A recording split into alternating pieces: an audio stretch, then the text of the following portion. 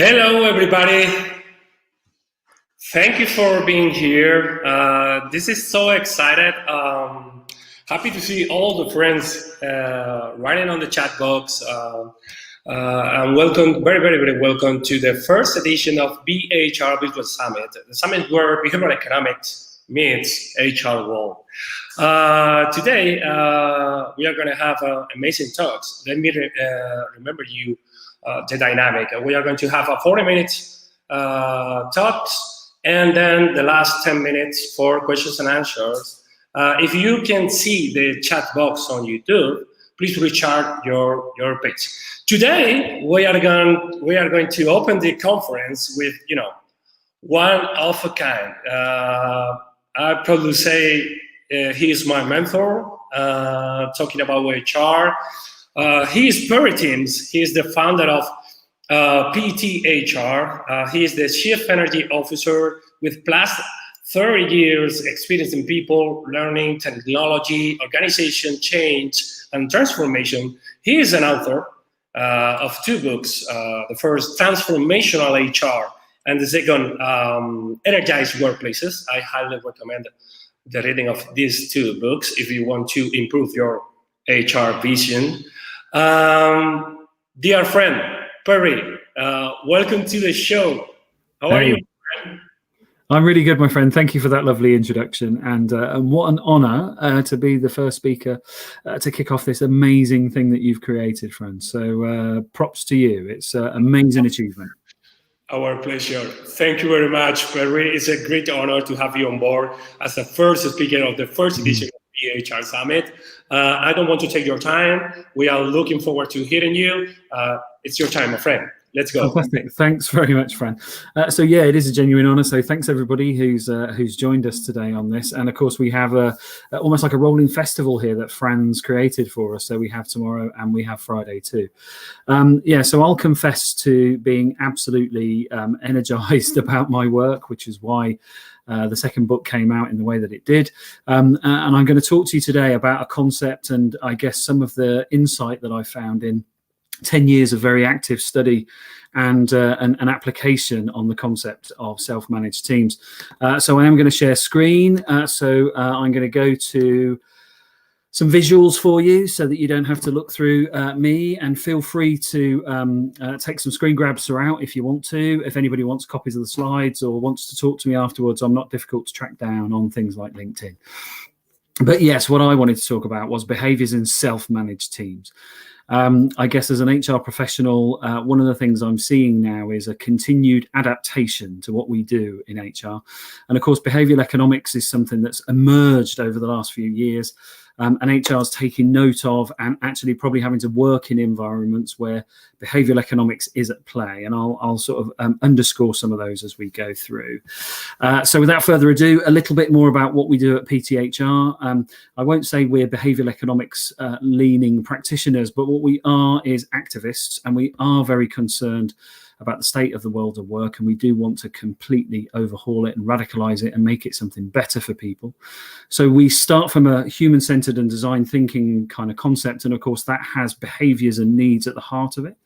And we're very much into the interconnectedness then between people and systems. So organization, design, development, very much part of our practice field.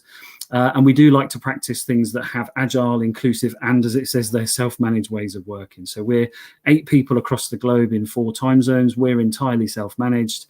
I'm leader only in like nomination and I guess kind of legality. But yeah, less about us, more about the people we work with. Are these self-managed companies? No, they're not. Are these companies that have degrees of autonomy, agility, inclusion? Yes, they are. And the reason quite a few of these companies have come to us to work with is because in part, they want to start to demonstrate how more inclusive, aligned and agile ways of working can help them. So that's the portfolio. But we're here today to have a look at this. So this is my definition that I guess I've sort of harvested from various sources about behavioral economics. So what is it? A method of economic analysis that applies psychological insights into human behavior to explain economic decision making. So largely there is a connection to things of value. I think that's the word I'd like to see included in behavioral economics, about how we can adjust behaviors that are in the essence of creating value for people, collective groups of people, organizations, communities, societies, whatever it may be. That's the kind of definition I'm working to, psychological insights.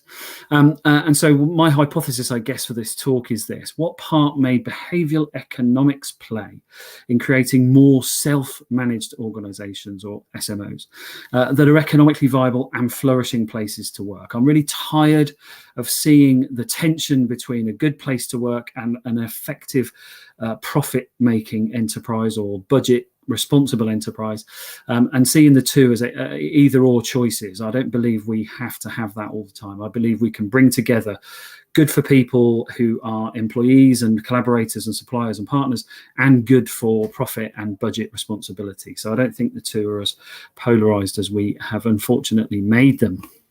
And so I'm going to lean on the work of some experts with this. So Amy Edmondson, the Professor of Leadership and Management at Harvard Business School, and Assistant Professor of Organizational Behavior at INSEAD, Michael Lee. Now, these two practitioners and researchers and academics do happen to have a very strong leaning towards the exploration of post-hierarchical working. And so these are quotes from some research that Edmondson and Lee collaborated on a few years ago. Formal hierarchies are as persistent as calls for its replacement. There seems to be a growing voice of objection to the structural rigidity of formal hierarchies, yet they persist and prevail. And so we've then got the comment about hierarchies prevailing in the belief that management power is the primary mechanism for ensuring performance. So in that sort of tension there, we have people saying, but why do we need hierarchies all the time? It's so stifling. And then we have the concept that hierarchies in themselves are fixed in a belief that management power is how we get performance. And today I'm hoping to bring to light some examples where that's not the case, and show you where the economics of behavior and the architecture of choice are much more prevalent.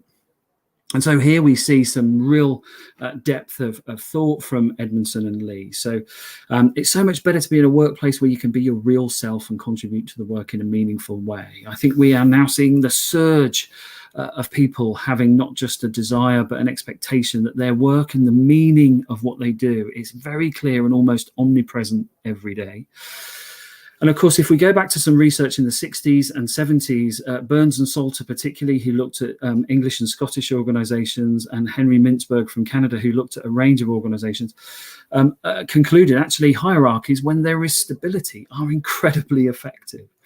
And then if we look, though, at the research that Edmondson and Lee put together, hierarchies are seriously challenged in dynamic conditions: turbulence in change, expansion of knowledge work, and work as increasing places of meaning. So it's almost counter what we're starting to see as a desire from people who step into the workplace, that they want to connect their personal values and meaning in their lives with the work that they do. Yet hierarchies seem to almost choke and suppress that kind of natural occurrence. And Lee's going on to talk about this on a podcast with the fantastic Lisa Gill. The Dimorphosis research shows that types of behaviours conducive to better dynamics are all risky behaviours in most hierarchical structures. So if we're looking at where does nudge and behavioural economics sit in the current hierarchical setups, it exists in the power of managers and in the hierarchical cascade. So the behavioural economics that we're seeing in hierarchical organisations is largely one way. What do the bosses think they can do to make the employees adopt and adapt in a way they think is determining success, and not a collective intelligence and then a sort of a flow of behavioural economics up, down and across. And then if we look at some very, very recent research from KPMG, they looked at what organisations have done in response to COVID-19. And what we see here is reaction, some resilience, some recovery, and some new reality. And I think what we're seeing there is instantaneous immediate overnight type responses, some conducted in hierarchical senses, but we've had to respond to that. And then there's been all this uncertainty about whether we're in or out of an office, whether we're good at working from home or not, whether we miss people, or whether we actually love the focus and concentration we now have. And then there's on to recovery, and that often says, well, let's get back to how we were, and that's almost an overly romanticized version of what might be. And if you can hear a bit of background, it's because we've got an incredible rainstorm here at the moment in the UK. But the new reality is adapting to a new world. And I think if we take the words and advice from Edmondson and Lee's research, that adaptation will be somewhat difficult with a hierarchically controlled behavioral economics leveraged approach. And there's already some research that's been done and models created. And so this one, the Cynefin framework, the work most famously sort of, I guess, popularized by Dave Snowden when he was at IBM in the early 2000s, talks to the need to respond, act, decide, use evidence in different situations. And so I think what we've seen with COVID is we've seen an initial chaotic response. It happened pretty quickly that governments edicted lockdown. So we had to act, and then we had to make sense of what's going on, and then we had to compile our responses. And that moves through into complex, complicated, and then, of course, into simple. And as we remember from Mintzberg's research and others, hierarchies perform well where it's simple. I just don't think the business world at the moment sits very easily in the simple category within this model. It's more in the complex, often chaotic, and I think also complicated arena. But then if I take that model to something that was popularized during the rise and resurgence, I suppose you'd say, of agile working, and particularly the Spotify model of squads, they have determined, just the essence of how hierarchies and management structures versus no management versus agile self-management. And we can see how this maps very nicely to the Cynefin framework. The simplistic systems tend to be where there's absolutely no room for maneuver, and it's very strictly controlled by managers. That's the time of stability. That's the hierarchical behavioral economics kind of framework. Where it's a bit more complicated, we tend to have more lower level management, perhaps, helping and orchestrating teams. It's a complicated system, but there's lots more that's known about how to navigate through that complicated aspect. So it's aligned and it's directed by managers, and that's what I think we see prevailing still in a softer version, perhaps, of hierarchies. And then if people just completely discard the hierarchy and say, well, this is so awful, let's just, free up everybody to do what they believe they can do, we could end up back in chaos. We could end up in complete random, distracted and perhaps even differentiating sets of direction, because people think, well, I'm just going to do what I want. I've got nobody to control me. I'm free. I'm liberated. I can do absolutely everything I've always dreamed of. That may not be in the interests of the collective, the organization, society, community that it operates in. So again, in essence, the Spotify model of aligned and autonomous working is where a complex system is at play. I'm guided in what to do, but I decide how to do it. I have agency. I have choice. I am acting in choice architecture that I feel I have a significant influence in being part of and creating. Often it's emergent, but it's definitely directed by self. So I think we can see the kind of coming together of a few models that give us a sense of really what's at play when we can disassemble the behavioral economic pressure that comes from a hierarchical structure into more self-managed organizations. So it is this choice architecture. And within self-management, research often tells you there are normally two pathways that people take. They're kind of opposite, but perhaps they're nearer to each other than we might think. But one is radical and one is incremental. And let's have a look at a few variations that might give us a sense of, if we're thinking now that we also believe that the behavioral economic pressure that comes through a hierarchy is maybe not in everybody's best interest, particularly in a complex environment, and we want to go to more self-managed organizations, how might we do it? So Edmondson and Lee's work identified three real archetypes within self-management frameworks of varying degrees of partial, whole, or hybrid kind of self-management. So if we're looking at the behavioral economics aspects of it, I'm going to sort of unpack these three and give you a sense of where I'm coming from with the nature of the framework, I guess, of operating in a self-managed way. Post-bureaucratic organizations, very hot topic at the moment with the recent release of the book Humanocracy by Gary Hamel and Michele Zanini. So that's one worth checking out, Humanocracy. Humanistic management organizations. So I'll give you some examples of what I think we mean by humanistic, both in story and in some kind of components and elements. And then the concept of organizational democracy. Again, something I've been very close to for a number of years and practiced by a number of organizations. And we'll have a look at some of those too. So if we look at post-bureaucratic, this is the kind of nature of what you'd expect to see and sense and feel for a post-bureaucratic self-managed organization. Flatter structures, much more fluidity, and much more organic aspects to them. So they feel less mechanistic and almost welded and fused and much more fluid and adaptable. So I guess the phrase that comes to mind is Nassim Nicholas Taleb's anti-fragile. And then we see that flex is valued higher than efficiency. It's not to say that efficiency isn't valued, but the ability to flex is valued and treasured more, because that will ensure that there's continued efficiency as things around change, disrupt, and completely, reorient people. The network structure of control, so not at the apex and the higher echelons of the organization, but dispersed and all about interconnectedness, about relationships, about trust, and about this whole sense that it's more of a hierarchical sense than a hierarchical sense, a phrase that was introduced to the world by John Husband.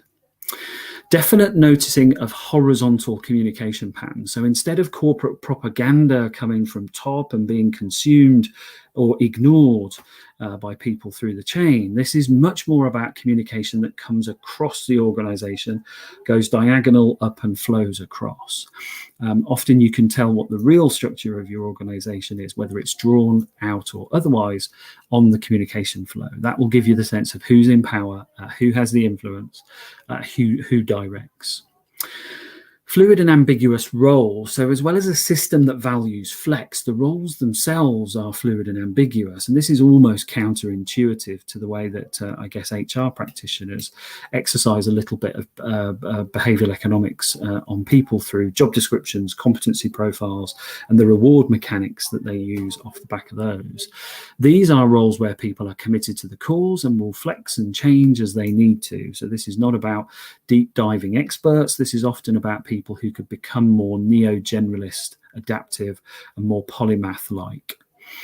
And so what we see in a post-bureaucratic organization is that autonomous action prevails over top-down authority. So see a problem, sense a problem, bring it to people's attention, bring people with you, solve the problem. You don't need to put a business case up through a sclerotic bureaucratic administrative system to then get the sanction to go ahead. By that time, the problem's either exasperated or some other damage has been done further down the line. So I think this is about responsiveness and about having hundreds of pairs of eyes rather than just a top team who can decide on when to act.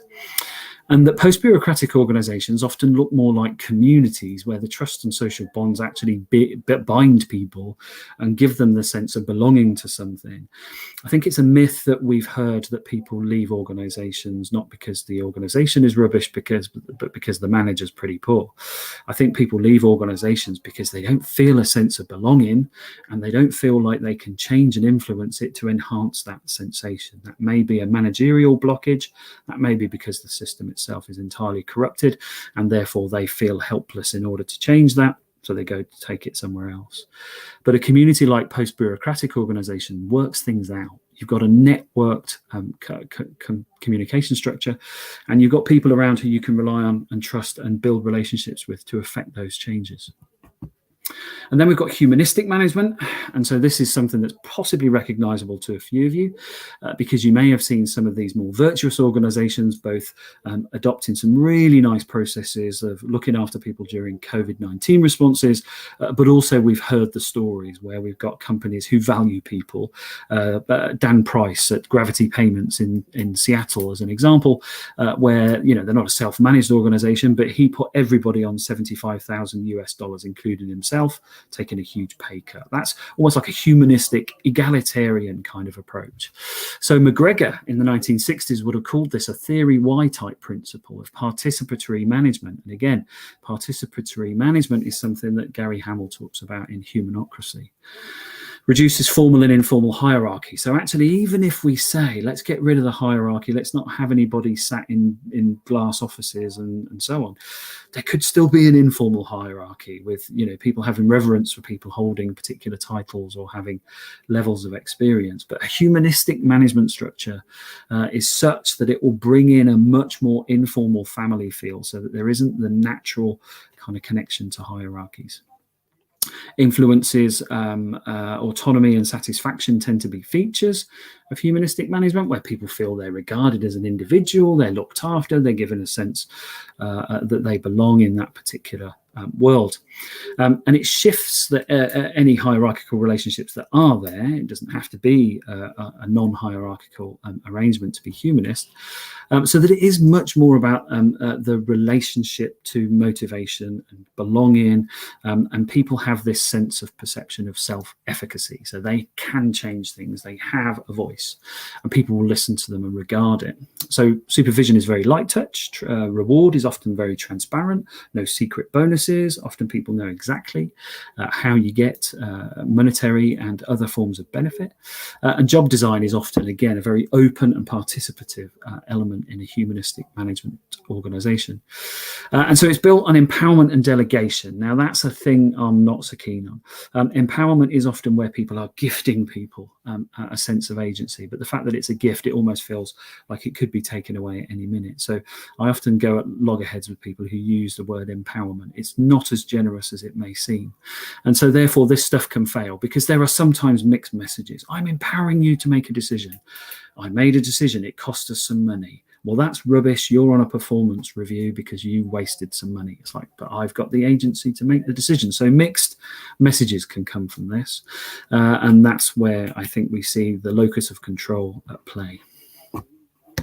And so we've also got this sense of then organizational democracy, where people have a voting right. There's almost like a kind of Unitarian approach, so that people have the ability to influence decisions and direction. This is where we could use an example like the John Lewis Group in the United Kingdom, where employees are called partners, and employees are almost like challenging the chief executive and have a say and an influence on certain elements of direction for the entire company.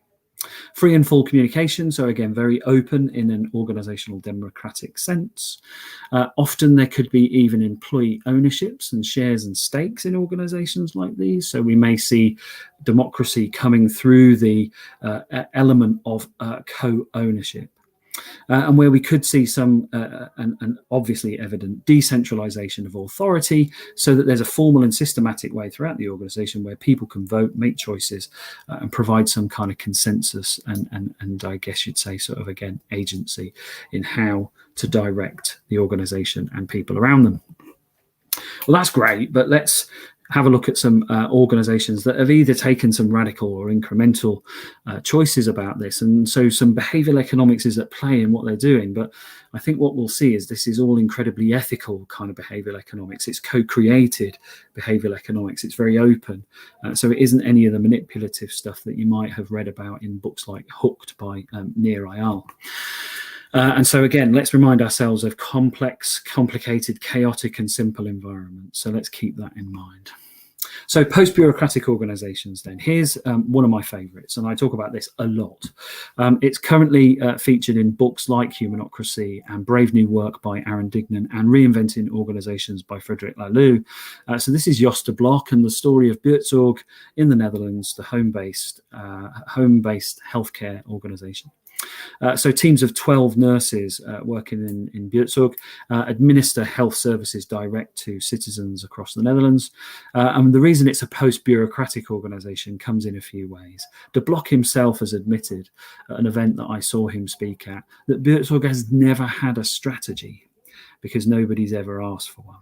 Now, that's an incredible confession that an organisation now that's 15,000 people, that has the highest healthcare patient satisfaction rates in the world, and that is frequently the best employer voted for by Dutch employees, has never had a strategy. It's never sat down and directed a particular strategy that people can follow, partly because it's a post-bureaucratic organisation. It doesn't need one. It's been an incremental growth, but a radical step that De Blok took. So if you want to know the sort of behavioural economics that De Blok is using, then he is saying to people who want to join Buurtzorg, we're all about nursing. We're not about statistical analysis and filling in forms and KPIs.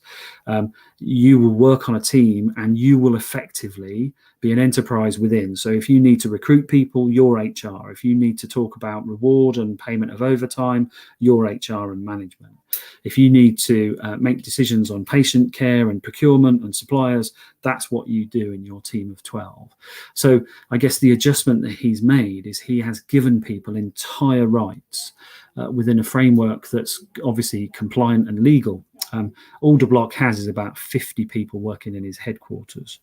So he's not using manipulative behavioral economics. He is giving people the space to run an enterprise with the ethics that he knows people step into nursing with, and run that enterprise as if it's their own.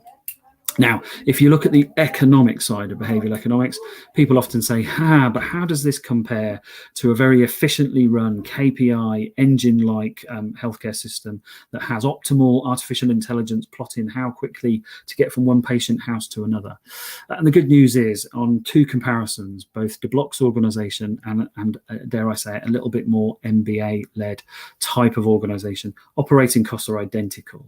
So De Blok is not spending any more money by having less controls. De Blok is seeing people spend money wisely, and so he's not having ballooning procurement and costs that are out of control because they're not centrally managed. So this is proof that actually, again, behavioral economics is often about nudging people to the right outcome. But I think what we're talking about here is the nudging is simply to give people the belief, the trust, and the agency and the structures and the mechanisms to work things out themselves. That's why they're a post-bureaucratic organisation, and that's why they're so successful. And then the other company that I always talk about and adore is Menlo Innovations, based in Michigan. So this is not 15,000 nurses this time. This is 80 people who are technologists working in Michigan.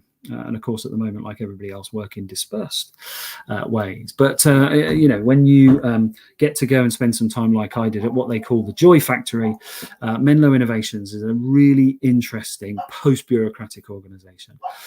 However, you may notice at the back of the room that there are some cards pinned to a sort of scrum board at the back of the room. So that might say, yeah, but look, they're using bureaucracy. They're writing stuff down on cards. They do that deliberately. They're ethos for open management style is that anybody who wants to know where a project is can just go and walk over to that board and see what it is. Of course, now they'll probably have a digital replication of that where people can have a look at where a project is at.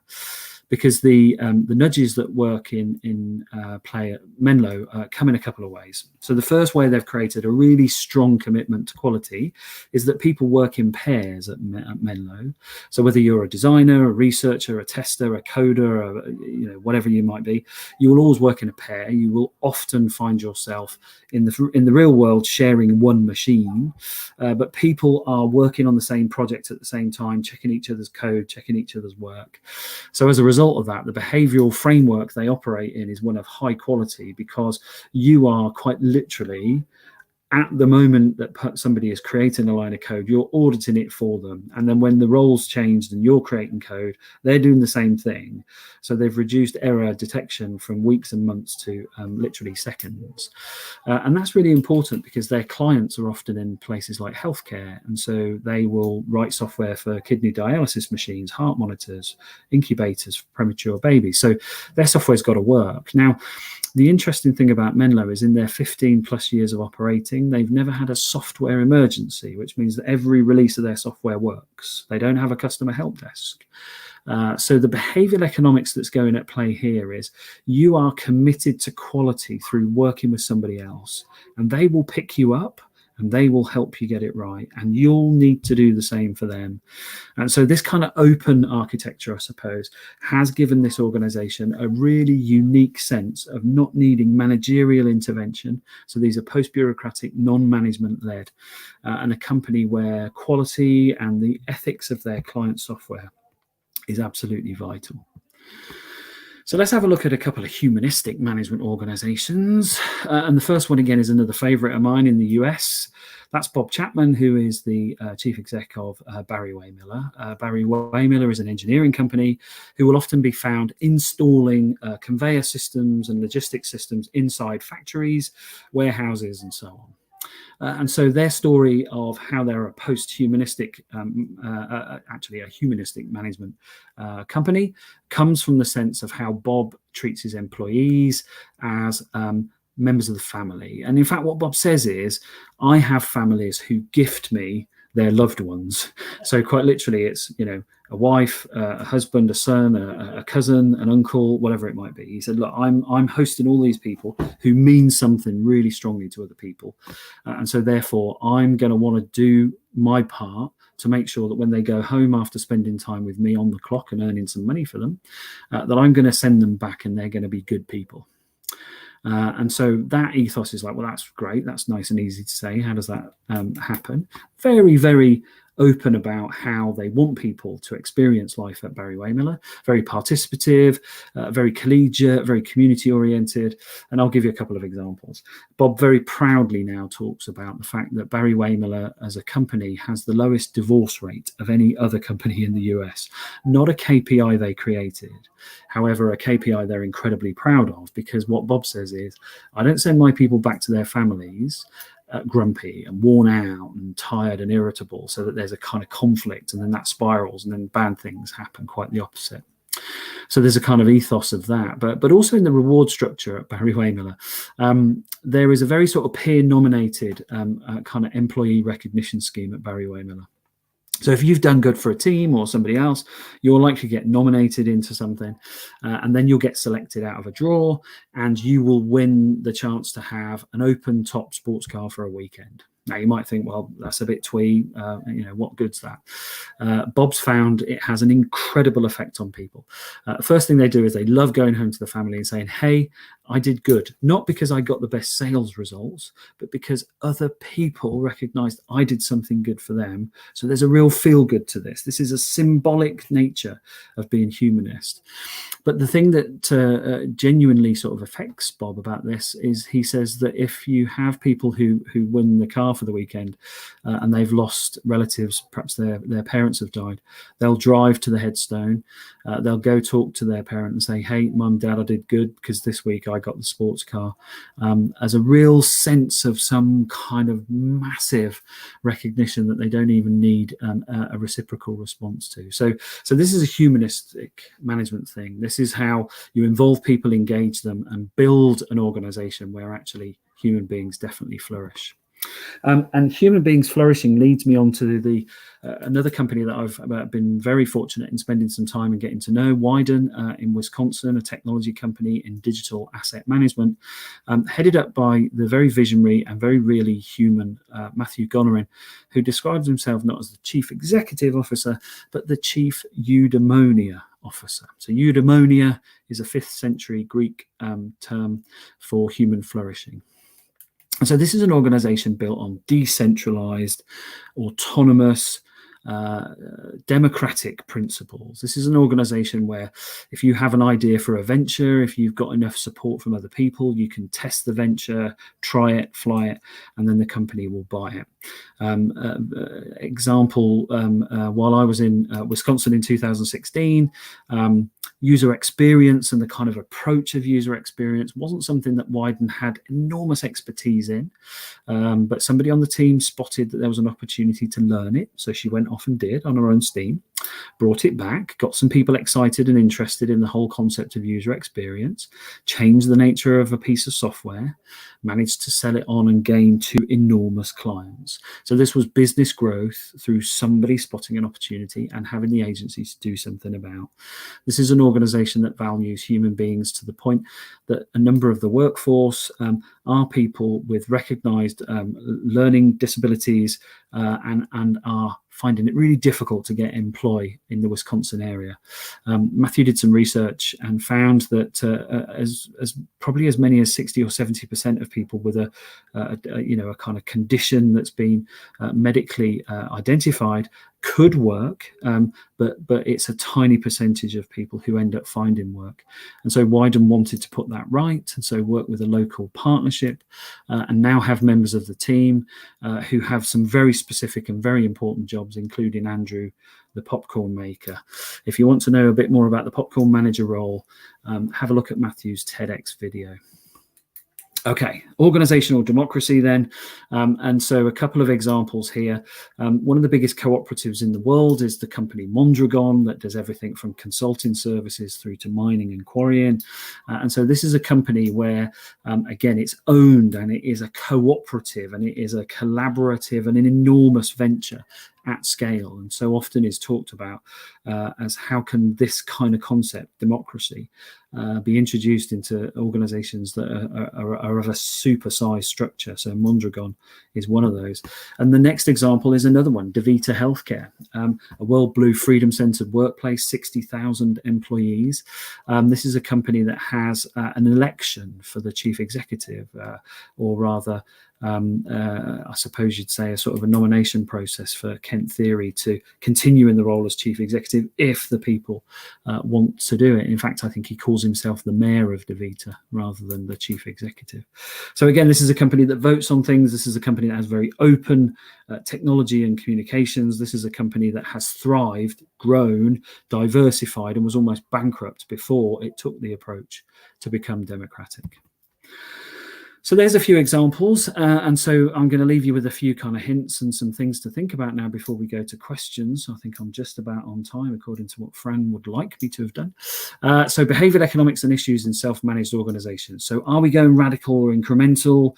Are we going to go all full pelt and see how we go and almost behaviorally nudge ourselves through this? Or are we going to test and try and use some nudge theory to see how people react? One of the things about self-managed organizations that came from Edmondson and Lee's research is that some people just don't like to work that way, or believe they don't like to work that way. So personality traits are really important. Are people comfortable and drawn to self-managed organizations? If not, you might have to rev behavioral economics up way too much for it to be comfortable with them. This is about choice architecture. And if they're choosing not to work in a self-managed way, I don't think you can force that, as you can't, as hierarchies shouldn't force people in certain ways themselves. Then how do you manage roles? So there are people involved who've got power. And in self-managed organizations, that disperses. There could be a lot of reluctance there. Behavioral economics has a lot to do with how we can manage people to let go of power and to see the benefit in more cooperative and collaborative senses, and how we deal with managers' loss, because in many of those examples I talked about, they just aren't managers. There aren't people who hold that title and have that kind of control over people. So how do we help that? Behavioral economics has a lot to offer in how we can recast the role of manager into coach, advisor, and so on. And then there are definitely some status issues. Even the most successful self-managed organizations will tell you that there are some people who will get the sense that now is their time to step in and grab control of something.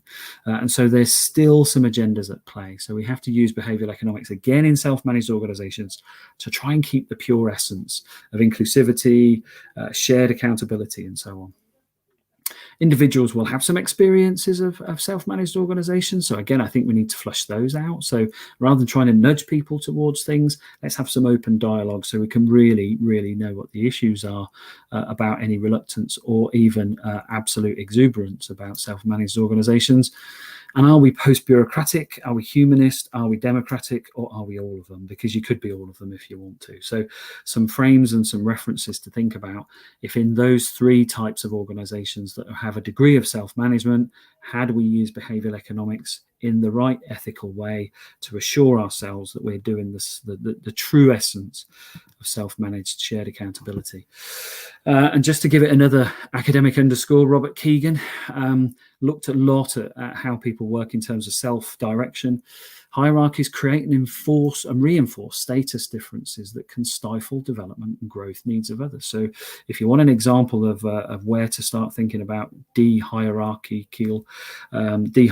your organization, then look at the sense of development and needs, growth of needs, as an opportunity to see more of that flourish.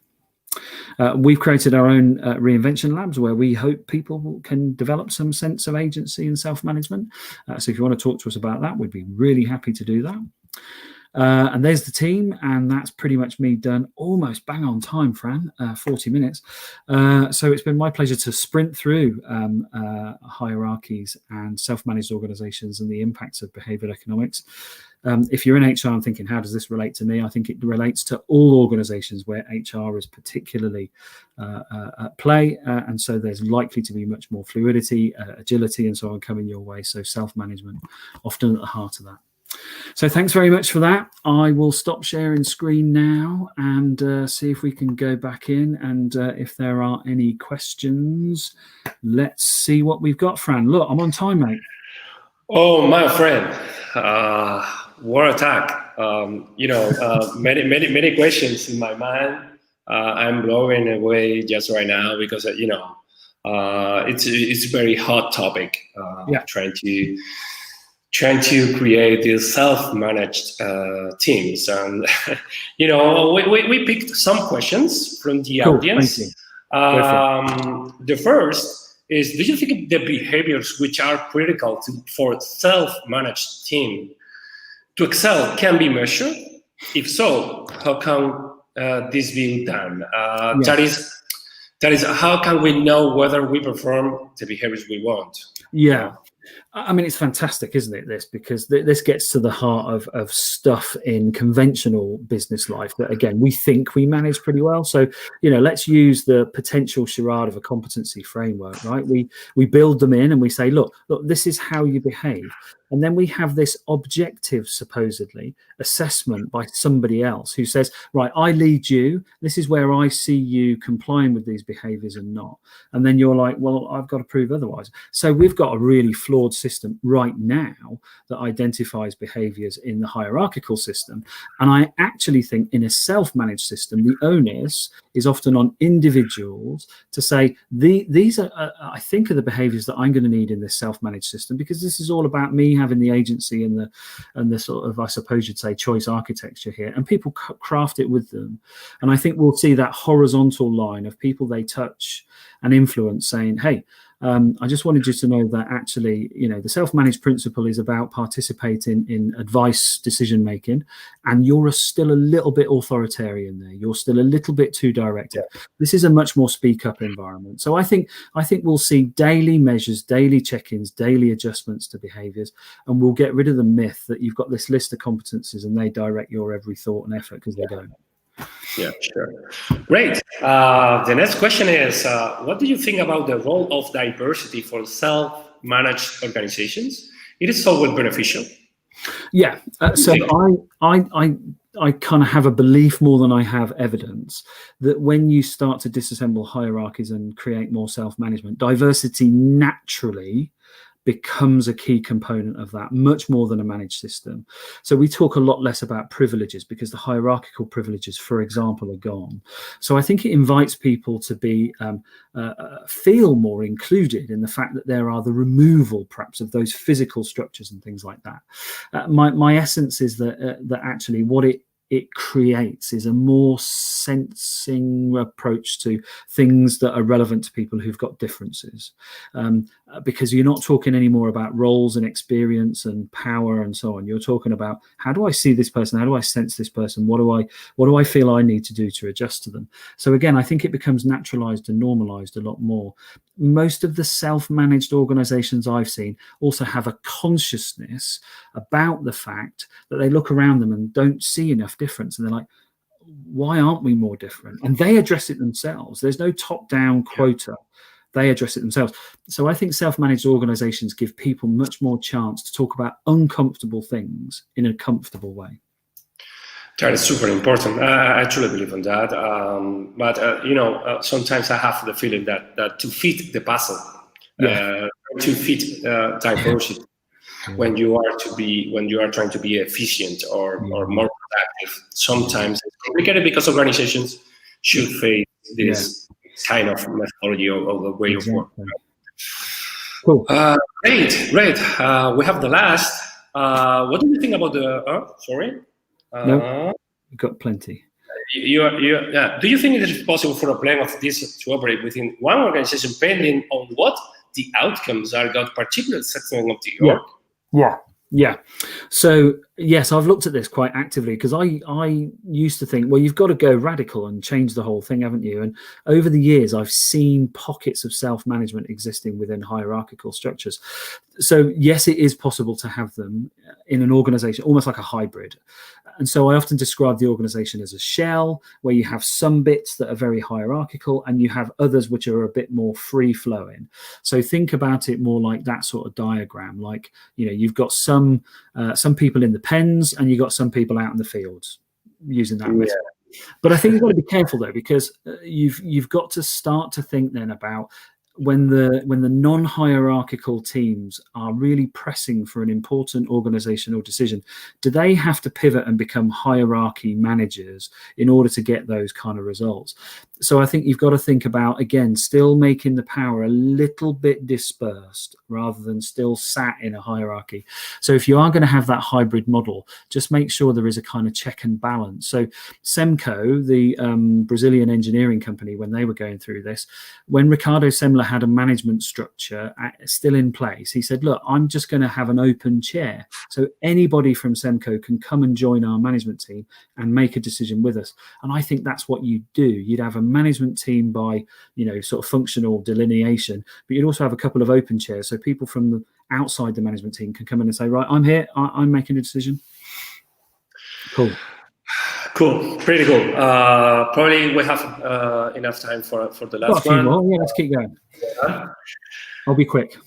How do you assess one's ability to thrive in a self-managed? Okay, so I think there are a couple of things that go on in self-managed organizations. Your sense of how you're thriving is more obvious to you every day because there is much more communication with you from your colleagues, not just functional exchanges. So in self-managed organizations, I've seen it happen. People will absolutely say, hey, when you described that and showed up that way, I saw the impact it had on other people. It was brilliant. And so I just wanted to recognize that. This stuff becomes so much more natural, particularly in the humanistic management side of things.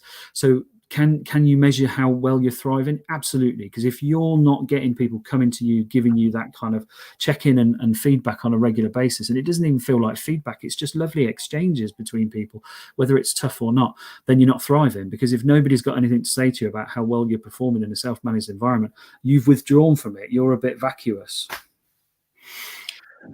My friend, the last one. I see you have many questions in there. Okay. Your talk was incredible. The last one. You talk about the committed to the cause. Yeah. Those are the good ways for existing companies to improve their emissions for better buy-in and not just something printed on the walls. See, that's the best question till last in many ways, actually. So Julia's absolutely right to flag this up. Now, I see a lot of companies who are purpose washing. They are trying to conflate what they do so it sounds really grand and meaningful, and they're putting a few tokenistic sustainability measures and so on and so forth. It's just faking. So genuinely, there are some companies who need to look at themselves and go, what good are we doing to the world? Now, COVID-19 is bringing so much of this into sharp focus because people who would previously have said they've got no mission or cause have suddenly become key workers because they've kept the world going, right? So delivery people, utility workers, whatever. So actually, there's a different sense now I think we're having on how we need to describe the value the company creates and the meaning it has. And that doesn't come from the boardroom, I'm telling you that now. That comes from a mass consensus of people who get together and go, what are we all doing here? What is it all about? Who owns owns us and what do they want from us, and are they the right people to do that? And I think we can create this narrative and this dialogue and this thing that we connect to. But I also think we've got to start reminding ourselves, and this is perhaps where behavioral economics comes in again, is that the meaning is often very close to people. It isn't like the company's moonshot. I hate using that phrase, but you know what I mean. This is something about, these people around me that I turn up with every day. I mean something to them, they with me. We're working on this stuff together. Let's make the meaning very close to us, and stop expecting it to come down from a high that wows you. This is not necessarily the only way we can describe meaning. And often what you'll find in humanistic management structures is that those kind of meanings aggregate up, and then the company listens and go, wow, you lot have given us our meaning. We didn't even need to come up with it. Well, my friend, thank you very much. Thank you very much for being here. A great honor. Again, your talk was amazing. Many questions on the chat, chat, and many people commenting your talk. Talk soon. See you soon. Bye. Great rest of the show, man. Have a great day. Enjoyed it. Thank you. Thank you very much, my friend. Bye. My people, we are going to be back in 5 minutes, I think. See you soon.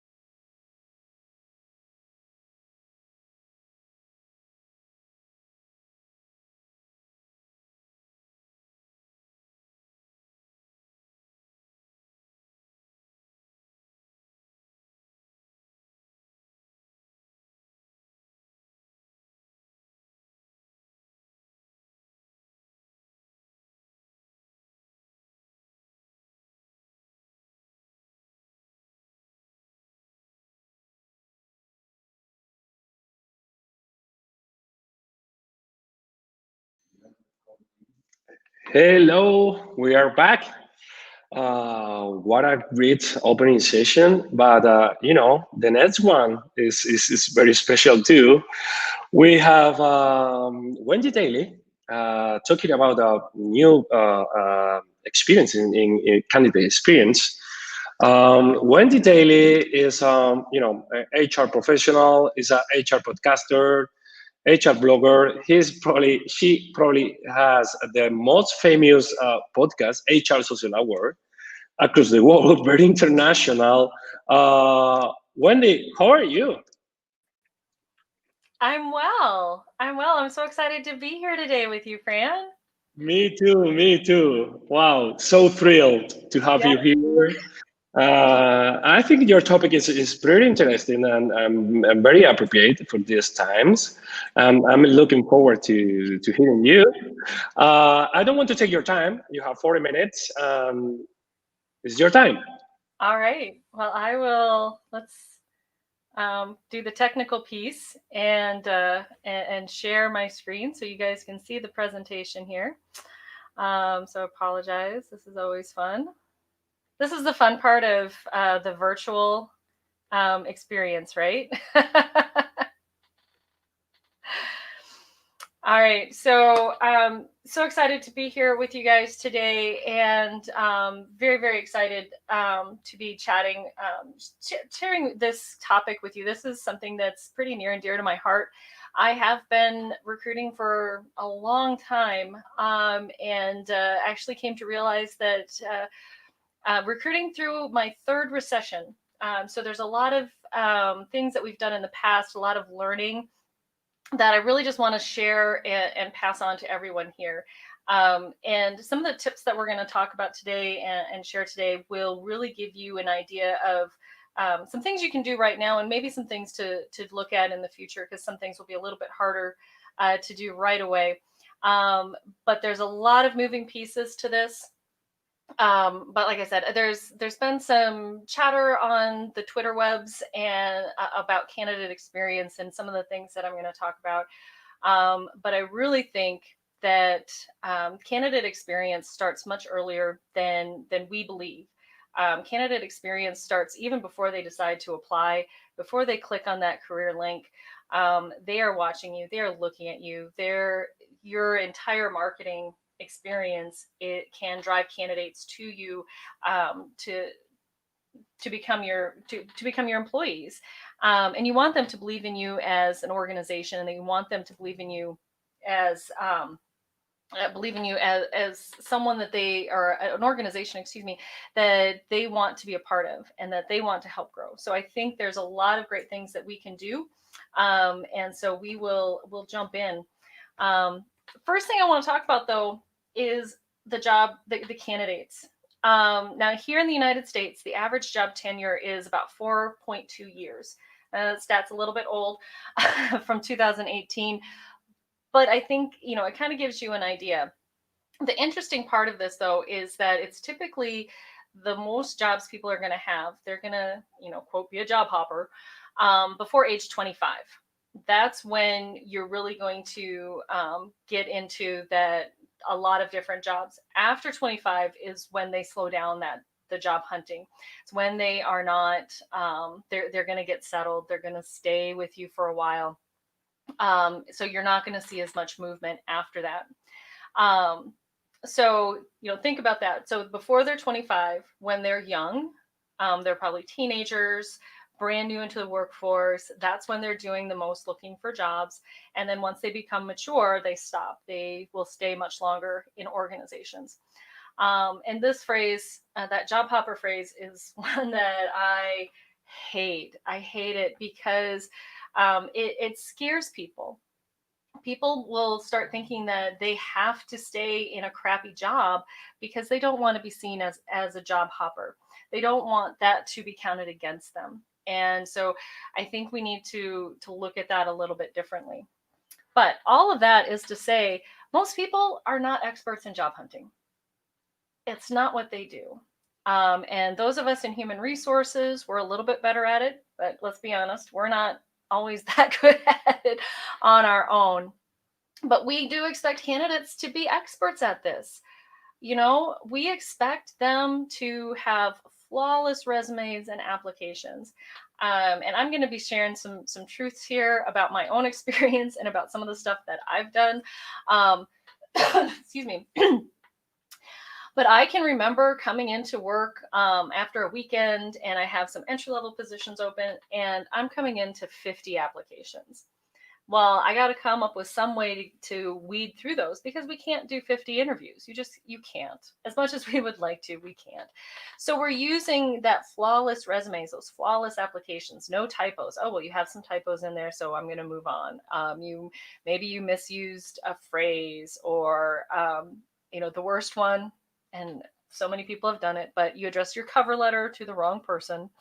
But that too, we expect people to be able to articulate in their cover letter exactly what we want to see. They're supposed to be mind readers as well.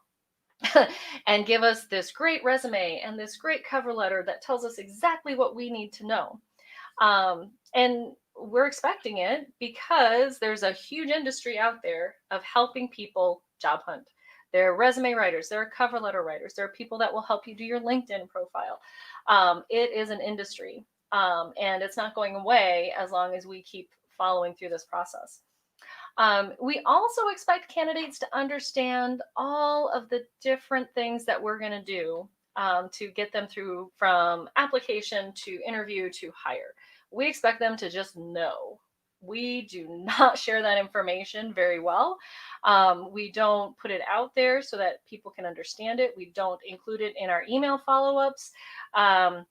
We just expect that they'll understand. And here in the Midwest, no news is good news is the big lie, right? Because that's how people get ghosted. That's how candidates get frustrated with us. And again, we expect them to understand our very generic, very template focused letters that we are doing just to say, hey, thanks, but no thanks. We give so little feedback when it comes to this process. And there's so much technology out there that would allow us to be better at this. There's so much out there that we should be able to do a little bit more, help them out a little bit more on that. So I think there's a lot of things that we can do to help out with that. And we're going to talk through some of those things today. Because it's on us. It is on us, human resources. It is on us, recruiters, to improve this for the candidates, to improve it for ourselves. We do spend a lot of time on process and compliance. We tend to, we do. We want an fair and equitable process. We want people to be considered. We want people to find the right job. We want them to be in the right fit. But unfortunately, when we spend that time on compliance, we spend that time on process, we only focus on those pieces. We aren't looking at the overall flow of the process. We aren't looking at it from the candidate side and from the recruiter side. One of my big pet peeves with applicant tracking systems is they're either really great for the candidate or they're really great for the recruiter. There's not a lot of crossover in that, at least in the ones that I've used and the ones that I've seen. It's pretty rare to find a tracking system that can help you do both sides of that. The other thing is, the overall application process, selection process hasn't really changed from the days of the old help wanted sign and moving people through your process. So we have a job posting in some way, shape, or form. We see the resume or an application, and then we do an interview. That has been the process. And typically when we get into process improvement, we are only going to focus on faster and not necessarily on better. So we need to get better at our process improvement, going into it a little bit deeper, diving in to see what's going on with our process. What steps are causing hiccups? What steps are roadblocks? And how can we make it better? How can we make this a give and take process rather than We put the job posting out, they send in a resume, and then we do the interview. I think we could create a better back and forth process to help us get to know the candidates a little bit better, help candidates get to know us a little bit better, and really get into the meat of that process improvement so that we're not just putting a bad process and making it faster. Because that's been my experience with process improvement. We put what we're doing on paper, we put it online, and hey, we improved our time to fill, kinda. Because those are the metrics that we look at. So we're going to talk a little bit about that. But there's one thing I think that we can do that is really going to help us improve the overall process for candidate experience. And honestly, it's to be transparent. Now, I know you're all sick of that word. I know that this is that word that we hear and talk about and go through, and we're over it. We're over the buzzword of the day. But this is truth. And I really honestly feel that that COVID, the pandemic, the recession, everything is pointing to us being more transparent about what's going on in the selection process. There's been a lot of leaders here in the US anyway, who have really been transparent about what's going on. The CEO of Marriott went out early in the pandemic and put out a public video to his entire organization talking about what they were doing and how they were protecting each other and what was going on. And it really kind of elevates what they're doing. It elevates them to me as an employer because they're able to be out there, transparent, vulnerable in what's going on, and saying, we don't know, but here's where we're going. Here's the direction we're going. And so we can take some of those lessons and put them into, excuse me, and we can put them into our applicant process here. So first thing we can do is transparency in our job postings. Oh, golly, guys, job posting, typically what I see, and I see it out there, I'm out there looking because we're trying to be better, we're trying to improve, but 9 times out of 10, your job posting is just the job description. And who writes a job description? Probably somebody in compliance, maybe somebody in comp. Typically not going to be your recruiter, which is fine. That's not what you're doing. You're not there to write a job description, but you are there to write a job posting. Now, the job description is going to include those general job duties and qualifications. Sometimes you'll see a culture statement. It might be at the top, it might be at the bottom, it might be somewhere in there. But what we see is either a boring job description or those corny job descriptions. We've all seen those. We make fun of them on Twitter all the time. The people, they're using all the buzzwords, looking for a superstar, looking for a ninja, looking for a rock star. We can do better. We can do better. And I think we can provide some better transparency in our job postings to help people really understand what we're looking for. That way we get the right people. So taking a little bit of time is really going to help get the right people there. So let's give them a true job preview. Share some photos. Can you do video or even audio? Even consider a 3 to 5 minute podcast interview with someone who's actually doing that job right now. Putting that audio file in there so that somebody could listen to it while they're reading through your posting. Make it quick, make it easy, but give them a real preview of what to expect in this job. And that's going to help them really help you get to the meat of what you're looking for. It's going to help your candidate understand what you're looking for and help them self-select. The idea here is not necessarily to get more candidates. It's really to get the right candidates. So that you're not spending time going through 50 people who aren't qualified or don't really want this job, but they want their foot in the door. They're just trying to get something. They're trying to get somebody to respond to them. That's not a good experience. So let's help them see what a true job, what this job is really going to be about. Talk to experts who know how to turn your job description into a job posting. There are some folks out there. I'll give a shout out to Katrina Kibben. She does a fantastic job with this. And she even helps you train people to do it in your organization. But we really have to get away from just posting that dry ingredient list. So I think back to a talk I heard a while ago, and they were comparing job postings to regular marketing. So let's consider Coca-Cola. Coca-Cola is selling you an experience, right? They're not just selling you a soda or a pop. They are selling you an experience of what drinking Coke is going to mean to you. So they are showing bright, happy people. They maybe have some music underneath it. And they talk about how Coca-Cola is going to make you feel. Whether that's true or not is a different story. Very rarely are you going to read the ingredient list in Coke. You know what you're getting when you get Coca-Cola, because you're not looking for high fructose corn syrup or caramel coloring. You are looking for a pop that's going to be refreshing and cooling, and maybe make you feel a little bit better when you get that sugar/caffeine rush. Imagine if Coca-Cola advertised the way we advertise for jobs, and had that list of high fructose corn syrup and carbonation and water, caramel coloring. That's not going to sell anybody in getting a Coca-Cola.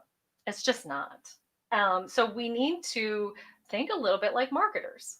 We need to think about, how do we want to get these people into our organization, and how are they going to feel when they come here, and how are they going to feel doing that job? Looking at, I work in healthcare, and if we could give true job previews for some of those, like a certified nursing assistant or a respiratory therapist, and what's it like in the day-to-day, and get people earlier so that they understand before they even go to school what that job is going to be about. They're really going to buy into it, and they're going to understand and remember that you were the ones that told them about that. So I think there's a few things we can do to make our job postings better and help people pick us and pick the right job, because that's what we want them to do. Second one, transparency in salary. I'll be honest, this is the topic that brought me down this road. There was a Twitter feed a while ago where we had a recruiter complaining that they had to disqualify somebody because they just asked about money too early in the process. They need to stop caring about money so much. Newsflash. Every single person that works for you cares about money. They care about the salary. And if they don't, they are lying to you. They are. We are not doing this as volunteers. You are not looking for a team of volunteers. You are looking for employees. So let's focus on that. Let's be honest up front. Here, this meme, which I love Dodgeball, the movie.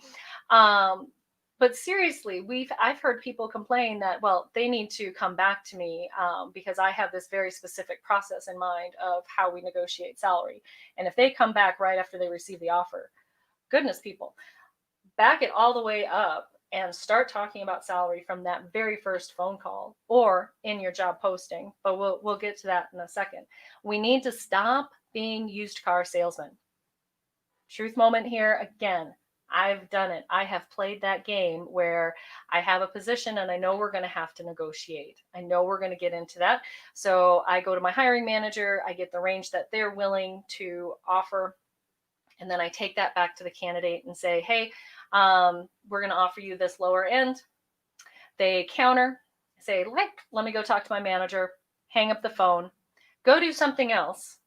Half hour later, call them, say, hey, talk to the manager. Here's what we can do. Right? We are not used car salesmen. We're not selling somebody a car. We are selling somebody a job. We are getting someone to come in and do a job with us. And we need to pay them for that. The law says we have to pay them for that because we're not looking for volunteers. So let's talk about how some of this transparency. First thing I want you to do, I want you to really seriously consider, if you're not doing it already, sharing some form of salary on your job postings. You do not have to share your full range, because that's the thing I hear from a lot of people. Well, if I share the range, they're going to want the maximum.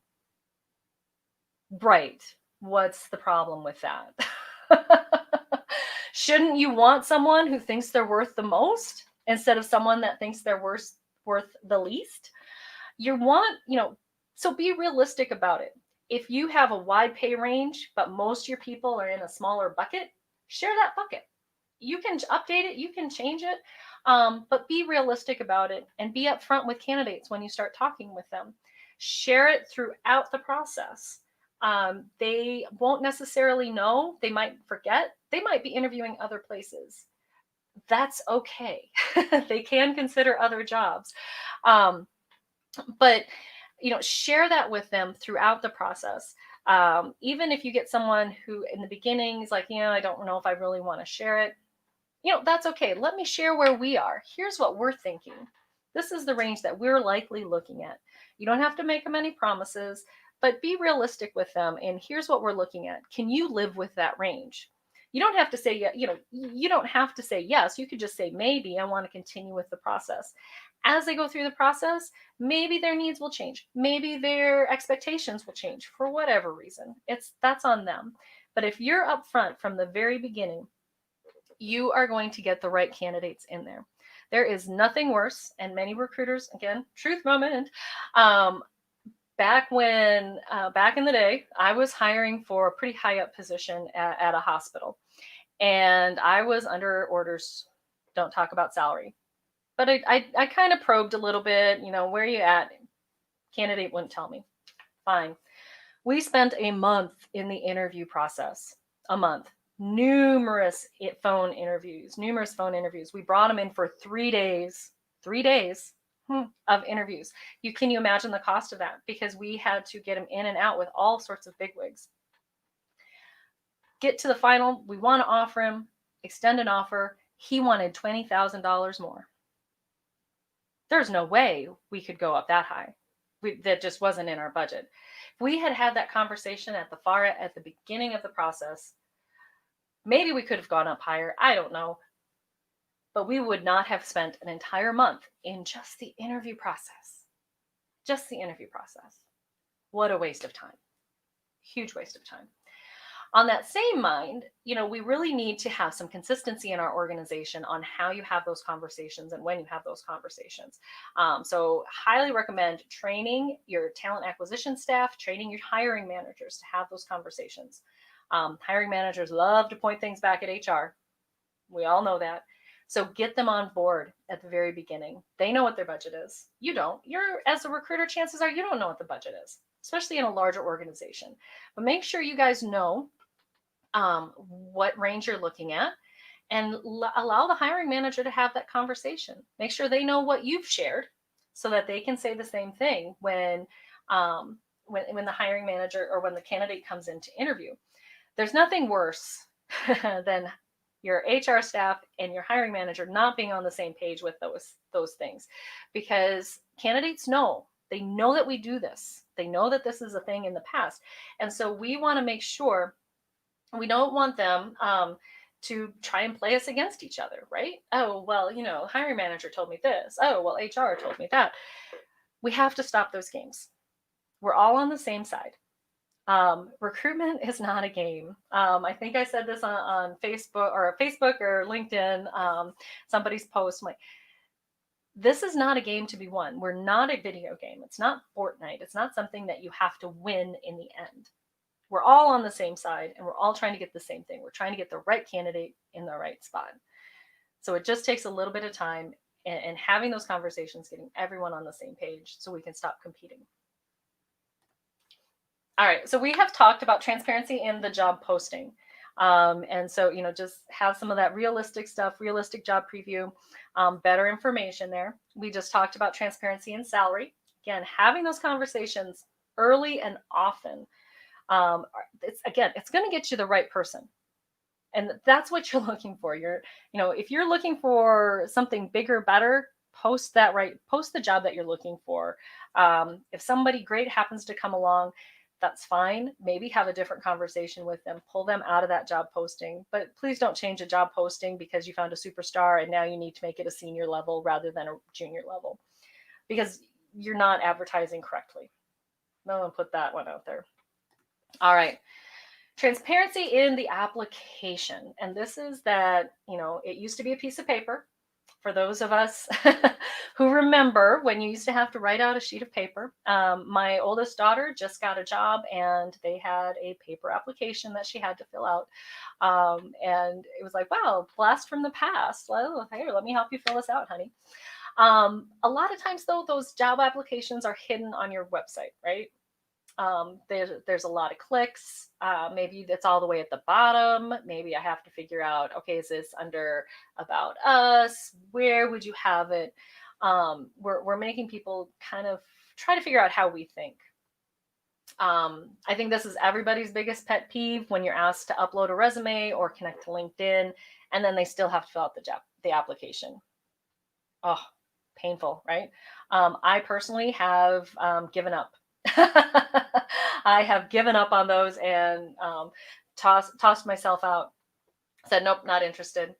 And then a lot of times, and this is something that's new, not a lot of people are doing this out there, but our application is filled with information that's not really needed right at the very beginning when we ask them to fill it out.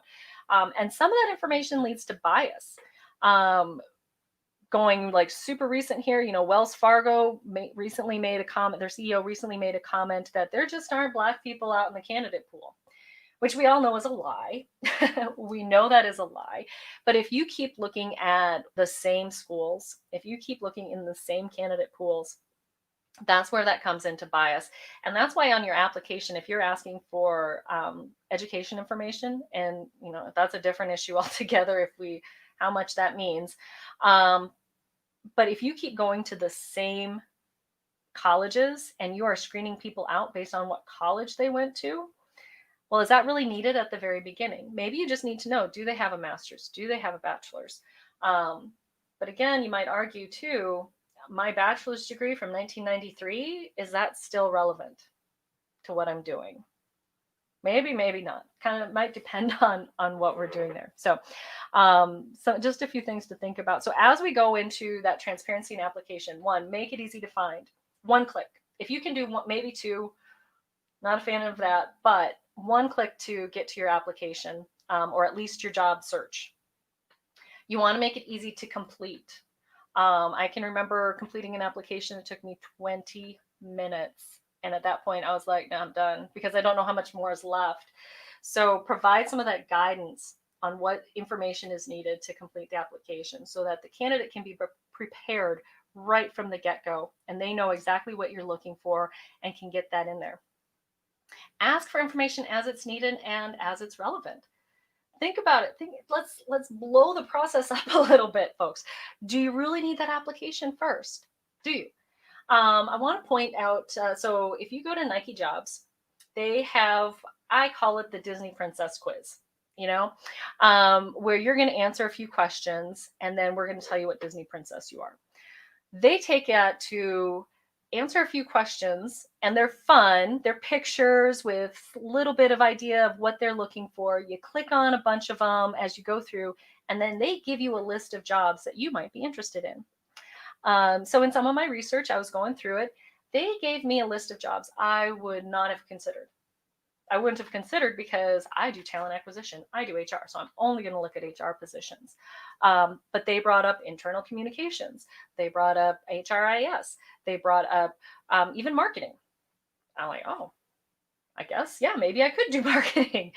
But they're helping me find the job that I'm looking for.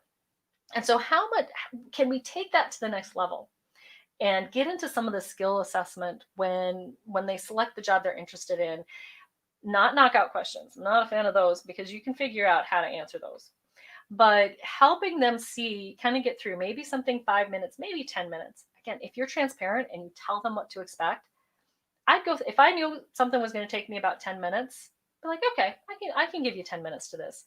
But if I don't know how long it's going to take, after 5 minutes in, I might be, this is not worth it. So as long as you're transparent and telling people what to expect, they're going to be on board with you. They really are. At least the ones you want. But can we take that to the next level and start with that skill assessment before we even see the application and make sure that they're a skill match? I think we need to start focusing on skills when we're looking at these jobs. I go back to, I used to hire high volume positions where I would seriously see 50 to 100 applications after a weekend. And during a recession, you're going to see even more because people are flooding the market with jobs or with their resumes. But there's still a lot of jobs open. So we're not meshing there. So we need to help people find those right jobs. All right, so we have talked about transparency in the job posting, making sure we're clear and concise in what we're looking for. Transparency in the salary, having those conversations early and often with candidates so that they know exactly what to expect. And then we just covered transparency in application, transparency in what to expect when they fill it out, and transparency in how to get to it. Make that easy. All right, finally, our last thing we're going to talk about is transparency in our process. Like I mentioned in the beginning, we expect candidates to just be able to know. And every single employer has a slightly different process. Again, the high level, job posting, resume, interview, that's going to be the same. But it's those little pieces in between that are completely different. People don't know what to expect. How long should it take to hear from you? How long is it going to take from when you review my resume to when you give me an offer? Do you do you review all applications at once, or do you review them as they come in? We all do that slightly different. So it's confusing. It's long, and it can change based on industry. Candidates and recruiters are ghosting each other now. So recruiters, we're getting our comeuppance here. We've been ghosting candidates for decades. And now they're fighting back. But it happens, and we need to be aware that it is something. But the more transparent we can be in our process, the less likely that that's going to happen. A lot of folks are confused about exactly what you're looking for. And then there's also some uncertainty in who is actually accountable for the process, who is accountable to ensure the process keeps moving. I'm sure there's a lot of finger pointing both directions on that. So 1, publicly share your screening expectations. Put it in the emails that you send back to candidates that say, hey, we've received your application. Put it on your job page to say, hey, here's what you can expect as a candidate. There are some people doing that. Amazon has done it, I believe. And then I saw another one recently. I think it was Starbucks. Had it out there just saying, here's what you can expect if you apply for a job with us. Help people understand that so that they know what to expect. So that, if you submit an application, you can let them know in that email, hey, thanks a lot. We're going to be reviewing your application, and you might not hear from us for about 2 weeks. Those are really easy things for us to put into those automatic emails that can help the candidate understand. So if you know it's going to take 2 weeks to get to that next step, you can put that in the email, and they're not going to call you in 2 days to make sure you got their application. Hold hiring managers accountable to their part. Yeah, this is a fun one, right? I'm still waiting on the hiring manager. Well, who's responsible to the hiring manager? Who's the person that's supposed to tell them, hey, you need to get this back to me? And are we training them? I don't know how many times I've worked somewhere. I've come in and I've been told there's this great training process. But then when I talk to the hiring manager, they're like, oh, I didn't know that. Oh, I'm supposed to do what? I've never been trained on that. Know who's responsible for different things. Know who's training the hiring managers in getting into your ATS. Who's training the hiring managers on what you want as far as feedback, getting that to the candidates. Train your staff on how to review, to do that, and train your hiring managers on how to do that. Too often, guys, we say, too often, y'all, we will just go in and say, just give me some feedback. But we don't train them on how to give feedback. We don't train them in what we are looking for. Use your ATS to your advantage. There's probably ways in that system to add drop downs, to add options, so the hiring manager can give you some decent feedback that allows you to give some good feedback to your candidates so that they can move on. Timely feedback too. We don't want them hanging out there forever and ever and ever. I remember once I sent a job is filled letter to some candidates that had been sitting out there for 6 months.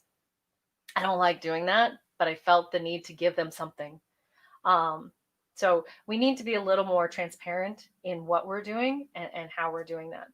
And then finally, I have here trained staff on how to review candidates for skills so that they can give good feedback and tell somebody why they weren't selected.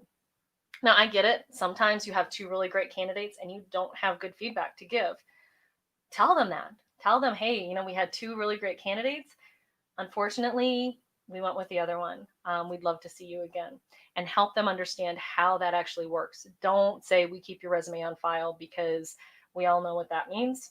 Unless you have a fantastic ATS that's going to be able to get you in and out of there, it's going to suck, and you're never going to see them again. They're going to go into that black hole.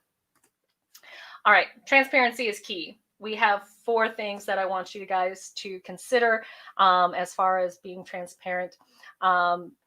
Focus on that job preview, that job posting. Make sure that it is giving a clear indication of what to expect in that job, clear that they understand it. Figure out different ways, figure out new ways. What's nobody doing? I just gave you 2, I gave you some ideas, put a video out there, do an audio, a short podcast with workers.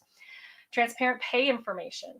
Be sure you're sharing good pay information up front and often, so that your candidates can continue to make that decision that they do fit with where you want to pay them. A transparent application. Again, that is one that is easy to find, easy to complete, and people know exactly what to expect.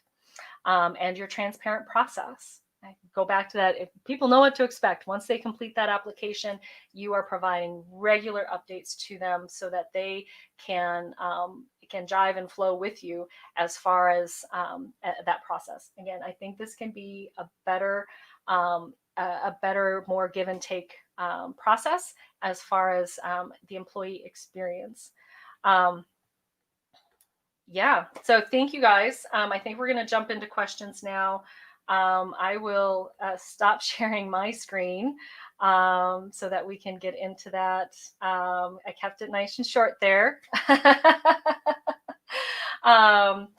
But I'm really super excited to jump into your guys' questions. This is my favorite part of it, where we can have that give and take. I am just sitting here talking at you. I don't like that. Wendy, I love this approach. I was taking notes like a crazy man. We have clear that transparency is the key for sure. To the company or organizations, and for applicants or people who are hunting for a job. But I want to highlight some notes. Recruitment is not a game, right? It's not. It's not a game. It's not a game. And that is incredible. I absolutely, adamantly agree with that. We need to, yeah. Sorry, I was going to jump in there. One of the things that I see a lot, especially on Twitter and recruitment advice, is how do I beat the ATS? How do I beat it? How do I get my application through? Again, we have to stop pretending. We have to stop playing this game. We should be more honest, I think, and more transparent at the end. We should have money conversation more often and more. With more transparency. Yeah. Don't put your info in your resume that is not required in order to be more accurate. This can drive bias, and bias, as you probably guess, is one of the things that we try to avoid in recruitment processes. We need more objectivity. We can talk about an empathetic recruitment process. Mm-hmm. Yeah. Right? Because if you are thinking on people, you are caring on people. When you post a job and something like that, you are more empathetic. Okay, go ahead, because I can talk many things. Go ahead with the first question. You talk about different job posting messages and strategies. Has the particular impact on these features on experience, performance, quality of the hires been measured? If not, do you think should be done? Yeah. I don't think it is right now because there's not a lot of people that are doing a lot of that. We're still seeing the old job postings where it's just the ingredient list, I'm calling it. But so that's what we see, and so I think as we get more people going that way, more people doing those actual real job previews, I think that's what people want. I personally, as a recruiter, I want to get away from seeing 50 applications. So getting people a good idea of what to expect, I think, is key. The other thing too, there's not a lot of people that are doing that. So we really need to help build that a little bit more. So once we see more of it, I think we'll see more measurement in it. So hopefully it will be. Sorry, people are going in and out of my house, so I'm getting slightly distracted. No worries. But I'm hoping that soon I will be able to share that I'm putting actual podcasts in some of our job postings sometime next year with some of those real job previews so that people can get a snippet of, what is it like to be an RN in Fargo, North Dakota in the ICU? Then we can start measuring that. Awesome. The second one is, how can we convince HR managers or recruiters to be transparent about salary, job posting, application? Beyond transparency, how can we reduce recruiters' biases? Complex. Complex question. I think one thing too, as we are more transparent, as we are more upfront with what skills are we looking for, how are we deciphering those skills that people have that we need for these jobs, we are going to get better applicants, and I think we're going to get more. We'll get away from some of those biases if we're looking just at skill set up front. And I get that there's a lot of bias in AI. I understand that, and people lie. We get that. But if we can focus on the skills, if we can find a good way to get an idea of what somebody's skill set is that they're bringing in today, maybe get some of that behavioral economics. How do they behave? How do they think? How do we, those SAT questions, if this is this, then this is this, to get an idea of their abilities. And then we're looking at a smaller pool of people that we're asking to even fill out an application or submit a resume, because we know that you have this skill set, not because you put it on your resume, not because you hit keywords in the application so that you could beat the application. We know you have these skills, and now we're going to seriously consider you for this. So now we want you to fill out the application. Now we want you to take that 20-minute time frame and give us this information, give us your background.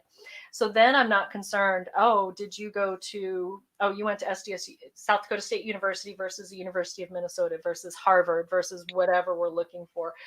That just diversifies our pool right there. And it's not just people that are looking for, Harvard or Ivy League graduates. I see it in South Dakota where someone from a South Dakota school is given preference over someone from out of state because they might not stay. So we have those biases in that we're not allowing people to go through. You went to school on the East Coast, you're probably not going to stay.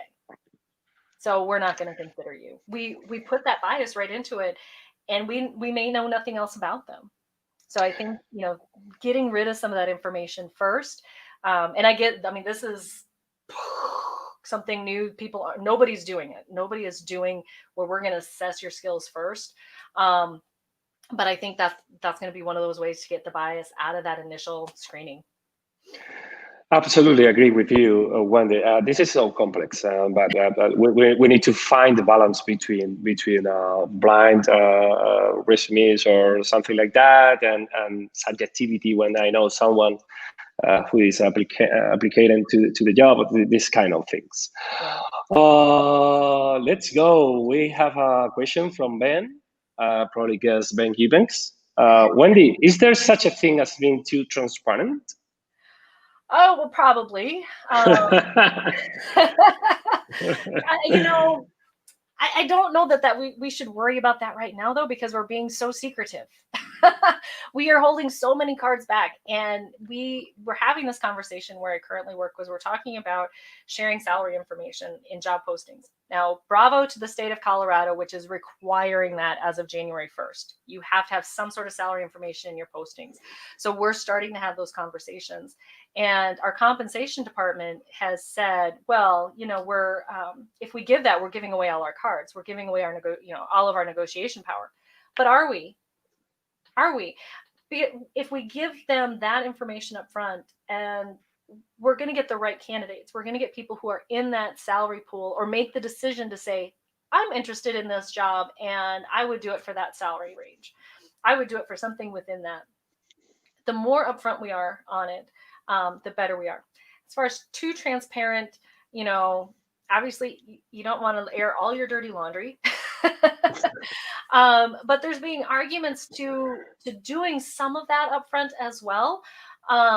PH Creative, Brian Adams, and Charlotte, I'm not going to remember her name, but I'll share a link to their book. They argue about sharing some of that dirty laundry and letting people understand that this is maybe the thing that people don't really like about our job. These are some of the hard things about working here. So if I were to do that for my current employer, it's like, you know, if you want to come be a recruiter for us, fantastic. But you know what? You're going to have 100 open requisitions at one time that you're going to have to staff for. And you're going to be working with hiring managers that are demanding and want to see, you know, we're going to put that out there. And if you like that fast pace, you like a lot of requisitions, you like talking to a lot of people, you're going to love it at our place. You're going to love it. But if you like that more touchy-feely and you want to have really great time to build a strong relationship with every single candidate you come across, you're not going to be a good match for us. And that's okay. So I think there's more transparency that we're not doing that we need to do before we get to that line of, hey, you know, you don't need to share that. You don't need to share that story. You don't need to air, you know, the fist fights or, you know, those types of things. But I think we can go a lot further in being transparent in these job postings and job opportunities than we are. Nice. Ajis asked how organizations can ensure the transparent process when orgs assign agencies for hiring. Oh, yeah. If you're going to work with an outside agency, you got to get them on board too. You know, so they follow a lot of the same rules and regulations that the employers have to. They probably have a little bit more freedom because they are outside of the organization. Yeah. But they still have to follow that. But if you're going to work with an outside agency, I would make sure you have a strong relationship with them, that you build that, and they know exactly what you're looking for. They know how you like to fill positions. They know what you want to share and how to share that, so that you have that consistent message. I think that's where we get jammed up with using agencies. And again, kind of like I said, we do it with hiring managers and recruiters. You know, if we're not all on the same page, we're not going to have a good experience. And so you don't want your agency folks telling them one thing, your internal staff telling them something else, and then a hiring manager saying something completely different. So you need to make sure that you have a strong relationship with them, and that you have a consistent message. And that's the key with transparency too, is that everyone knows what and how to deliver that message. Pretty cool. LB Talent Solutions, Yorus partner, I think. Yeah. How have you convinced traditional risk-averse executives to agree to allowing employee transparency? Oh, that's the hard one. Employee transparency is hard. I mean, I got subtweeted on this topic because I called out a new recruiter. This was a new recruiter on Twitter that was complaining about somebody asking about salary too early in the process. Which I started comparing to dating. You know, when should you have that first kiss during dating? Well, everyone has a different idea of how many dates before X, Y, or Z. Same thing with talking about salary. We have our own idea. When is it too early to have that conversation? My and my advice is we need to have those conversations early. We need to have them often, and we do have those risk adverse executives that are like, please, no, we're going to lose out on that great candidate. I know a lot of recruiters who have that story of, well, if I had posted the salary range, Fran wouldn't have applied for it, and he was a rock star, and we were able to convince people to go above and beyond for the salary to get him what he wanted. Well, that's great, but then you weren't actually hiring for what you hired for, were you? That's not what you had posted. So we need to be honest in what we're looking for.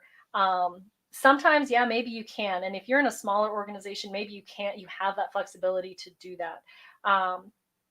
That's fine. Then don't put it in your job posting, but have that conversation early. But unfortunately, it's going to take laws to change to get people to start posting it. It just is, at least in the U.S. Colorado's first.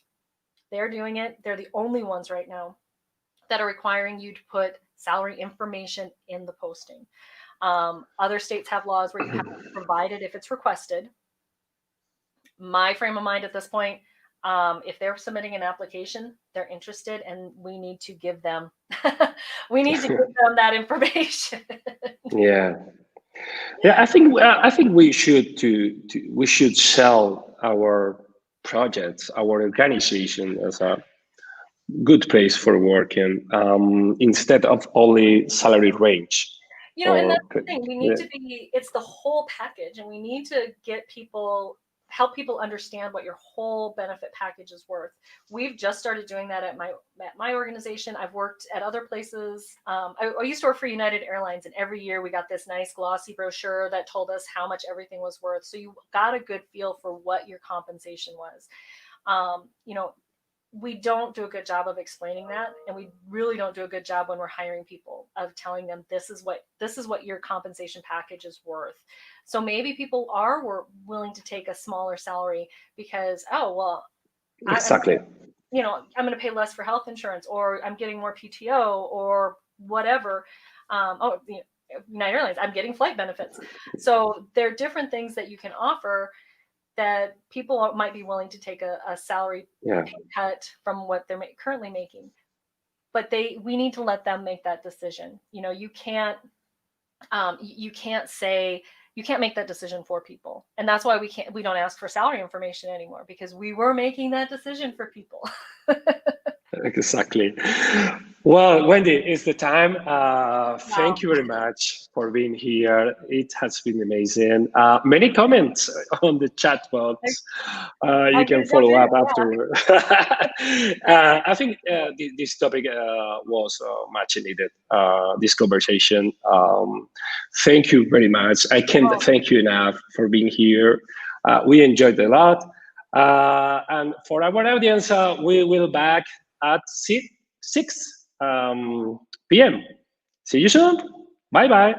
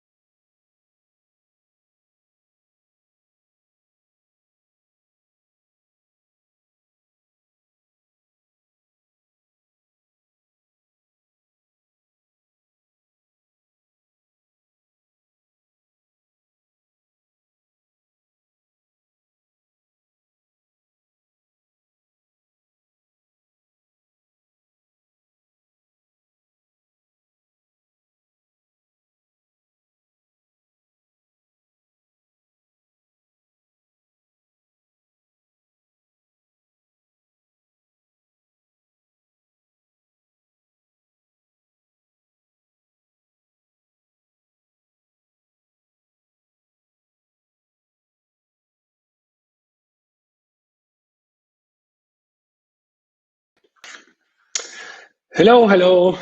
We are on live again.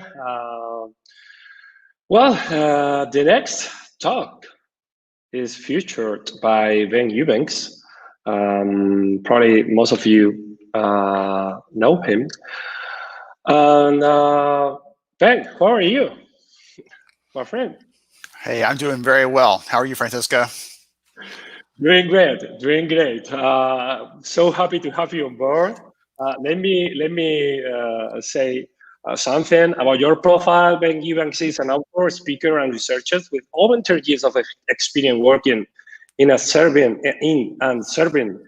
the HR industry. He is the principal analyst at Lighthouse Research and Advisory, author of Artificial Intelligence for HR, highly recommended book, and host of the We Are Only Human podcast. Today, Ben is going to talk about training for adaptability, the human skills AI can't replace. Personally, I'm craving to hear you. Very, very topic just right now, Ben. Yes, absolutely. I don't want to take the time. Please go ahead. All right, wonderful. Good deal. Let's pop the slides up there. Thank you very much, everybody. And Francisco and team, thank you for what you've done so far putting this together. I've already enjoyed the content so far. And I've been making my own notes after hearing some of Wendy's ideas and insights. So I'm excited to share, talk a little about this topic and dig into this in a way that, again, isn't abstract, but I want to try to make it as concrete as possible because the conversation around adaptability and around this AI concept, which I've done a lot of research on, those can feel very fluffy, and I don't want them to be. I want them to feel very practical and actionable for you. So let me start off with a quick story to illustrate why this matters. A couple of years ago, Amazon was having trouble hiring people for one of their engineering teams. And as an e-commerce company, like that's the lifeblood of the company. And so they had struggled, kept trying to do this, could not figure it out. So they eventually built an algorithm so that if I applied for a job with Amazon as an engineer in this area, it would look at my resume and it would see, hey, Ben's got a BS engineering or he's got 3 years at Google. If it saw those signals, it would send me an assessment to take. And if I passed that assessment showing I know how to code, I know how to do the things that are related to the job, they would then, again, automatically, the algorithm would send me a job offer at the current market rate without me ever interacting with a hiring manager, talking to a recruiter, no interaction with the company at all. How does that make you feel? If you're anything like most of the HR leaders I talk to, that probably creeps you out just a little bit or a lot. That worries us. But why? Well, because it's taking away some of the human nature of how we hire. Again, we just heard from Wendy a few minutes ago about how this is tied in, like the humanity, the transparency, those things are tied into intimately to how we interact with others. And yet this sort of process here from the employer side, we didn't get any sort of real vetting of the person other than they passed this test. From the candidate side, would you ever want to work for a company that didn't actually take the time to talk to you? I want you to understand in the conversation today, we're going to talk about that dividing line between the things we can automate, but maybe we shouldn't, and the things we can automate and we absolutely should because they're pulling us away from doing the real valuable work that we should be doing as HR talent leaders. So I'll do this one really quick. You heard the Cliff's Notes version of this from Francisco a moment ago, but I'm a researcher. I am a professional nerd. That is what I do. I get a chance to dig into both on the technology side. We talk to about 300 different vendors a year in the HR space to understand who does what their capabilities are, who's doing new and innovative things, but also we do research on trends and best practices. We just recently released some really interesting and amazing research on the impact of the technology you use as an HR team on the agility of your organization, how those things fit together, right? We imagine that the people, the team, their agility fits this. And we hear that a lot, but I was curious about whether the technology applied to that. So we do some research in different areas, performance management, learning development, core HR, recruiting, to understand what's happening in those areas and then share the research out. So as we go through today, I'll share some of those research pieces with you on the learning front, on the recruiting front we've done, and help you to figure out how that ties back into the real world. I run a podcast, also written a book. Artificial Intelligence for HR is the title of it. And I will admit, that probably sounds like the most dry and dusty and boring textbook you've ever heard of, but actually it's a book about how to make work more human, how to connect more personally with the people you're recruiting, that you're working with, that you've hired, how to keep them, how to treat them like real people. And that's the kind of the core of the book, if I had to boil it down to a single sentence or so. So I get to do a lot of fun work, and it's so much fun for me to be able to serve the community in this way, because for a long time I worked as an HR leader. And then I got a chance to actually step over into the research side, and now I get to support the community in a different kind of way. So I've got a couple of places in this conversation today, and here's one of them, where I'm going to ask a question. And I saw the YouTube chat was going very lively a minute ago, and I can't look at that right this moment while I'm actually sharing, but I will go back later and check that out. But I'd love for you to think about this and pop your thoughts into the chat there. What do you think is the most important skill, the most important aspect, most important competency, put the word in there that you'd like, most important thing for someone's success, not just now, but long-term in their career? Is it how they communicate? Is it being adaptable and responding to change, which again, lately seems like a very fitting sort of characteristic? Maybe it's technical skills. I've just got to be able to churn the work out. I've just got to be able to do these things, focus my work, get it done. Or maybe it's something else entirely. I just put a couple ideas here. Maybe something else though. Take a second, think about that. I'd love, again, maybe I can start a little conversation there between you and the chat, but I'm going to tell you some of the ideas, some of the research that I've seen around this topic. So the truth is, this is kind of one of those where it's all of the above. There's not one that stands out more than the other. There's actually a bunch of amazing research, some of it that I dig into in the book because it's going to lead into the conversation later around the human skills of work. But for example, LinkedIn has done a lot of research, and one of their things they came away with is adaptability. Being able to adapt to change, being able to respond to change, being able to overcome change, not just I'm surviving this. Like I feel like someone asked me how virtual school's going. We have 4 kids, 10 and under, right? I'm surviving it right now. I would love to say I'm more adaptable and more resilient and able to overcome this, but right now it's just holding on for dear life. But adaptability is a key piece of this. We actually did a study last year, and we asked learning and HR leaders and your employees. We asked learners themselves, what is the most important skill someone needs to be successful? And what's interesting is this was open text. There was no set choice. You get to put anything you want in there. And what we found was both audiences put the same answer, and their answer was communication skills. They said being able to interact with other people, being able to work with other people, that's the most important skill out of anything we can imagine. Right? It wasn't coding. It wasn't how do you program. It wasn't all those other hot topics today. It wasn't even data science and AI. It was how we interact and relate with other people. Interesting.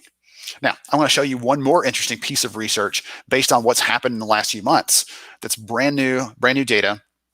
Just actually researched or wrote about this recently in an analysis we did of about 10 different studies that have come out since the whole COVID situation started, because we wanted to understand how work is changing, both on a macro level for companies, but also for a micro level for individuals like us. What is changing? What's different?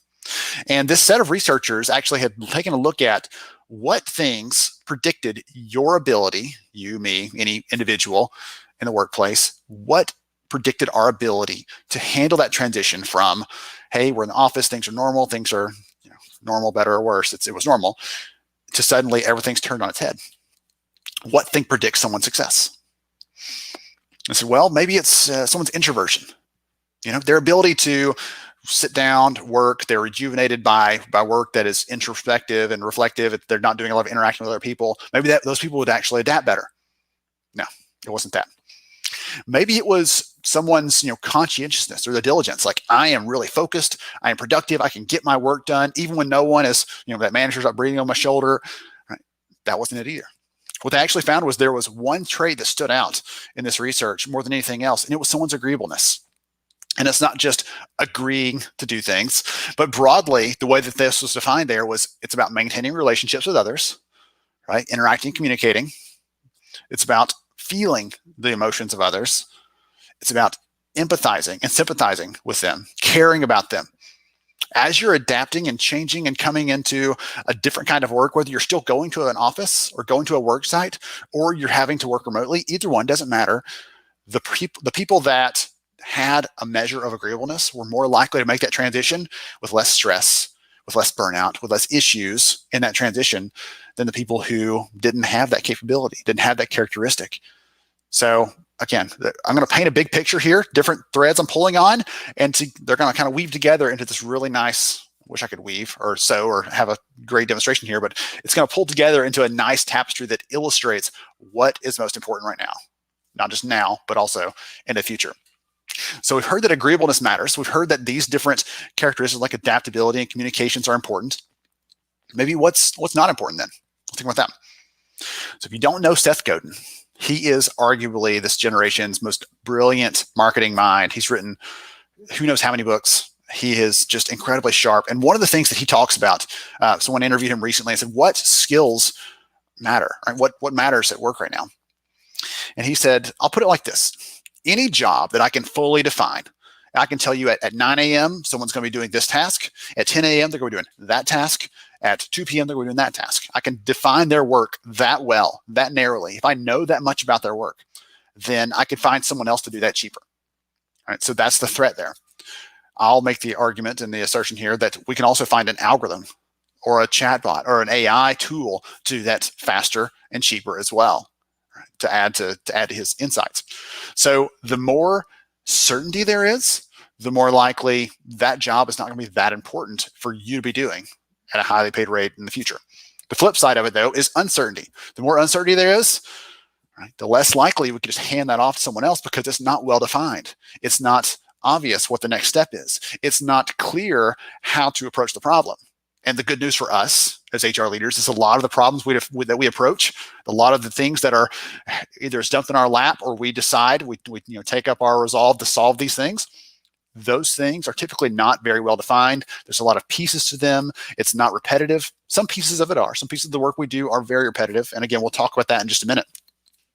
But for those pieces that aren't, the components of our jobs in HR, in recruiting, in learning, all those different hats that we wear on a day-to-day basis, those pieces that have more uncertainty in them, that are more undefined, those are opportunities to bring ourselves into the mix, to bring out the best that humans offer, to bring out those things that make us human and allow us to perform our best. All right, so take a second. I talk for a minute, take a breath. Take a second and pop your answer in the chat here. So if I had a button right here in front of me, and you had a button right there in front of you, wherever you're listening to this, and you could push that button and you could get rid of a part of your job that you never wanted to do again. You're like, I'm going to hit that button and I'll never have to do that again. It's just going to be handled. A bot, an algorithm, a tool, whatever else, it will just handle that. And I don't have to think about it anymore. It's just done. What would that thing be? You hit your button, it's off your plate for good. What would it be? When I talk to HR leaders in person and in bigger audiences, things like that, a couple of the big themes that come out are things like managing my inbox. I don't want to have to respond to 500 emails a day. Maybe it's handling your calendar. Scheduling is not something that makes us most of us excited. Let's bring that a little closer to home to some of the things we do that the rest of the organization doesn't. How about responding to that 27th request for how to add a dependent to a benefit plan?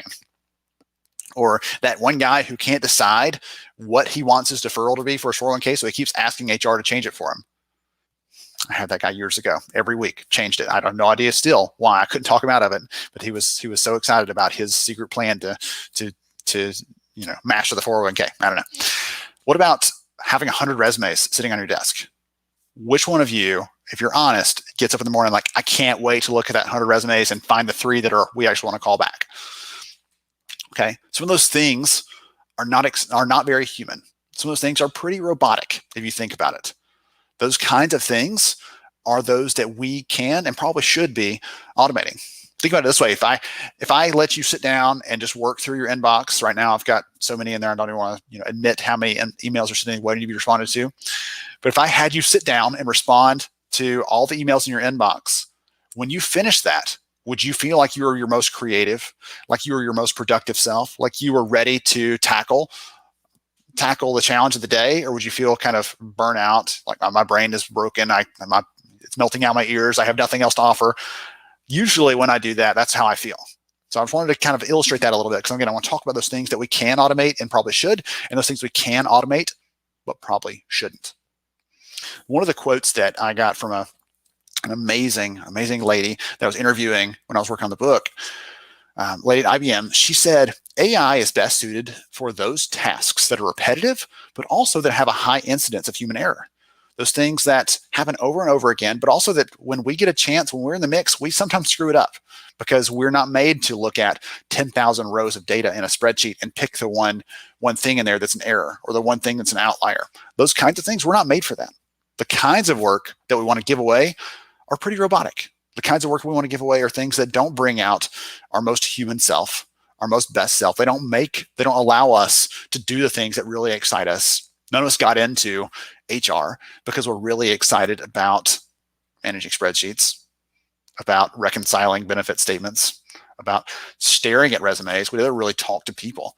Those kind of things that drew us into this profession are not the things that sometimes we have to do.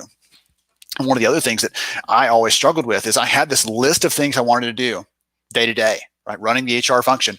And those things at the bottom of the list were building a better strategy, working on our culture to make sure that our remote employees felt included, making sure that we were doing the right things in terms of developing our people. So we had a good bench strength of leaders ready to step up and take the lead when it was time for them. Those things were always at the bottom. At the top, it was handle that harassment claim, figure out how to recruit for that role that's been open for 2 months and we haven't got an applicant for, right? Respond to all those incoming requests. Those sort of things always take up our time. We never quite get to those other things at the bottom of the list. And it's my hope that we can use tools like AI to help us do that, to help us focus on those things that are more human. So I built this. Again, I'm a nerd. I admit it. It's my job. I get to own that. I built this little graph to show where, or this little quadrant chart to show where things fit, to help you understand a little better. So if we had to plot it on two different elements here, routine and non-routine, we talked about that earlier. Remember the Seth Godin quote, right? If there's certainty, if there's uncertainty. So routine, non-routine, but also if it's process focused, or if it's human focused. That also gives us a lens to think through. If I'm doing something in the back end that's not going to be seen by anybody else, it's not going to have any impact in terms of experience with the employees, well, maybe that's a great thing to hand off to an algorithm or to some robotic process automation to let it handle those things so I can focus my time on those things that are more human focused and human facing. So data from McKinsey, actually, part of that funneled into this research. They're looking at jobs that are going to be automated, what those skills are going to be. And if you've seen the headlines, all of us are going to be out of a job by 2030 is kind of how they paint it. But the truth is, what they found is even in jobs that are knowledge worker driven, jobs like HR, if there's more uncertainty, things are not repetitive, things change a lot from moment to moment, things are not well defined, right? Some of the work we do, some of the decisions you make today, there will not be one right answer. There might be 3 right answers, and one of them is more right than the other. And those kinds of situations, those kinds of decisions are the ones that need to be made by us, by a human in this bigger picture of work and how things work. Those kind of things need to be made by us because we can't handle or can't hand that off and allow some other tool, some algorithm to just make that for us. That's why I started off with that story about Amazon earlier, to get that picture in your head, because we could hand off something like that. It is possible. The technologies are capable of that, but should we? That's the question I want you to remember. I talk about AI in a lot of positive ways. I don't want to be just the fanboy, right? There are some real challenges there. I'm actually in an hour giving a talk about the bias in AI, how that can affect decisions, how that can impact organizations. And we don't have time to unpack that all today, but I will tell you just for a moment, I'll talk about why AI is not foolproof. So we can't just hand it off to run it by itself, especially with a bigger picture of this event, behavioral science, behavioral economics, how decisions are made as humans, right? We as humans, we are irrational creatures. We make poor decisions. We screw things up, right? I'm the prime example of that. We all do those kinds of things. But those algorithms that we talk about, those are built by us. Those are built by the same humans, just like us, that make mistakes. So those tools can have issues, can have errors. Let me give you an example just of how algorithms are trained and how that bias, that thing can kind of creep in, just to give you an idea of how that works if you're not familiar. So there was a story recently. These scientists took 3.5 million books that have been written in the last 100 years, and they scanned them into a computer, and they had an algorithm go through and look at all of those books, read all those books, right? Process them. Then they asked that algorithm to describe a woman and a man. And the words that algorithm used to describe a man were things like righteous and just and brave and reliable. Things about our character, things about, our capabilities, our competencies. When they asked that algorithm to describe women, it said things like classy and beautiful and sexy and lovely. Right? Nothing to do with their actual capabilities, their cognitive abilities, none of that. It was looking only at, it processed women as like, oh, these are things that will be looked at, not as things that have their own feelings and capabilities, and they're not the same as men. It didn't see them as the same kind of thing. What does that have to do with the bigger picture? If that algorithm then is used to look at resumes, which is not, it's just an example, but it was used to look at resumes, it would look for men because men are righteous and just, right? They're courageous. They have these capabilities or characteristics that we want to hire for. And women have looks. That's how the algorithm would see that. And that's the issue. That's the issue with using just a bunch of data to train an algorithm without having a human in the mix to say, hey, wait a minute, we've got to adjust this because that's not accurate. This thing's going to punish women. This thing is going to make their own decisions. So we've got to have humans in the mix. We're not perfect. We know that, but we can help to set things right. And we can use algorithms and tools like that at the right moments so that it doesn't negatively affect the hiring process. Maybe we don't use an AI tool to screen every candidate that comes through, but maybe we use it to have some early conversation with candidates to figure out which ones have the right competencies, have the right capabilities. Maybe we're giving them some sort of assessment or a test without actually getting into looking at anything else and using their actual experience and their capability, letting it automate that part of it so that we can judge them based on their real capabilities and not based on whether they have a certain facial feature on a facial recognition tool or whether they're able to use the exact right word in the right tone and diction when maybe English is a second language. And they would struggle with that. They would be scored lower even if they're perfectly qualified, capable. So again, I told you I wasn't going to go super deep on that. I went a little farther than I wanted to, or than I meant to, but I wanted to just illustrate I believe in the power of this, but I also want to make sure we don't just hand things off wholesale. We've got to figure out where that right line is, and we need a human in the loop to be encouraging the right decisions long term. So I'm going to teach you, I'll teach you a term today. You can get your certified nerd card, wear your pocket protector with me. It's a term called Moravec's paradox. Moravec's paradox is this idea I ran across when I started researching this topic of AI a couple of years ago, and it stuck with me ever since. One thing, again, I admitted this earlier, I am an HR practitioner by trade, by training. That is the work that I've done in the past. That is the background that I have. Now I look at the technology side of things, but still this idea was new to me because I'm not an AI researcher. I wasn't born that way, and I didn't go to school for that. It's just what I'm interested in, what I'm excited about, and I'm helping to adapt those ideas into things that can help us to do our jobs better as HR leaders. This idea of Moravec's paradox was coined by the scientist Hans Moravec, and he found that the longer a human has evolved to do something, the harder it is to reverse engineer it and teach it to an algorithm. So if I had my 3-year-old here, she's about to be 4, but if I had her sitting here with me, she could say, hey, that's a cat on the screen. I can see the cat. There's 2 cats actually. And she could tell me their colors and all kinds of details like that. But when Google was teaching its algorithm to understand if there was a cat in a picture or not, again, a 3-year-old can answer that. She probably could have answered it too, even. It took tens of thousands of hours of YouTube footage for Google to teach their algorithm if there's a cat in a picture or not. Something as simple as that. It's really hard to teach an algorithm to do those things. But if I put a statistical equation in front of my child, or if I put some calculus here in front of me even, we would struggle to do that. You and I might struggle to do that unless you're a closet calculus nerd. I don't know. I can't tell through the camera here. But an algorithm can do it very easily. Why? Think back to what I said earlier with the Seth Godin comment. With an algorithm, there's a right answer. Sorry, with a calculation, there's a right answer and a wrong answer. There's a narrowly defined set of rules that confine how that answer can be arrived at. And you either get the answer or you don't. So an algorithm can march down that process if we train it to, and it can get the answer every single time. It will never make a mistake, but we might miss it, who knows what percentage of the time. If you look back at my high school calculus grades, and you'd know that I'd miss it, 70% of the time. Who knows? Moravec's paradox lays this out. But one of the things I've taken from that for practical purposes is we shouldn't try to cross the streams. Remember the old Ghostbusters movie, Don't Cross the Streams? Right? We shouldn't try to get over into the areas where AI is really good at doing things, because it can handle it better than we can. It can free us up to do the things we need to do, and it can be, in the right moments, in the right applications, unbiased in how it looks at the data. On the flip side, we shouldn't use AI to do things like interacting with candidates during the final stages of hiring. They want to talk to a real person. They want to understand what your company's like. They want to talk to the hiring manager, who they're going to be working with. 70% of someone's satisfaction at work depends on their direct manager.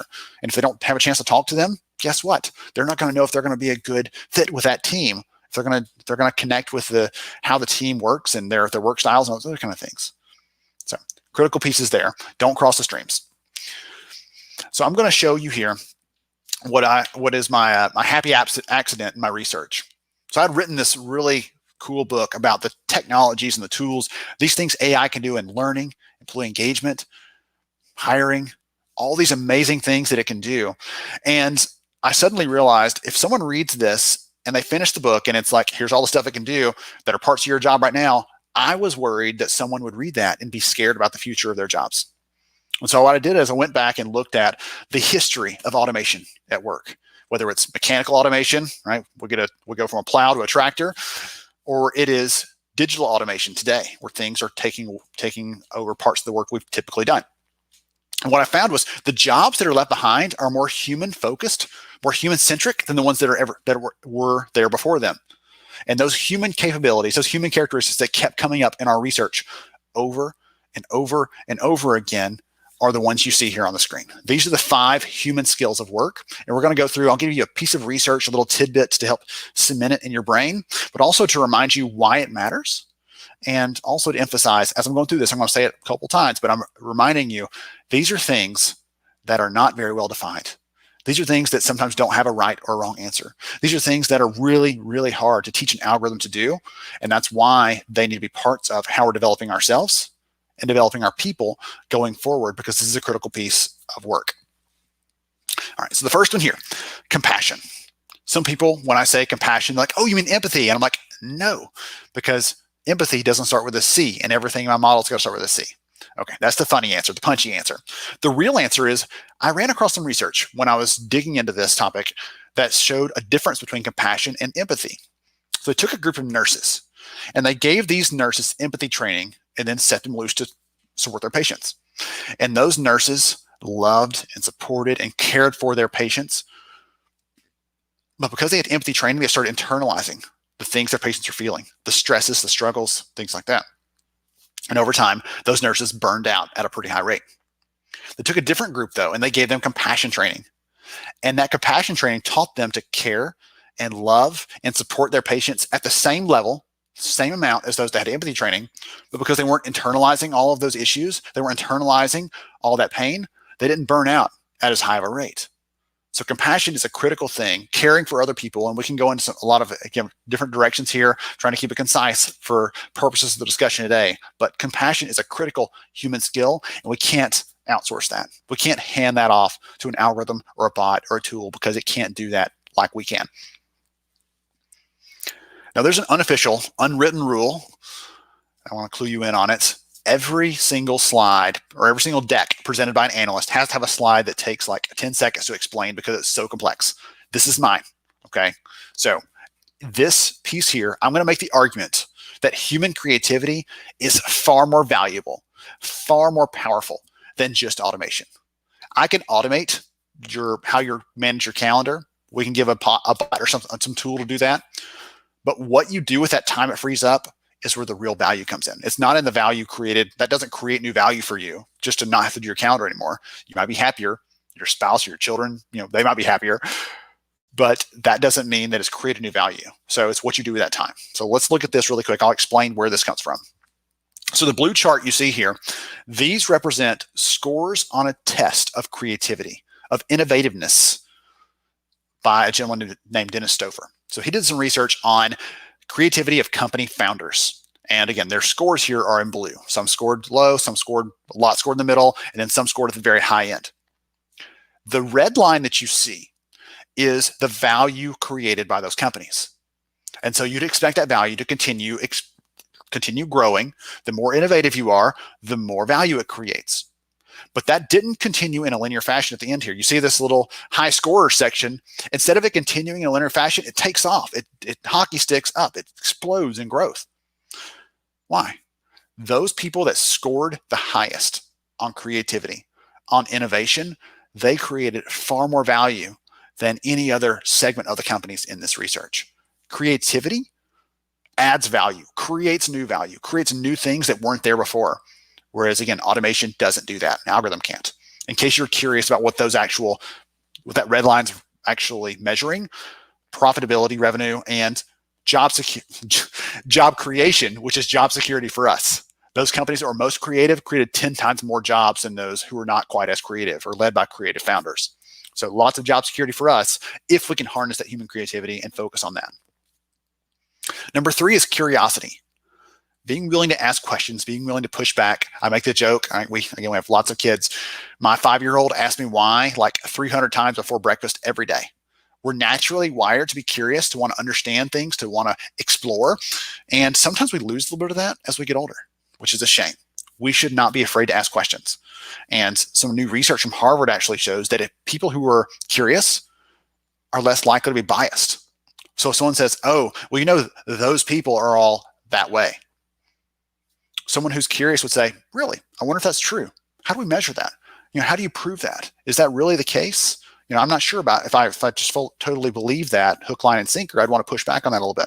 People who are curious are less likely to just be swayed by a stereotype. And that's a great thing, not just in general, but in today's work environment, that's a critical thing for us to be thinking about. How do we harness that curiosity to push back on how we've always done things and create better outcomes for the humans that we work with? Number 4, collaboration. My daughter once asked me, hey, Dad, why is Google so smart? And I said, I can ask Google a question, but I can't collaborate with it. We can't brainstorm. We can't come up with something new. It's going to tell me the answer to a question. And I was trying to explain to her how that works, right? And again, for a 10-year-old, a 9-year-old at that time, it's a hard thing to explain. But in general, human collaboration, working together, is a valuable piece. Research shows that companies with the best market performance, the best revenue, the best customer acquisition, customer satisfaction, those companies are much more likely to prioritize collaboration. But I'll tell you another story, a personal, or a human story at least, that ties in with this. So Rockford, Illinois is the second largest city in the state of Illinois, about 150,000 people. And a couple of years ago, someone came to the governor, or to the mayor, and said, hey, let's work on veteran homelessness. And he said, absolutely not. I've tried for years. We've done these programs. We've done these projects. Nothing's ever impacted it. We're spending lots of money on it and nothing's changing. I'm tired. Let's focus on something else. They said, let's give it one more try. Let's change how we've done it in the past and let's give it a try. So what they did is in the past, and you'll think about this through the measurement lens of HR. Once a year, they would count the people who were homeless in the community. They'd do whatever they're going to do. And the next year they'd come back the same date and they'd count again and see if they'd made a change. Now in HR, if we measure something and we go away and do whatever we're going to do and we come back 1 year later and measure it again, how likely do you think we're going to actually see any sort of positive impact there? Unlikely, right? We're not measuring it. We're not watching it closely. We're not focusing on it. And that's the same thing they were doing. So this new approach they took was very collaborative. They brought together the different resources, the different tools, the different people, the different agencies that supported veterans and the homeless in their community. And they would get together in a room, physically, in the same space, and they say, okay, what about Frank? Is he still living in that same place? Does he have a shelter nearby that we can get him into? What resources can we direct to Frank? Okay. Next, what about Sally? Right? Sally was having some issues here. She's now clean. How do we get her supported? And they started making it a very human problem. Not just that, but they started collaborating together and working on it. And within a year or two, they became the first city in the United States to completely eliminate veteran homelessness. And it's by collaborating together, but also humanizing the problem, not taking this, I'll measure it once a year and cross my fingers and come back the next year and hope that there was a change. And the fifth and last one here is critical thinking. Thinking through a problem, thinking around a problem, that uncertainty piece I mentioned earlier, being able to turn a problem around and think about it in different ways. So there was a study done a couple of years ago by Gallup, and Gallup went through and they surveyed chief academic officers and said, okay, for these graduates coming out of your doors here, they've got a diploma. How many of them are ready to hit the ground running? How many of them are ready to join a company and start working immediately? And those chief academic officers said, we think about 90% of them are. They're ready to go. But when they asked that same question of business leaders, what percent do you think agreed with them? Give you a second to pop your answer in the chat there. All right. When they asked that same question of business leaders, only 10% agreed. What was up with the gap there? What was the problem? Is it because these graduates had not just had 4 or 6 or more years of knowledge poured into their heads? No, they had that, but they didn't have an opportunity yet to apply it critically. They didn't have a way to think about the applications. They didn't understand that piece of it yet. Being able to run a query in a database is one thing, but being able to actually understand what those implications are of taking that next step, making that decision, moving forward, that's a very human thing, and we can't give that up.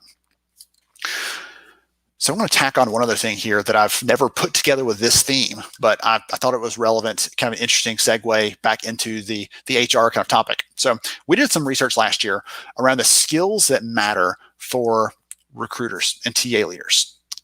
And I love research. I love finding out new answers to questions. And this really puzzled me because we got some weird results back. I'm going to show you here because I've never actually published this anywhere. And here's what we found.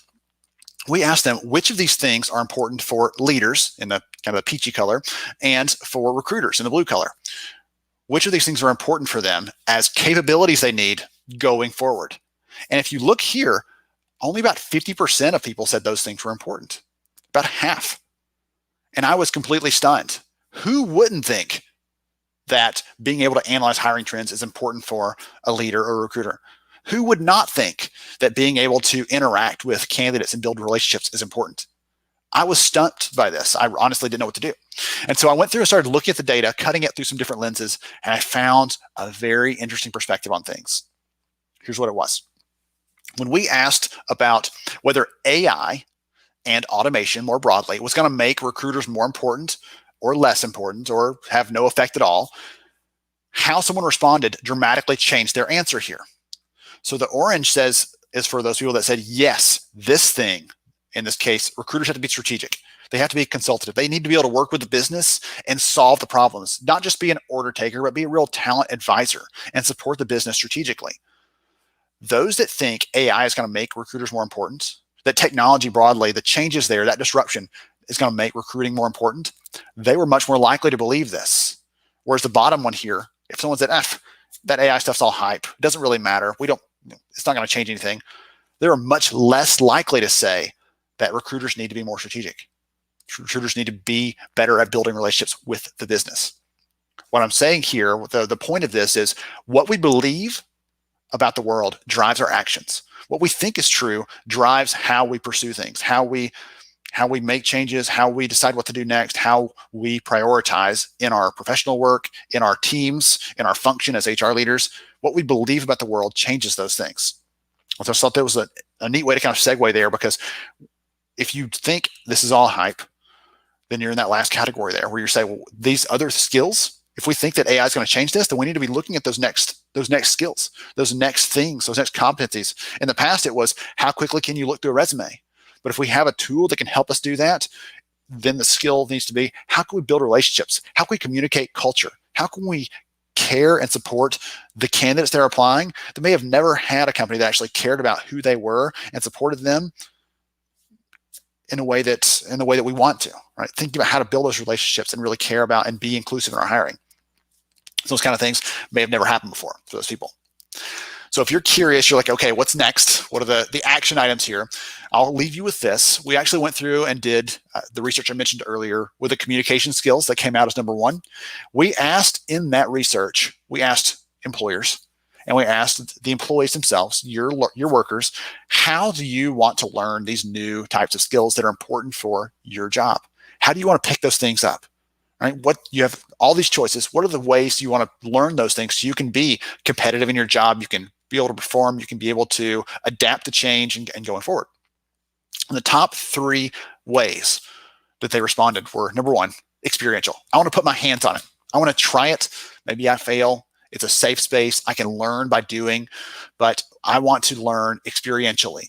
I want to try this stuff out. I don't want someone just to tell me about it. I want to do it myself and learn it, right? And when you think about it logically, again, let's take compassion as an example. If you read an article on compassion, are you likely to change your behaviors to be more compassionate? No, probably not. But if you spend time around other people and you are practicing intentional compassion, are you likely to change your behaviors? Yes, probably so.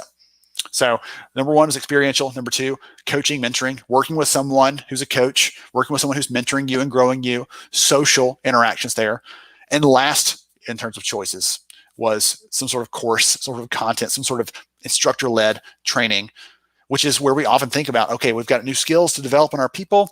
Let's teach them those skills. Let's put a trainer in front of a class.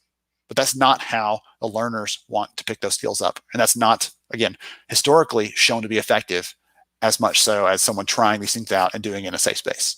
So, Francisco, that's my piece here. I'd love to take some questions, have some conversations. If you want to see some of the research I mentioned today, there's some links there. You can check that out. Ping me. I'm happy to share any of it. Our research is all freely available to practitioners. It's about us trying to help make the community a better place and making us all more informed so we can make the right decisions at work. Thank you very much, Ben. I think this conversation, we should have more often these kind of conversations about AI and human skill, because we contribute to reduce uncertainty in people, no? And I think we need to explain better what can AI can provide us, and what is the important thing about the human factor. No, I have many notes here, many nuggets to take away.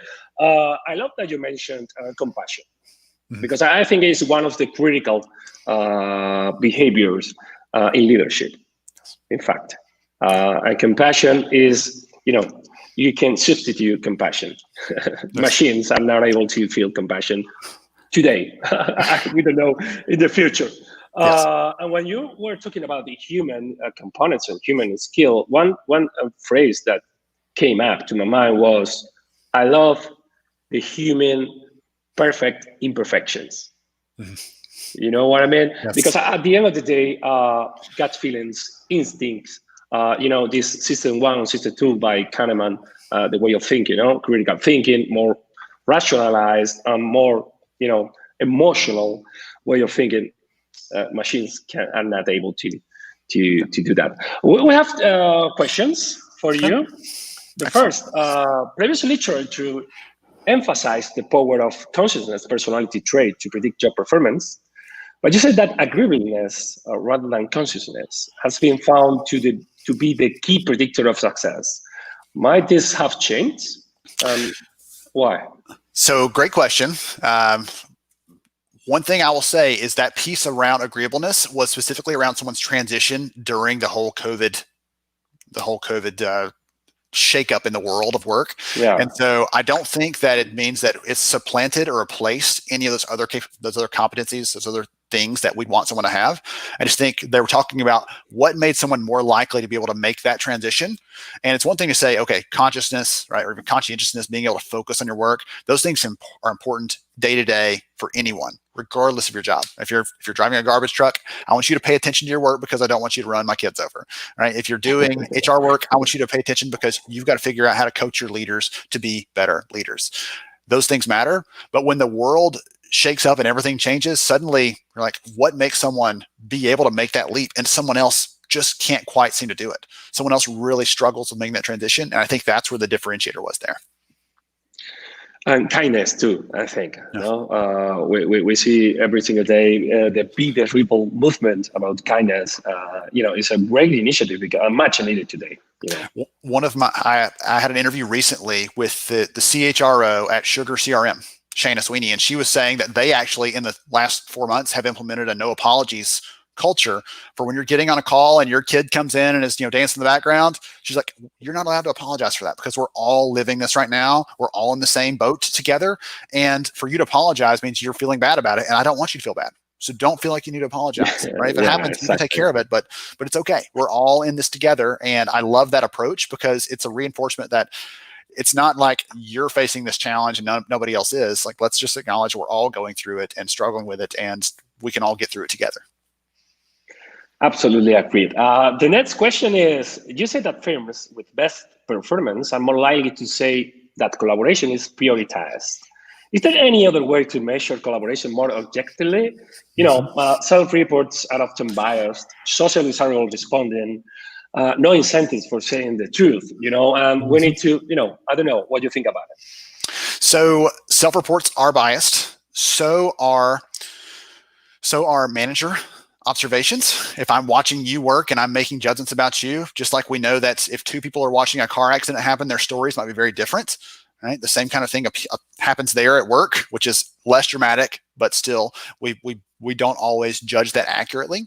So there's actually some really fantastic research. You knew I was going to go to research, right? There's a fantastic research from an organization called Humanize.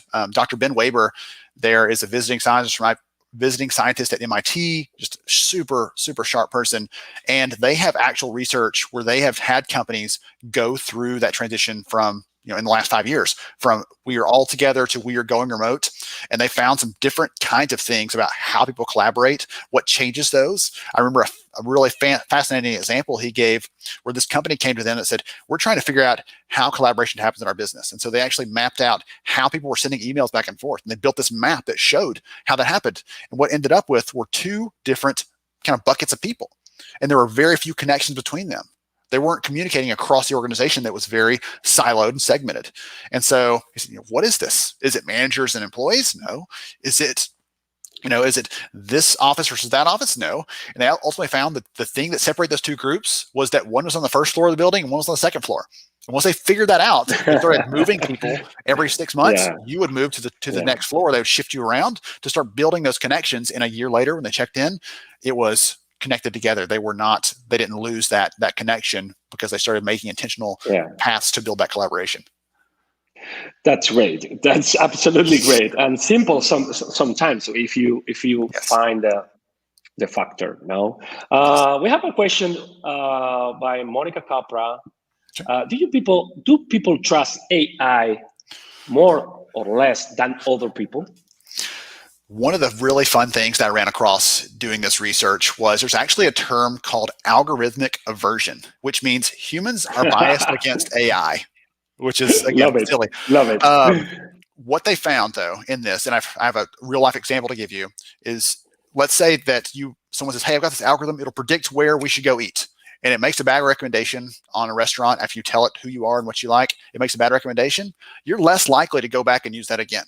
But if Francisco is giving you recommendations and he gives you a recommendation and you hate the restaurant, you're more likely to say, he's human, I'll give him another try. Okay, we're more likely to give humans some leeway and less to some sort of tool or algorithm. What's interesting is there's a company I talked to about a year ago. They had just adopted this new tool for scheduling their employees. They have a lot of retail stores, and so they purchased this AI-based tool to help schedule their employees for shifts. And the first week they put this in place, the managers got an email that said, here's your people, here's their shifts. And the managers went wild. They were angry. They were upset. This is my job. Why are you giving this to an algorithm? I should be doing this. So the second week, they sent the managers the very same report. Here's your people. Here's their shifts. Click here to edit and change anything you want to change. And 1% of managers made any changes. By week 3, no one made any changes, and they took that off. Right. We just got to become comfortable with that and allow it to do that. Again, we can become too comfortable. We can talk about that piece of it, but there's a lot of discomfort there initially where we're worried about it taking away something. But when you realize the value outweighs the thing that you're handing off, you're trading off, hey, suddenly I have an hour back in my schedule to actually train my employees or help them do better or counter inventory, whatever other jobs you have to do. That's a valuable part of your time. Well, I think we have 2 minutes for one more question. Kathy Holmes, has your research addressed behavioral assessments in young alignment success? Goodness. So one of the fun things that I've seen, one of the things that I've seen in the last year or two around assessments is more and more companies are looking to add assessments into their hiring and their development processes to figure out how to not just get someone in the doors, right? Historically, we've used assessments for that kind of purpose, but I actually interviewed a really fascinating company recently. One of their clients is a household name all of us know in the technology space. And this company is using an assessment linked with data from their Salesforce applications to figure out which people are actually performing. So they look at your score and assessment, they look at how you're performing as a salesperson, looking at your sales data, and they're correlating those two things together and figuring out, hey, wait a minute, this person performed really well in this area, and suddenly they're doing really well in their job, and they start looking for and using that as a way not just to hire new people, but to move people. Hey, this other person, Francisco's in this other part of the business, but he scored high in that area too. I wonder if he'd be good at sales. If he wants to do it, let's bring him over. And so they're using that to find that alignment, that fit for people, and allow them to bring those things that make them great at their work, those strengths that make them who they are, make them feel like they really belong, and connect into the mission of the company and all those other kinds of positive outcomes there. My friend, Ben, thank you very much for being here. I know you are very busy. Thank you for finding this spot to talk with us. Much appreciated. Congratulations for your new book. I think it's coming. And for the HR Summer School, it was a big success. You broke the internet. Hey, I appreciate the opportunity to share with your audience, Francisco. It's an honor to be here, and you are doing great work, my friend. Please keep it up. Much appreciated, Ben. Thank you very much, and talk soon. Well, my people, we will back in a few. Keep tuned.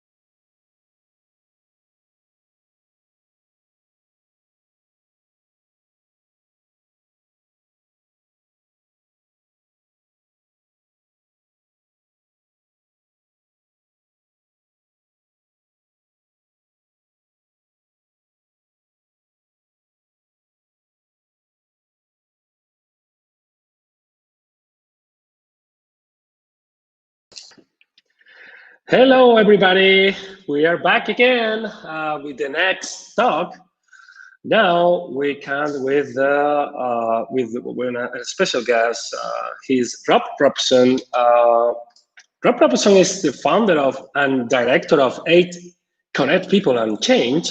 His focus is on enabling organizations and their people to thrive and succeed in a future that will continue to be unpredictable and challenging. This means being adaptable, agile, and resilient individually and collectively.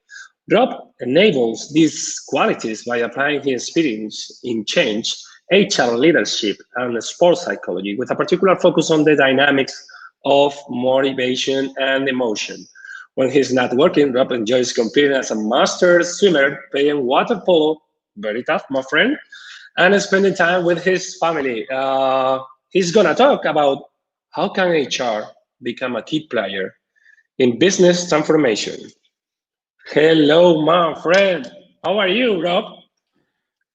Hi, Fran. Yeah, very good. Thank you. Very good. Thank you for having me today. Very happy to have you on board, Rob. And I'm anxious to listen to your talk because, all those that are in HR, I think your talk is especially interesting. Your time, and for our people, enjoy it. Okay, excellent.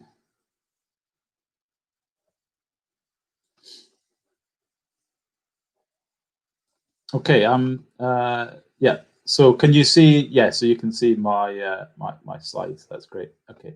So yes, as Fran said, I'm going to talk for half an hour or so on how I think HR can become a key player in business transformation.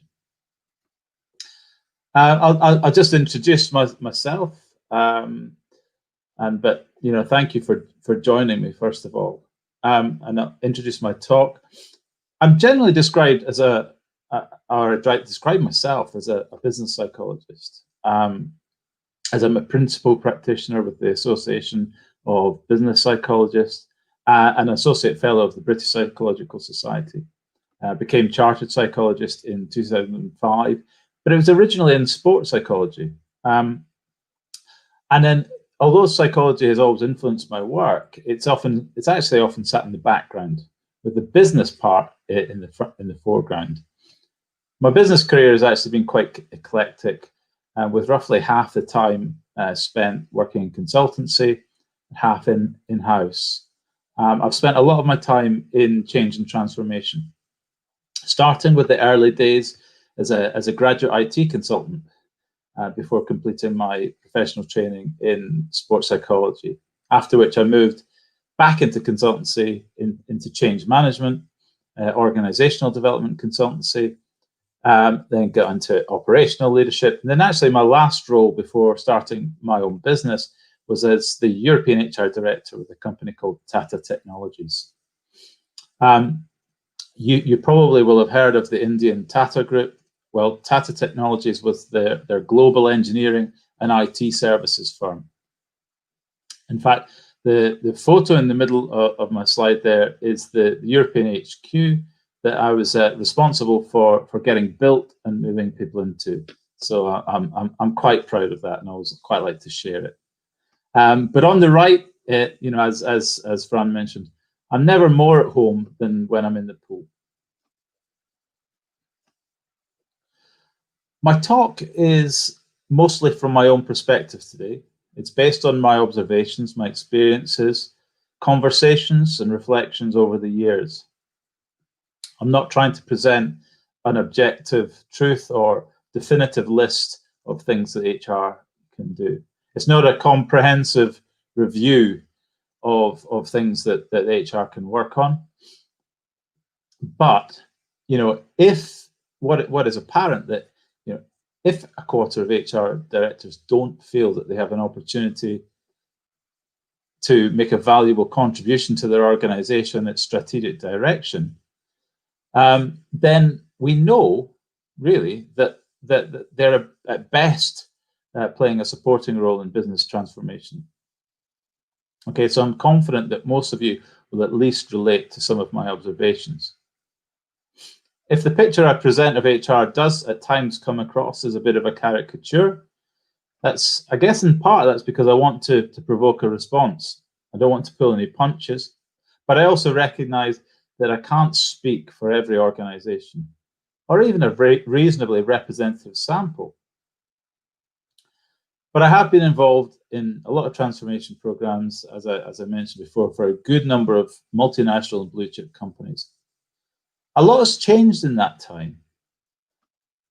For example, when I was a graduate working for PwC, before the year 2000, there was no real change management involvement to speak of.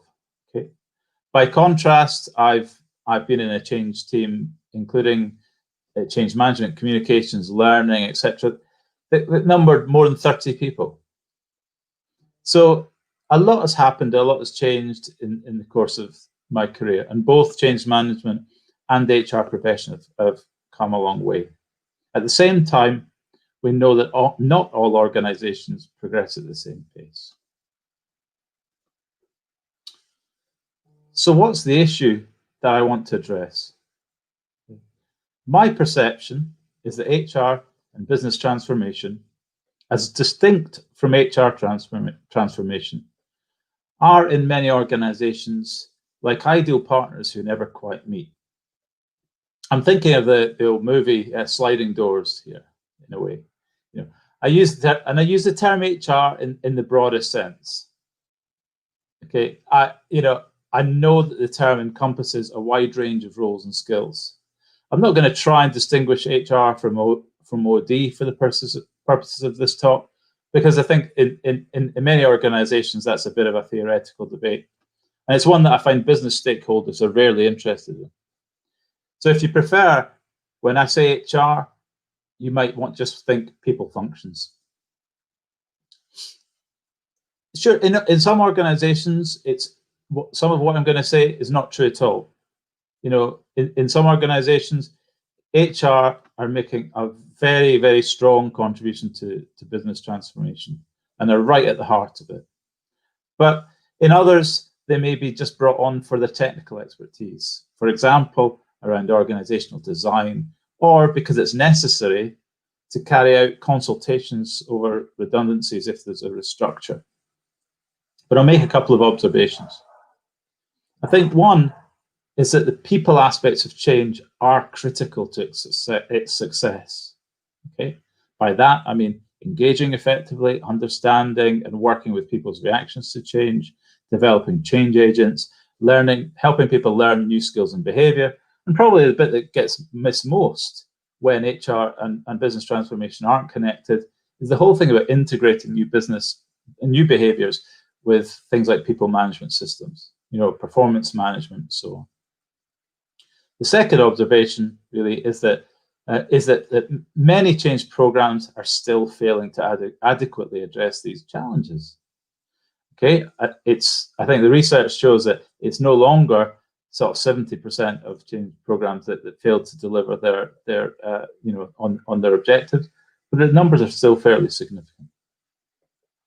And lastly, in my experience, HR are not filling this gap. When it is being filled, it tends to be filled, and too often filled, by contractors and consultants, which comes at a high cost and I think often a questionable benefit, for example, in the form of upskilling. I worked on a major transformation program for a major manufacturer.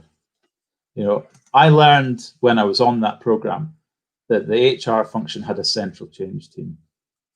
And I never saw them. I never met them. They just were not involved. The consulting firm that was contracted to manage the change was under no obligation to involve them.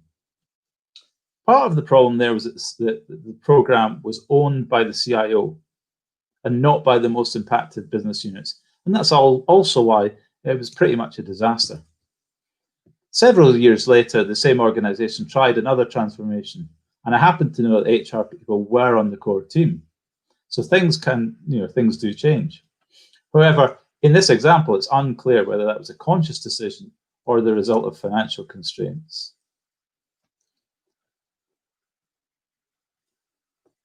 So I think before I actually address the the core question and start talking about how HR can contribute more to HR to business transformation. I'm also going to just like touch on the question about who should be driving the people activity when it comes to transformation program, and a related question to that is where change management capability should sit in the organization. I'm a believer in having a dedicated change office or function if you have a large enough organization. But I think there are three distinct roles that need to be considered. The first is ownership of the enterprise change plan, ensuring that change is coordinated and given the appropriate priority and attention at exec level. The second is provision and management of change resources. And the third is the development and stewardship of change capability, skills, tools, methods. I think many HR directors would see themselves as owning change management capability. But as my slide shows, change capability, which is the ability of the organization to implement change effectively again and again, is much broader than that. And it incorporates capabilities such as project and program management, business analysis, methods like Lean and Six Sigma, for example. And so there's a challenge there. I think that change management as a capability could fit well into a future fit HR function, but not overall change capability. And so this is a relationship that does need some thought and perhaps a virtual organization to resolve it.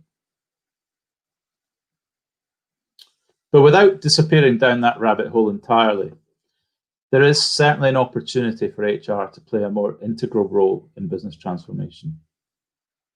And although I didn't set out to make this a comment on the post-COVID organization, given the specific challenges that COVID has thrown down about how we get people to work most effectively and bringing issues that I'd say have been pretty mainstream HR topics for a long time, such as flexible working and well-being, into center stage, that opportunity has perhaps never been greater or more important.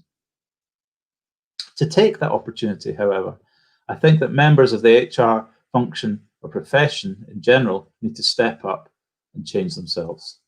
So what follows are my thoughts on how HR can put themselves into the position of contributing more to business transformation. You may well disagree with them. You might have some to add. In either case, in a short while, I'd love to hear what you think. The first of the points I'd like to make is suggestions for HR is lead by example on change and agility. I think this is critical.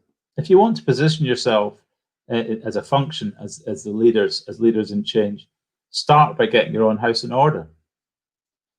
And I'd just like to ask a question and give you something to think about, which is, how good is your HR function at managing its own change? What would your stakeholders say? After all, when HR processes and systems change, they affect everyone. In my previous organizations, I've had colleagues that, quite frankly, didn't really get the need to engage, to present the case for change, provide a vision, to have stakeholders actively engage in discussion about what the change means to them and to help them own their preparation for the change. My own view with HR is that part of the problem is that when, for example, there's a new performance management framework, if you don't use it, you might not get a pay rise. If you don't use the LMS, you might not get training. HR have a certain hold over the organizations in some respects, in that it can demand compliance. Perhaps that leads to a certain level of complacency when it comes to rolling out these initiatives. I don't know. But compliance and engagement are most certainly not the same thing. Okay? I think part of the problem is that, in my experience, HR business partners are always among the busiest people in the organization. When I was a talent manager, HR business partners always wanted to front the initiatives. But when you're overloaded yourself, let's be honest, you're looking for the path of least resistance, ticking boxes and so on. So not only do HR need to prioritize their initiatives effectively, last week, a friend showed me an annual HR plan with 88 initiatives on it. And make sure that they're properly resourced, but they also need to shed themselves of cumbersome processes and policies that just create work. Which leads me to another question. Does your organization role model agility? That's not a reference to Agile with a capital A, the project management method. But does your HR function set out to simplify its own policies and processes? Does it make them easy to change? I don't mean that anyone should just be able to change a policy to suit themselves, but do you actually have clear and simple processes for changing your policies and processes? Is your decision-making and governance effective? In my last role, I spent more time fighting with India, which was the corporate center, than adding value, because these kinds of things were vague. And I'd argue deliberately so, because it increased the CHRO's power. But that's another story. It got to the point where, as a European HR director, I couldn't make even what seemed quite trivial decisions. Luckily, I'm sure that's not typical. But we lacked agility because we lacked structures that enabled change. That's a paradoxical aspect of agility. On one hand, you're trying to reduce structure that gets in the way of change. But on the other, you have to build structure that enables it. Anyway, start by doing change really well, because HR touches so many people, it will get noticed, just as it gets noticed when you do it badly. So now you're role modeling change and agility. Colleagues from other functions may start to seek you out for help and advice. When they do, find ways of working with them to help them to deliver their objectives and build their capability. I'm sure this sounds obvious to you, but I think that HR are often better known for wanting to police how things are done than they are for contributing practically. More can don't than can do. In the worst cases, I've known them to be perceived as blockers. That's why program directors and other transformation specialists I've known have gone out of their way to keep HR on the outside. Second, when HR are involved, they can have a reputation for wanting to advise rather than rolling up their sleeves and giving practical support. They're too often seen as sitting in their ivory tower, pushing their frameworks and initiatives rather than listening, understanding, and responding. If HR want to play a central role in business transformation, they must be perceived as adding value. By getting out of the ivory tower and joining in, you'll be better placed to build change capability, sharing your experience and coaching colleagues to become more effective at implementing change themselves. And yes, that's extra work. But what it comes down to is a question of what's important to you.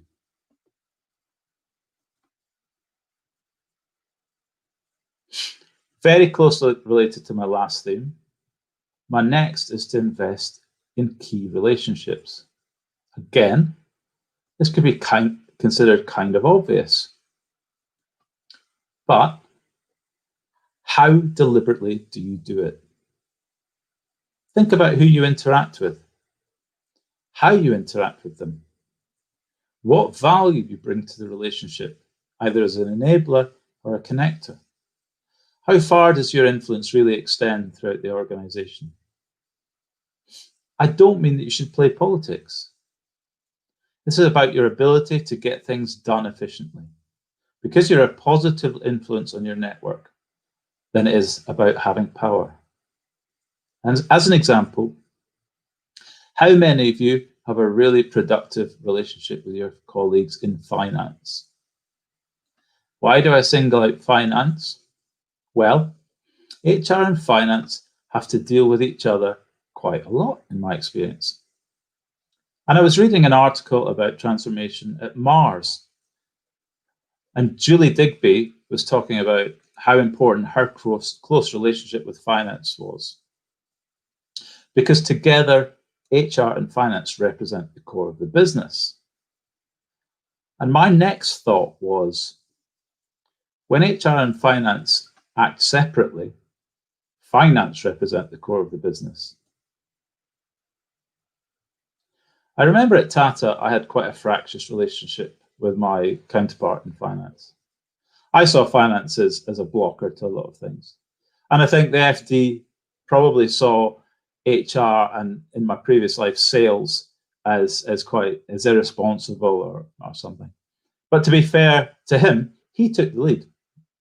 And we really started to try and understand each other and resolve our differences in private. By the time it came to leadership meetings, more often than not, we were on the same page, or at the very least did our best to support each other. It made such a difference.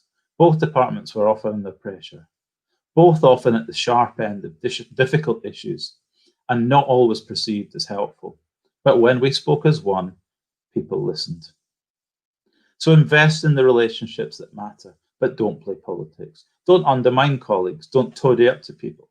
Don't have corridor conversations on issues that should be addressed in an open forum.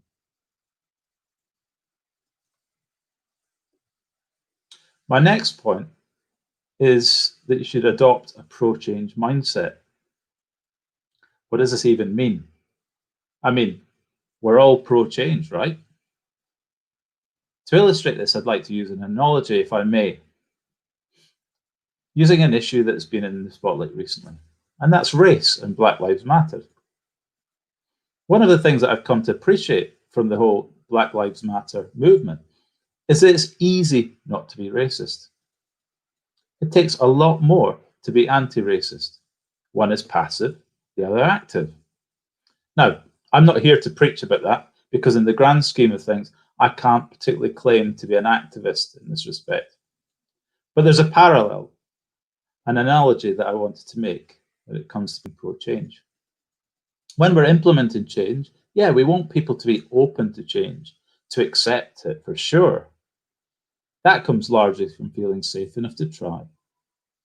And even though it's passive, that's all we need from a lot of people. But we also need people who will initiate and proactively stimulate change. What does that mean to me?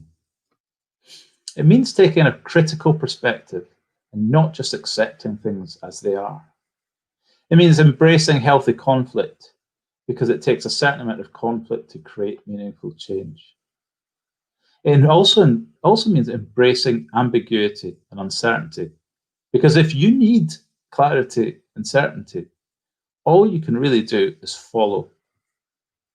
And to quote, now, I believe that this has significant implications for the way that people's HR careers develop.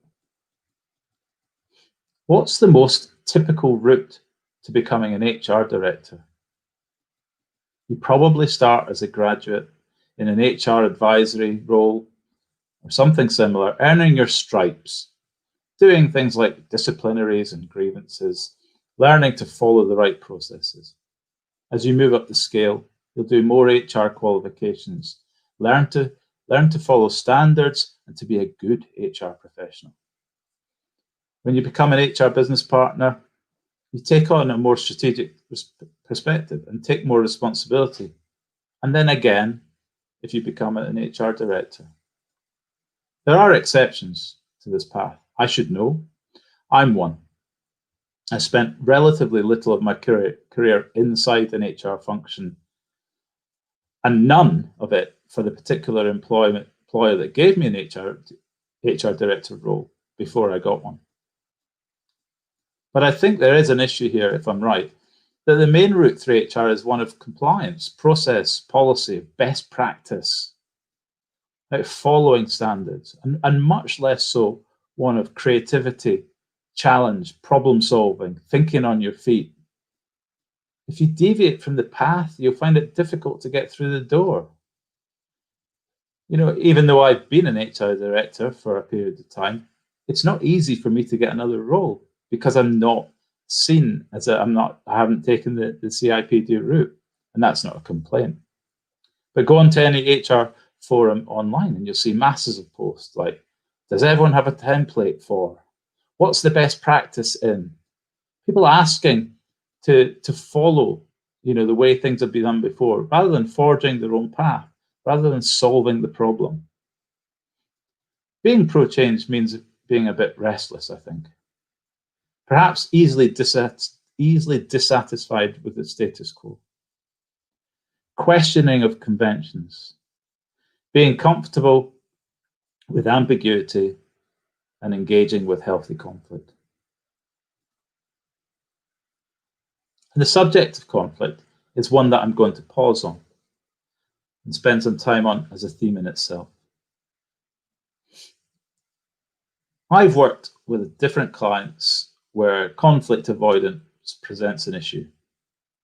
I've seen it in sales, I've seen it in consulting, but I've certainly seen it in professions that provide an internal service.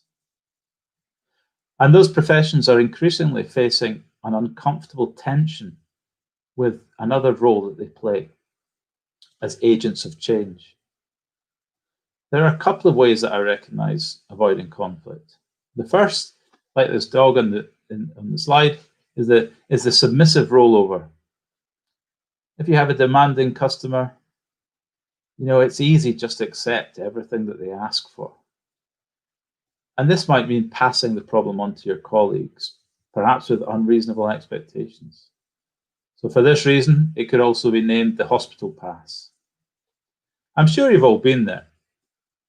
This is particularly prevalent in hierarchical organizations and will probably involve dropping the name of a senior stakeholder to make sure that to smooth the way, because that makes it okay. If blindly conforming to the internal customer's requirements is one way of avoiding conflict, another is to blindly follow policy. Close down debate and simply insist on compliance. Those of you from the UK might recognize this as the computer says no approach, or it's not policy. But of course, that doesn't happen in HR. In change, the path of least resistance is often appealing, but it rarely leads to the best outcome because issues are not surfaced early enough to be properly dealt with. But then they have a habit of raising their heads further down the line when it's too late, or at the very least, expensive to resolve them. People will turn up at a training event, for example, just as you're about to go live with a new process and start questioning things because they haven't been given the opportunity to question them earlier. So the training gets wasted. And often it's the participants that are labeled saboteurs, when it's actually an implementation problem. So you have to challenge and encourage people to challenge you. When you're conflict avoiding, it may be because you don't want people to feel bad. It might be because you don't want people to think badly of you. But what you need to focus on is what's going to lead to the best outcome for the organization, on what's going to add the most value. And when you focus on what's going to add the most value, then healthy conflict, becomes easier to handle.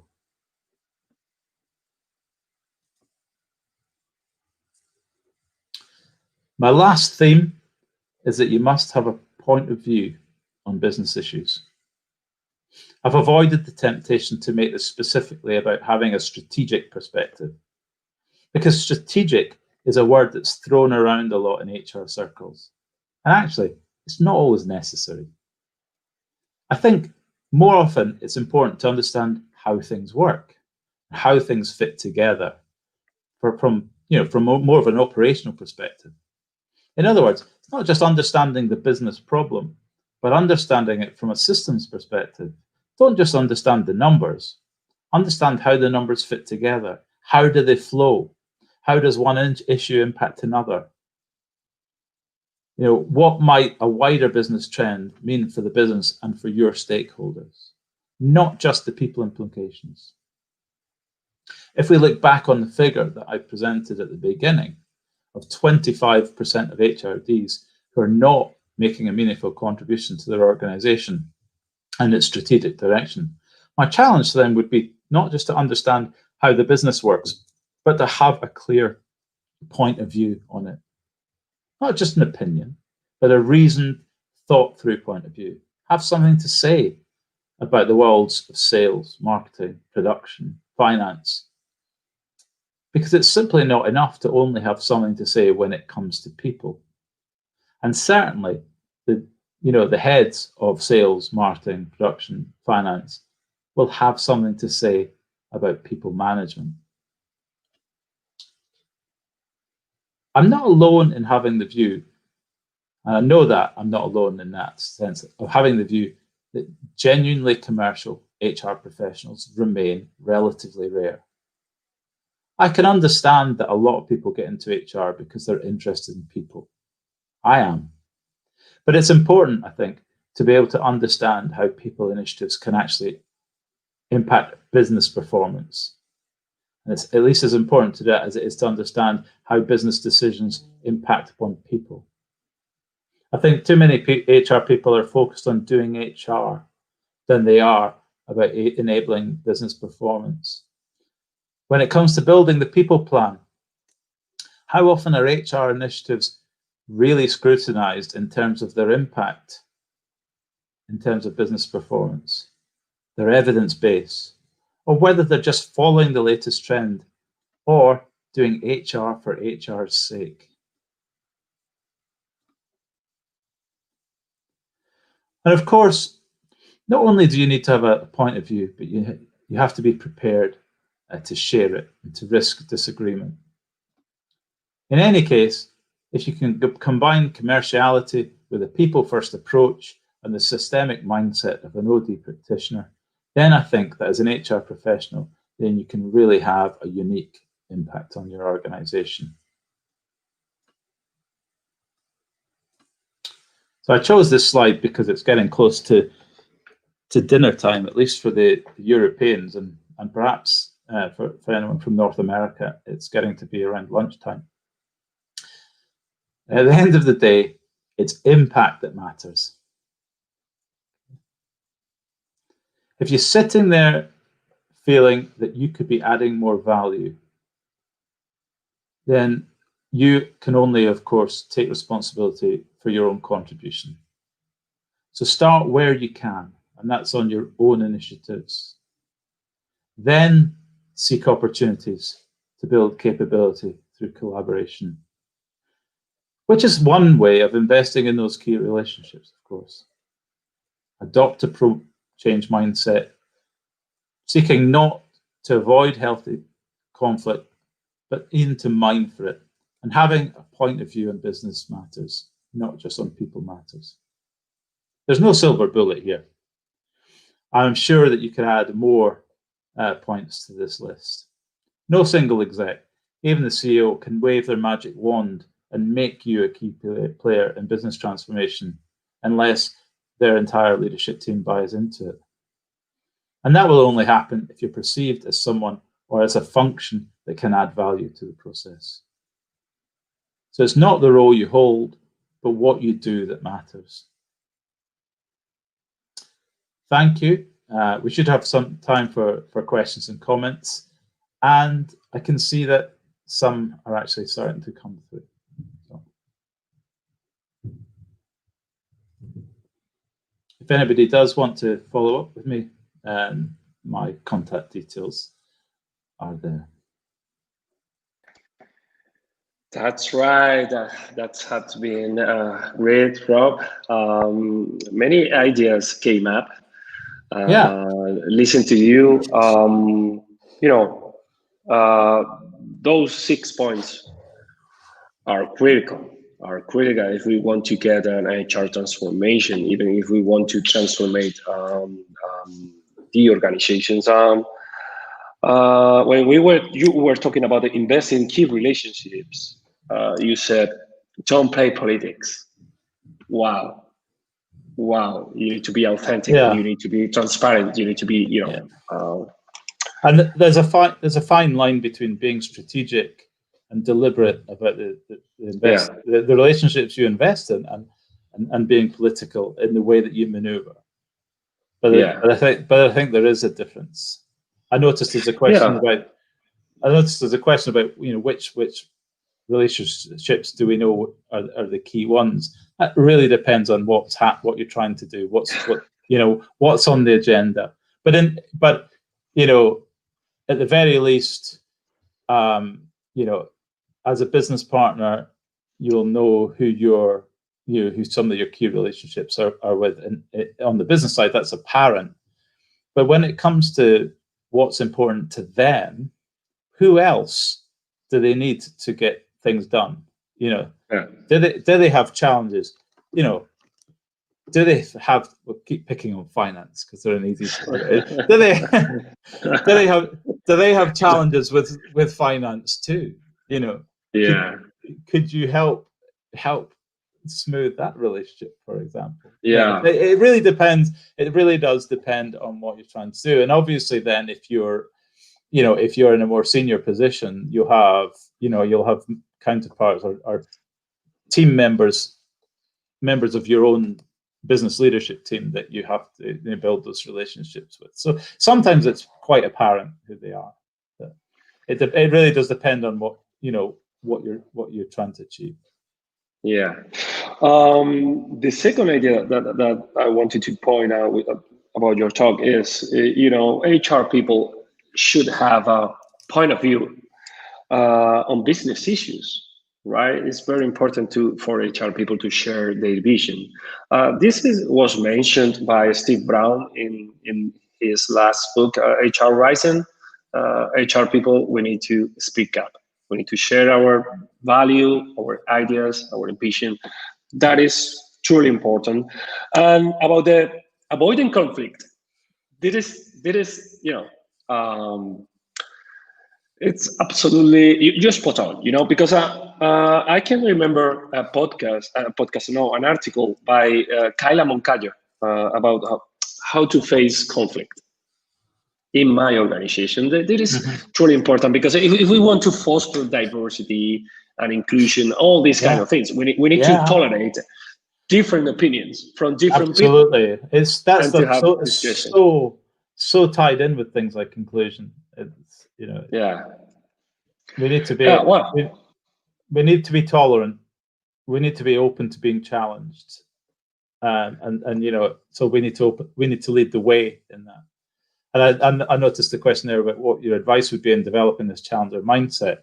I think that in many respects, the way is, as I said, in my talk, is not focusing on two things: not focusing on the fact that there's conflict, but focusing on what you hope to achieve, as a result of challenging or engaging in some healthy conflict, and really focusing on the collective good. And say, I think we're often uncomfortable with because we think that we might be thought badly of, or it might be, we just might be, actually it could be either that we feel be thought badly of as not a nice person, or we want to be a nice person and we don't want to offend anybody else. But actually, what you need to do is focus elsewhere. Focus on what's what are you actually trying to achieve, and what's actually the valuable outcome that you're looking for. So it really is about focus. One thing that helps me a lot is to be focused on the process, on the ideas, on the issue, instead of focus on my ego. Because I want to be right. And sometimes there is not right or wrong answers or decisions or whatever. More questions? I just wanted to add, because the question there about the skills of curiosity, creativity, very much the same mindset.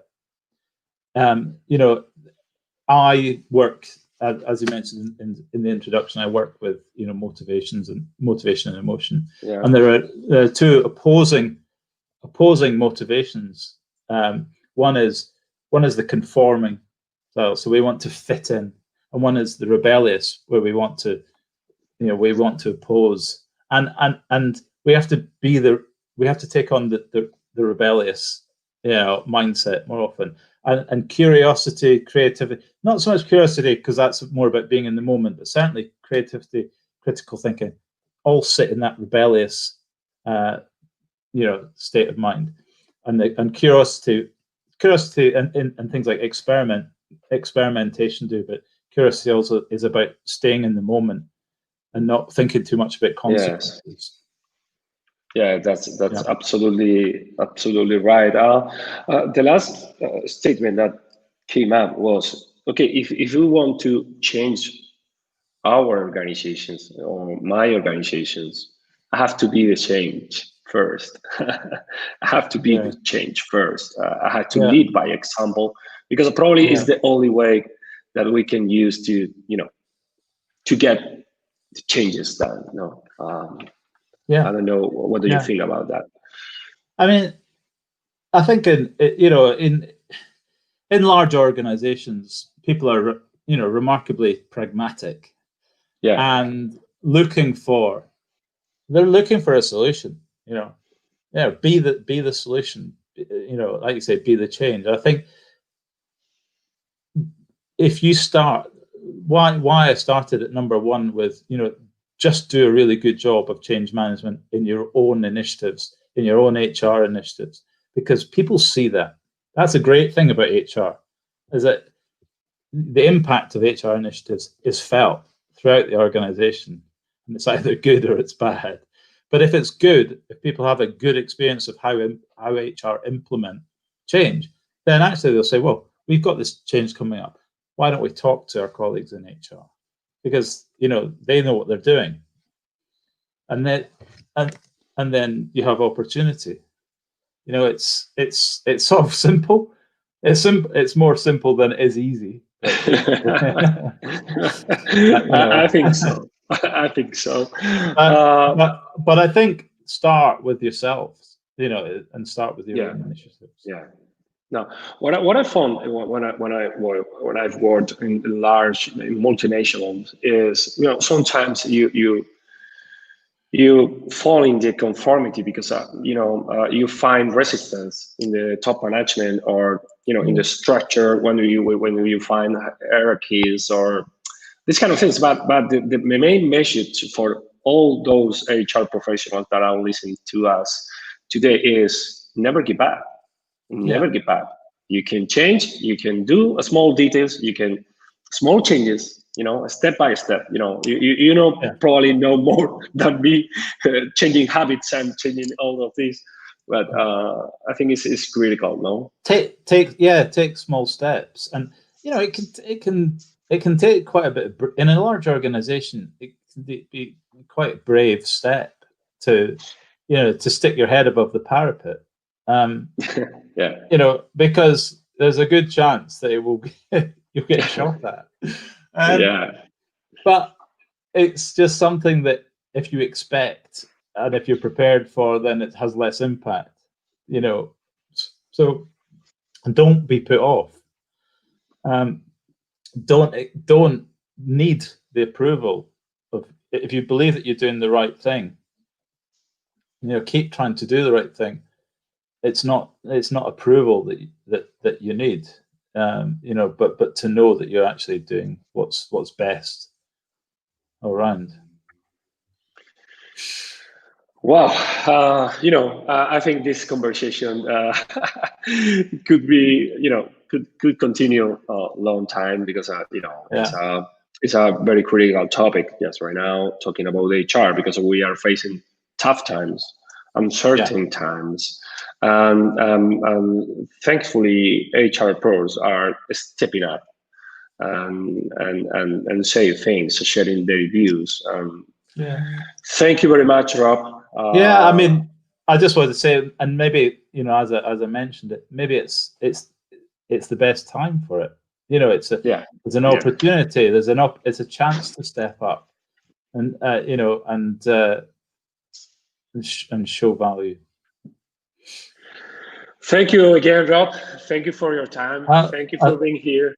It's been an absolute pleasure. Thank you for having me, and I hope everybody watching has enjoyed it.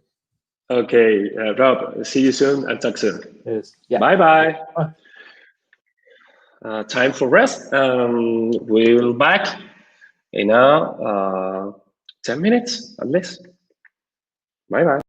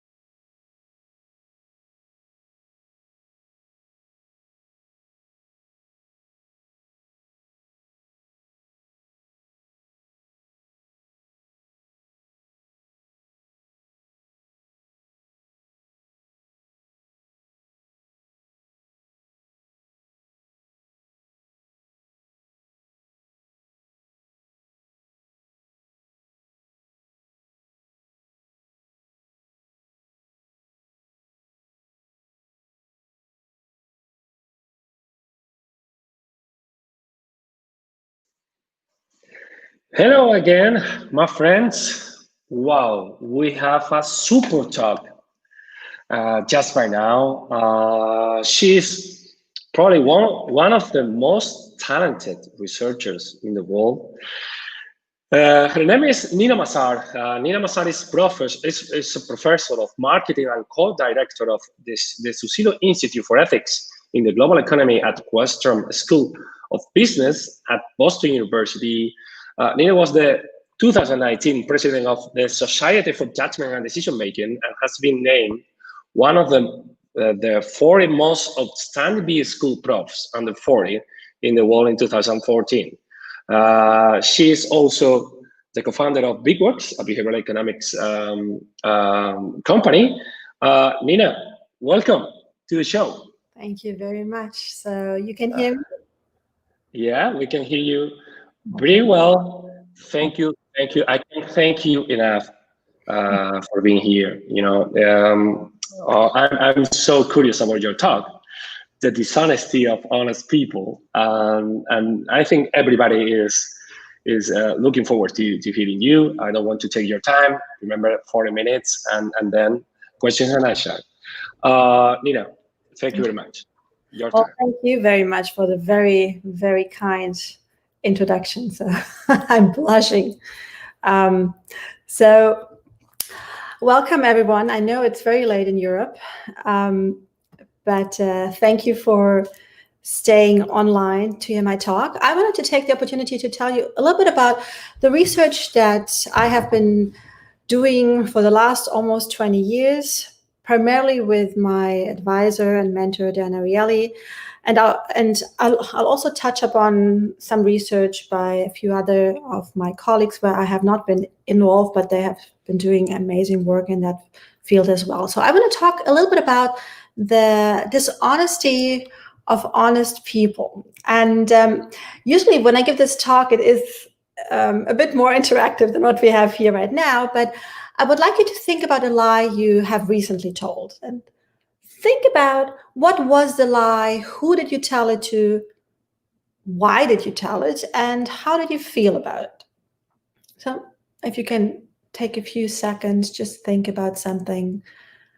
Usually we lie quite often per day and per week, so it should be relatively easy to come up with something. And usually when I ask this question, I get examples that are more of a kind that I would like to show in a video. And I don't know if videos work. So let me know if this works. If no, then I will just tell you what happens in it, okay?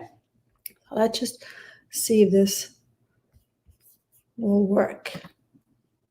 Where is a cute little snuggly baby? Isn't he gorgeous? Ew. Isn't he gorgeous?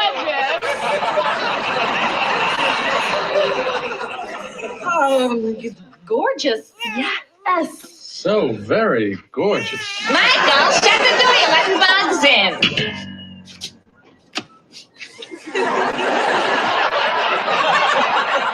Is it me, or was that the ugliest baby you have ever seen? Oh, I couldn't look. It was like a Pekingese. Boy, a little too much chlorine in that gene pool. And you know, the thing is, they'll never know. No one's ever going to tell them. Oh, you have to lie. Oh, it's a must-lie situation. Yes. Let me just move on. So the idea here is that it is a must-lie situation. So situations where you want to spare someone the truth because you don't want to hurt somebody's feelings, right? And we grow up learning that those lies are okay, right? And so those are so-called white lies. These are not the lies that I think we need to worry about. And it's not something that I want to talk about today, but instead I want to talk about the types of lies that we typically associate with faces like these from Enron and also companies such as Enron, Arthur Andersen, WorldCom, Tyco.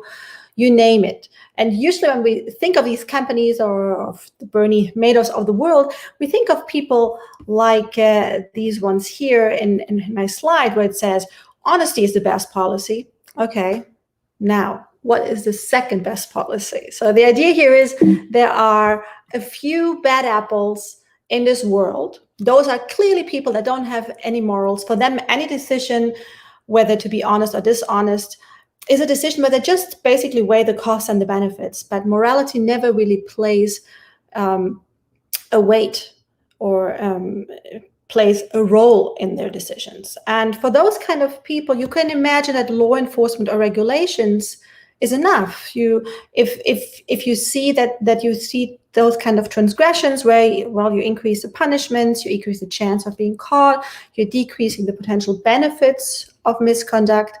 But the point is, when you look at the dishonesty that is happening around us, there is just so much dishonesty happening in everyday life, in our private lives, as well as in our work lives, that it's really hard to imagine that this is being done by a few bad apples. And here are a few numbers. A few of them are old by now. There are newer numbers. But just to give you a sense, at least 3/4 of consumers understand that peer-to-peer downloading is illegal, yet about 50% acknowledge that they participate in illegal downloading. Fraud in the US property and casual insurance industry was estimated way back in the early 2000s at 10% of total claims. This is about 24 billion annually. The tax gap in the US from non-filing, underreporting, or underpayment was estimated at 450 billion. And we look at the world and the amount of bribes paid annually. There has been an estimate that this is over $1 trillion US, so about 3% of the world GDP. So there's just so much dishonesty that it's hard to believe that this is just done by a few bad apples. So what we need to do is we have to look at the majority of people, like you and me, that do have morals, that think very highly of themselves. Maybe we play a role when it comes to dishonesty that we see in the world. And when it comes to the majority of people like you and me, what we know is people in general care about thinking positively about themselves and they think of themselves as being highly moral people.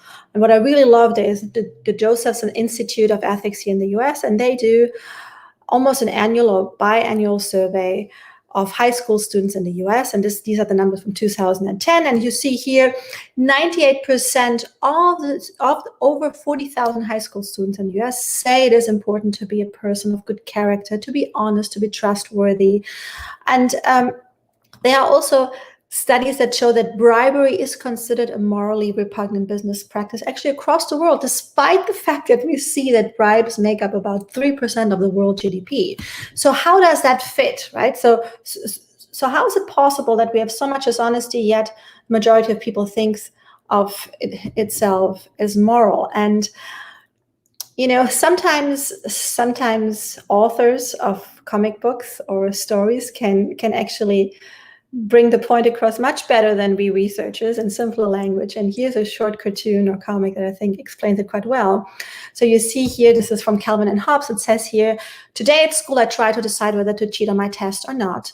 I wondered, is it better to do the right thing and fail, or is it better to do the wrong thing and succeed? On the one hand, undeserved success gives no satisfaction. But on the other hand, well-deserved failure gives no satisfaction either. Of course, most everybody cheats sometime or other.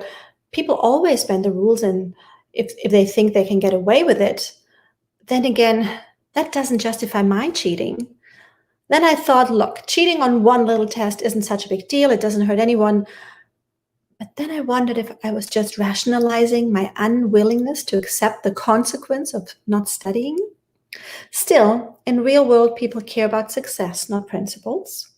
Then again, maybe that's why the world is in such a mess. What a dilemma in this particular case. So what did you decide? Nothing. I ran out of time and I had to turn in a blank paper. So this is basically to show that most of us who do have high morals, we have developed so many ways to rationalize our actions so that as long as we don't cheat that much. We can actually do both things. We can cheat a little bit and so get the benefits of being dishonest, whether it is getting a higher tax return, getting more expenses reimbursed, you name it. But as long as we do it just by a little bit, we can come up with all kinds of rationalizations so that we can still maintain our positive view, our positive moral view about ourselves. And if that is the truth, so if there is a bunch of people that engage in this kind of dishonesty, as also shown here in the slide, wait, those weren't lies, that was just spin, then the question becomes, well, what kind of measures are the more appropriate one for the majority of people like you and us who also engage in dishonest behavior? And so this is basically what I've spent my research time on over the last 20 years. And to give you a sense of how did we even study dishonesty, to answer those kind of questions such as, okay, well, what kind of interventions can we think of to get people to be less likely to engage in transgressions? And so we as researchers needed a tool to measure dishonesty. We have various different tools, but they're all of the same kind. So let me just give you a very, very basic idea. So imagine you are a test participant of ours, you come to our experiment, and I give you a matrix test sheet that looks like this. And what I tell you, well, on this sheet, you will see 20 matrices or 20 boxes.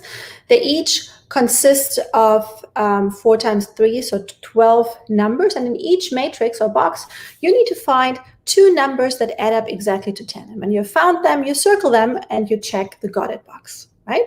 And then in the end, you fill out a collection slip where you write down how many matrices you solved. And you give both of these, your test sheet and your collection slip, to the experimenter. And the experimenter then verifies your answer. And for each matrix that you solve correctly, you get paid. In this particular case, 50 cents. So here you have no chance to cheat. And we can measure on average how many such matrices do people actually solve. But then a second group of people we invite to the lab, we give them the same test. They do the test. When they're done, they fill out the collection slip. They say how many matrices they have solved. But then I tell them, shred the test sheet and only submit the collection slip to the experimenter. So here now, obviously, there is a chance to cheat because the test sheet with my performance is gone. And all that I'm doing is I'm self-reporting my performance. And then we check on average, what do people report here? And we compare it to the condition or to the group of people who were not able to cheat. And then we can even make it more extreme.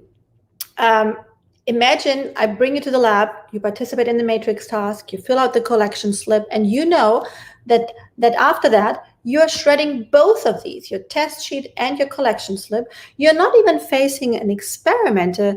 Instead, you're walking over to the back of the room where you will find a jar filled with money, you pay yourself, and you work out. And you walk out. So in this particular case, you could even take out more money than one could actually make on this test. And so now that we have a tool or a method to study how people generally deal with conflicts of interest, now we can research it and try to understand what is happening. And so with the study, which I just described to you, we had a different variant of it where people could actually solve 50 questions. And you can see in the no cheating condition, people truly were able to solve about 32.5 out of 50 questions. And we asked participants to predict what they thought would happen if people now had a chance to cheat. So cheating 1 is the condition where they still have to go to the experiment and self-report how many questions they've solved. And in the cheating condition 2, there is no experimenter involved. People just pay themselves out of a jar, right? And people predict as the likelihood basically of being caught decreases, that cheating would go up. But when we actually run the experiment and see what we find, we actually see that people cheat, but only by a small amount. And that amount is not dependent on what the likelihood is of being caught. So And we also find when we run these studies, and there have been a number of those, that those people that engage in those dishonest actions feel equally moral. So we don't find a difference between people in the no cheating condition and the cheating condition. They equally feel being relatively moral people. Now you could argue, well, you're showing me means, Nina. Who knows? Maybe these are a few people that cheat all the way, so you still have a few bad apples, and then a bunch of people that are honest. No, what we find is when you look at the number of questions people can solve on the x-axis, and on the y-axis, the percent of participants that said that they have solved each of that, and the black bars is the real performance, or the no cheating group. And the red bar is the cheating one group. You see that we find a general shift. So almost everybody cheats, but just by a small, limited amount, and still feels moral. And it doesn't matter what the chance of being caught is. And again, we find this over and over again. And the idea here is, because if you're cheating only by a small amount, you can still reap at least some benefits of the transgressions by using rationalizations to still feel good about yourself. You don't have to update basically who you are as a person, or you don't have to update your beliefs about yourself. Let me just check the time.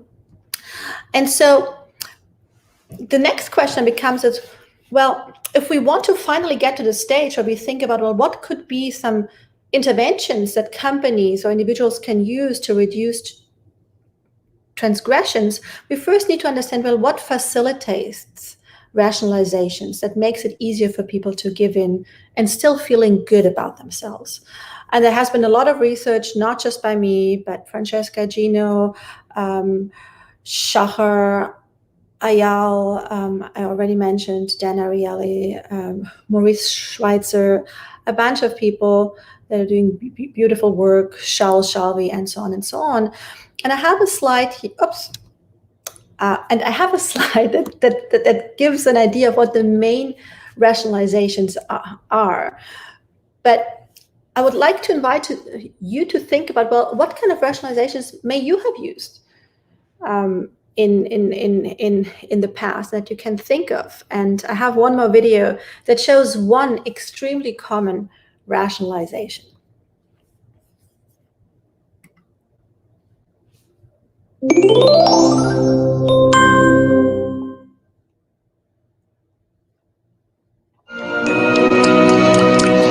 That is the most dishonest thing I've ever heard. Yeah, I should box your ears. You sneaky Pete. Is it, Hey, you easy. Now get off my property. Off. Hey, Flanders, who put that bug up your butt? So I wanted to subscribe to that new arts and crafts channel. Well, sir, they send over this flim flam man to install it. You know what he did?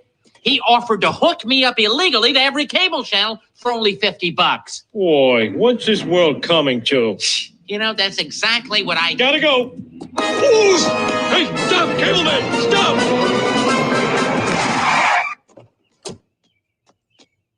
What do you want? I want free cable. So this is okay, isn't it? I mean, everybody does it, right? What? Oh, hey, if you're having second thoughts, just read this pamphlet. So you've decided to steal cable. Uh-huh. Myth. Cable piracy is wrong. Fact. Cable companies are big, faceless corporations, which makes it okay. See, the clown is a treasure that will last a lifetime. Cable. And you get the it's more wonderful than I dared hope. So you can probably already guess it. So the one very, very common rationalization is, well, everybody does it. It's almost like, well, it's the norm, so it is not a big deal. Let me just move on, and you can see services out there that use it. You know, I'm a professor, and I know that there are websites out there that offer students to write papers or to find already written papers, and you see things such as it's not cheating, it's collaborating. Similar things with job references. You can actually buy fake job references, and this particular one says there's absolutely nothing illegal about the service, and we have assisted nearly 100 clients towards employment. So making you feel like everybody does it, or at least a substantial amount of people is doing it. So it's okay, or maybe even you may be missing out if you're not participating. And as promised, I have a slide up here with a few more factors that facilitate rationalizations. This is not an exhaustive list, but we know there are some individual differences in terms of how much self-control people have. The more self-control, the less likely they are to give in to temptations.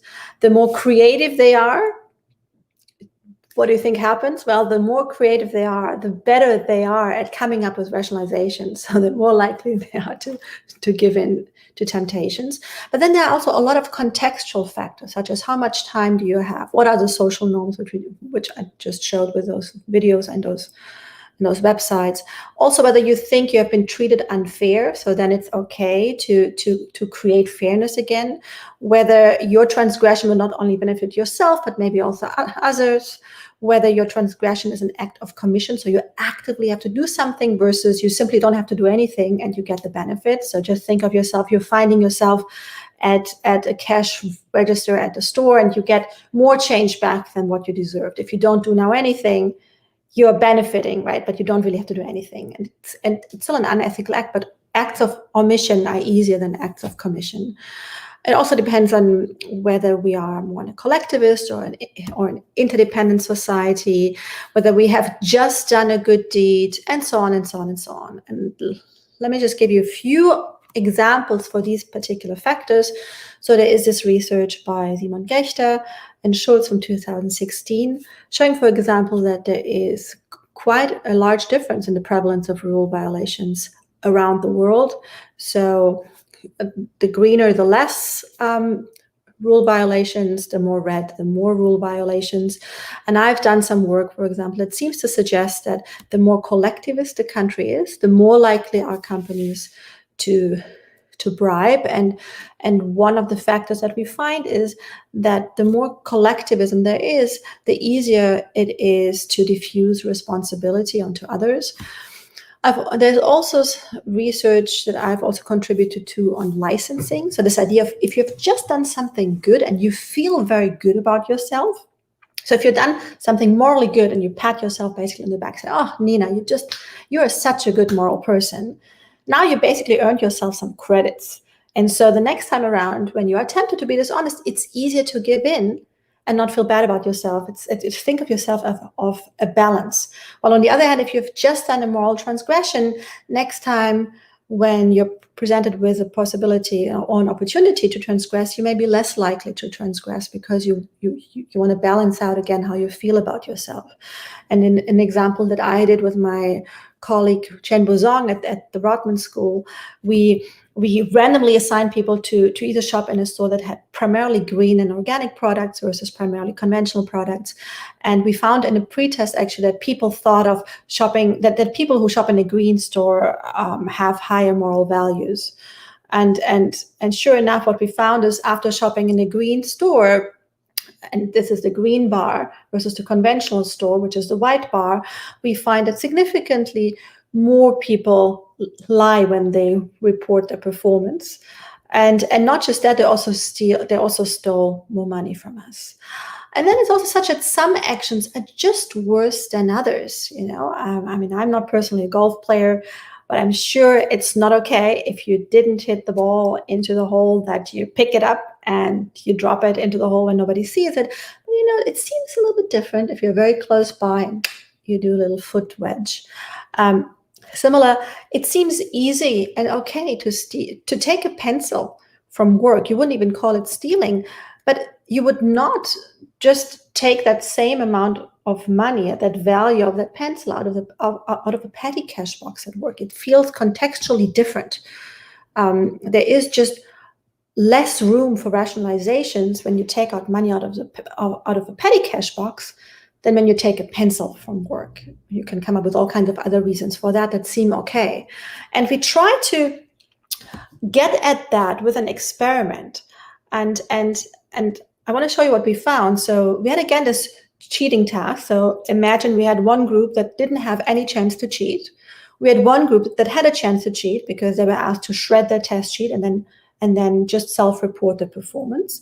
And then we had a third group where we told them for each matrix you solve, you will get a token from the first experimenter. And then with these tokens, you walk out and the second experimenter will exchange each token for 50 cents. So the payoff is exactly the same, but now you have an intermediate. You're not changing for money. The direct consequences of your actions are less direct. You're making it almost also more of a game.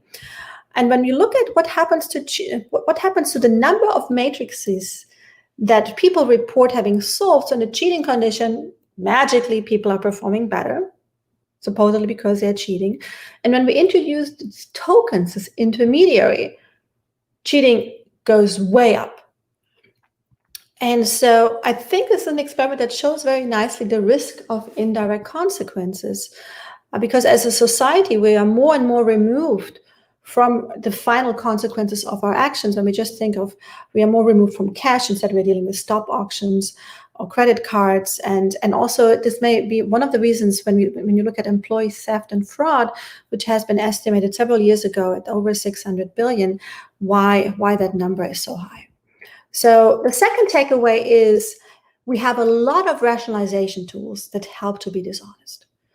And so now with this in mind, the question becomes, well, we have the tools for those few bad apples that don't care about morality. So there it's law enforcement, basically.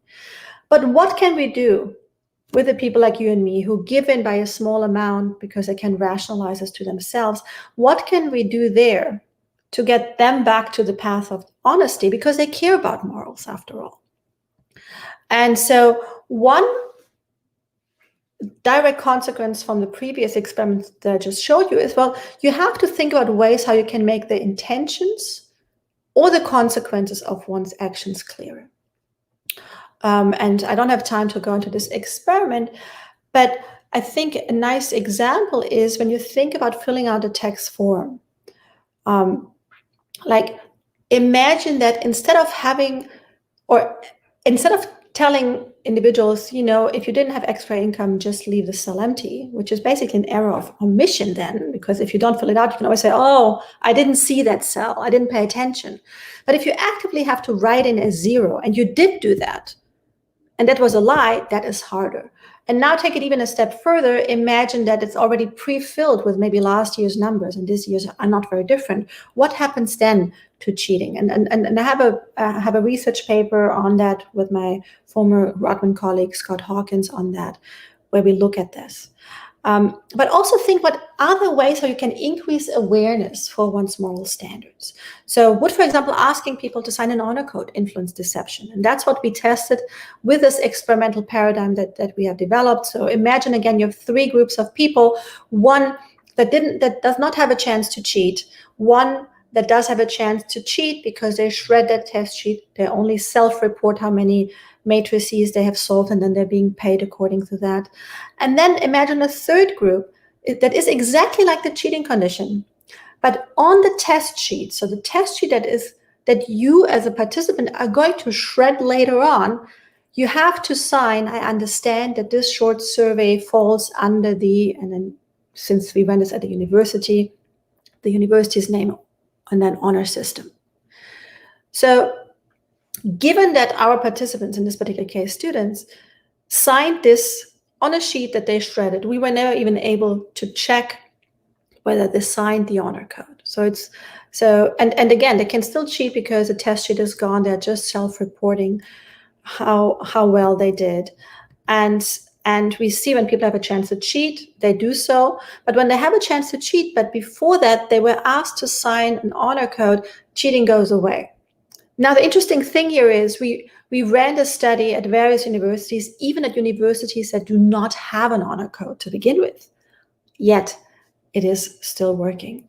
And recently in the US White House SPS team, so the social behavioral science team, adopted this kind of idea together with the General Service Administration. And I'm sorry that the screenshot is not so good, where vendors of goods and services to the federal government, before they self-reported their sales, were asked at the top to to type their signature next to this sentence, I promise that the information I'm providing is true and accurate.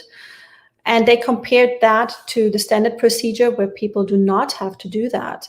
And they found that just by adding this statement and having individuals type their signature, they were able to collect an additional 1.6 million in fees within a single quarter as a result of that box.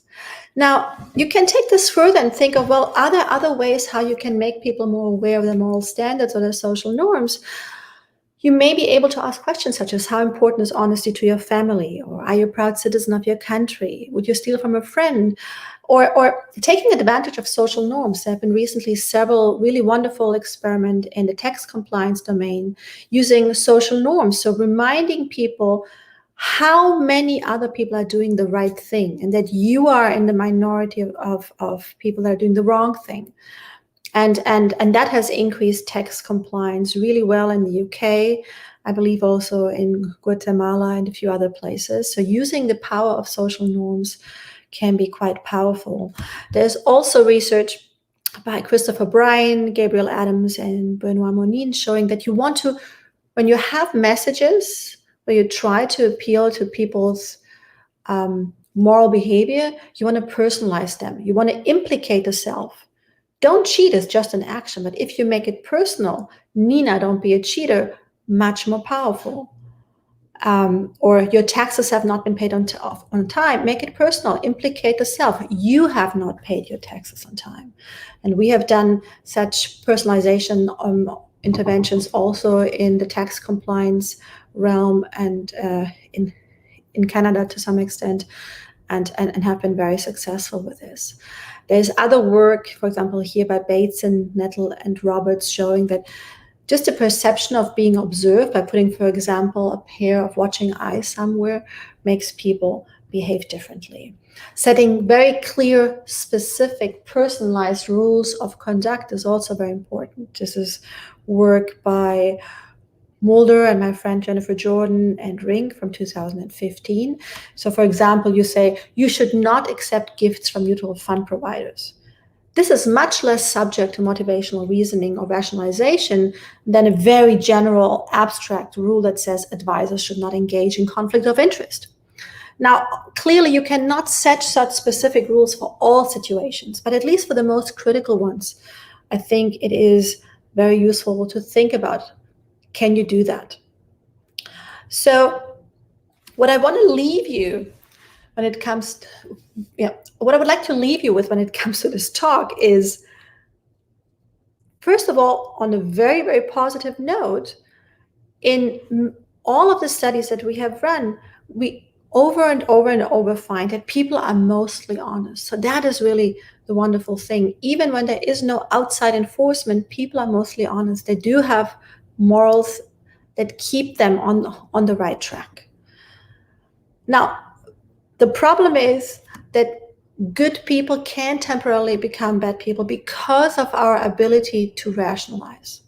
And those abilities to rationalize are stronger, I think, than many of us think, and they're always present. And so I think it's very important as companies and also as HR people to be aware of what are the factors that facilitate rationalizations, and is there anything that you can do to reduce those factors, or at least think of interventions in situations where you see the context lends itself more that there will be rationalizations. And what my research and many of my colleagues' research is looking into, can we come up with gentle nudges and interventions that do not impose on the freedom of individuals or require the passage of new legislation or require high implementation costs that can deter transgressions? And we are not so much interested in things that you do way before. So that is education training, ethical training. It's definitely important. And also the whole law enforcement regulations rule, also very, very important. I'm not saying this is not important, but I'm saying it's also important to think about what can we do in the moment of temptations to get people to stay on the right track. And this is where most of our research has been focusing on. And aside from thinking about interventions in those moments when it's most important, and here again, I have a few. This is just basically a summary here of what I've already said. Think of reminders. Think of having somehow commitment devices at the start, for example, of a meeting with a client.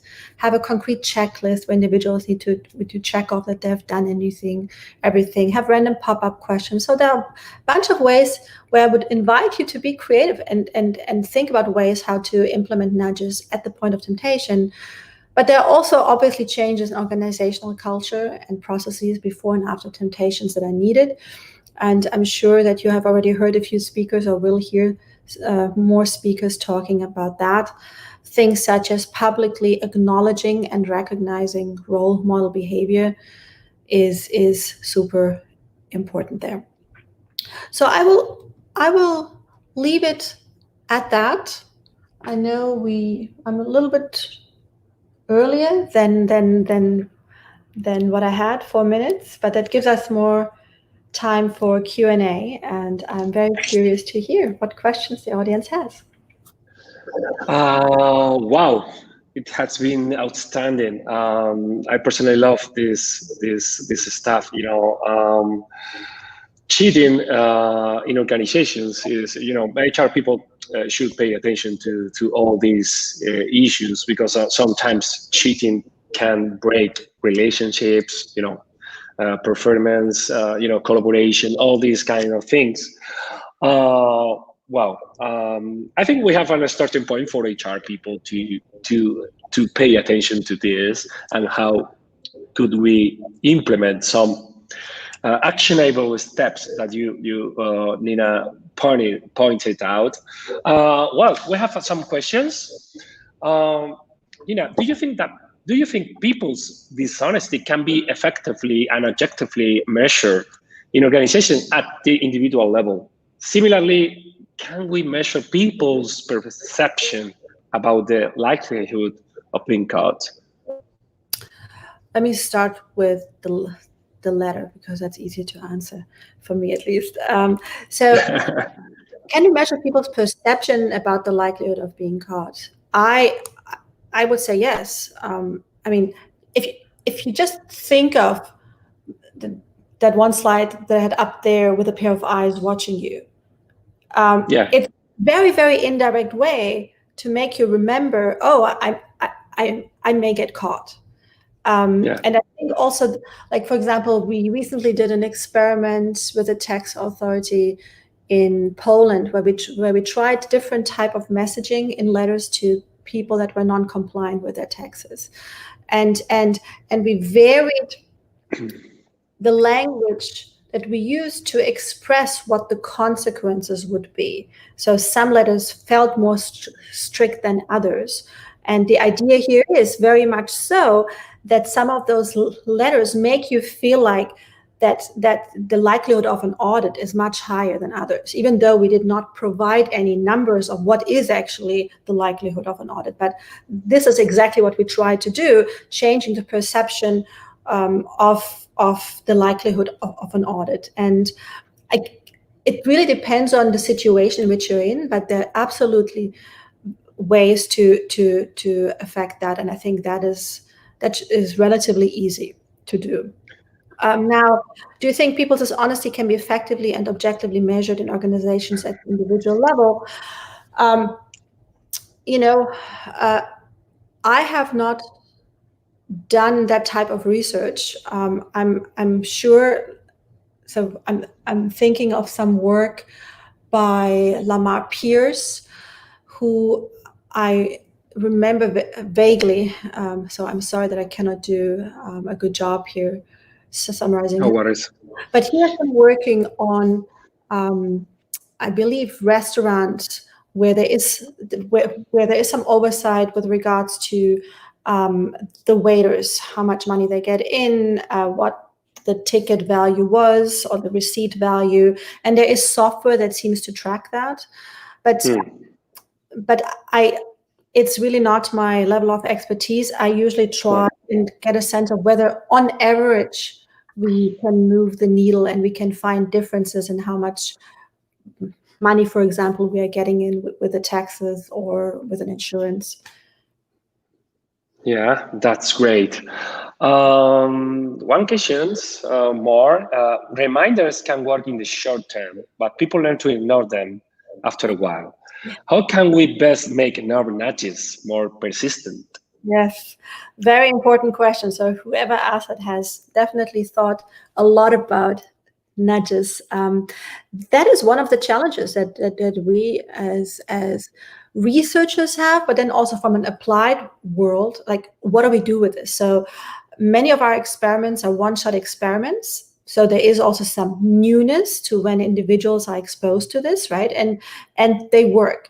And if those interventions in the real, and if you can use those insights in the real world to implement these interventions cheaply, I would say, even if it only works maybe for one season, yeah,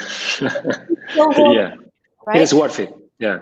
Then you think again of changes. Okay, well, what are you changing next time? So my intuition would be you have to keep an element of newness in there. So you would have to constantly change things. So it's a cost-benefit analysis. Is it worthwhile the effort? Is it worthwhile the cost? Like in a setting, like if it just simply changing something on a website on like every month. So that may be easy to do, but it may not be possible in all kinds of other environments. So I definitely think we also need more research, fundamental research, to understand that better. Yeah.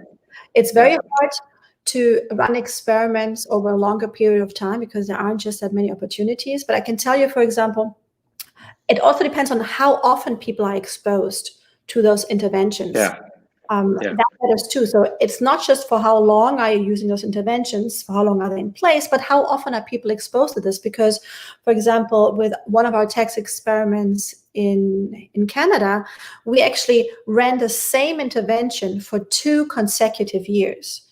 Mm-hmm. And for 2 consecutive years, we find that the same nudge worked, and we don't find any decrease in its effectiveness. And if you think about it, it makes sense because you're thinking about the taxes only in the moment when you have to file them. And then for a whole year, you're not thinking about it, and you may not even know anymore, like what was the nudge that you encountered the year before. If you have a memory like me, you certainly will not remember, right? So it really depends on the situation. But yes, I agree with whoever asked that question.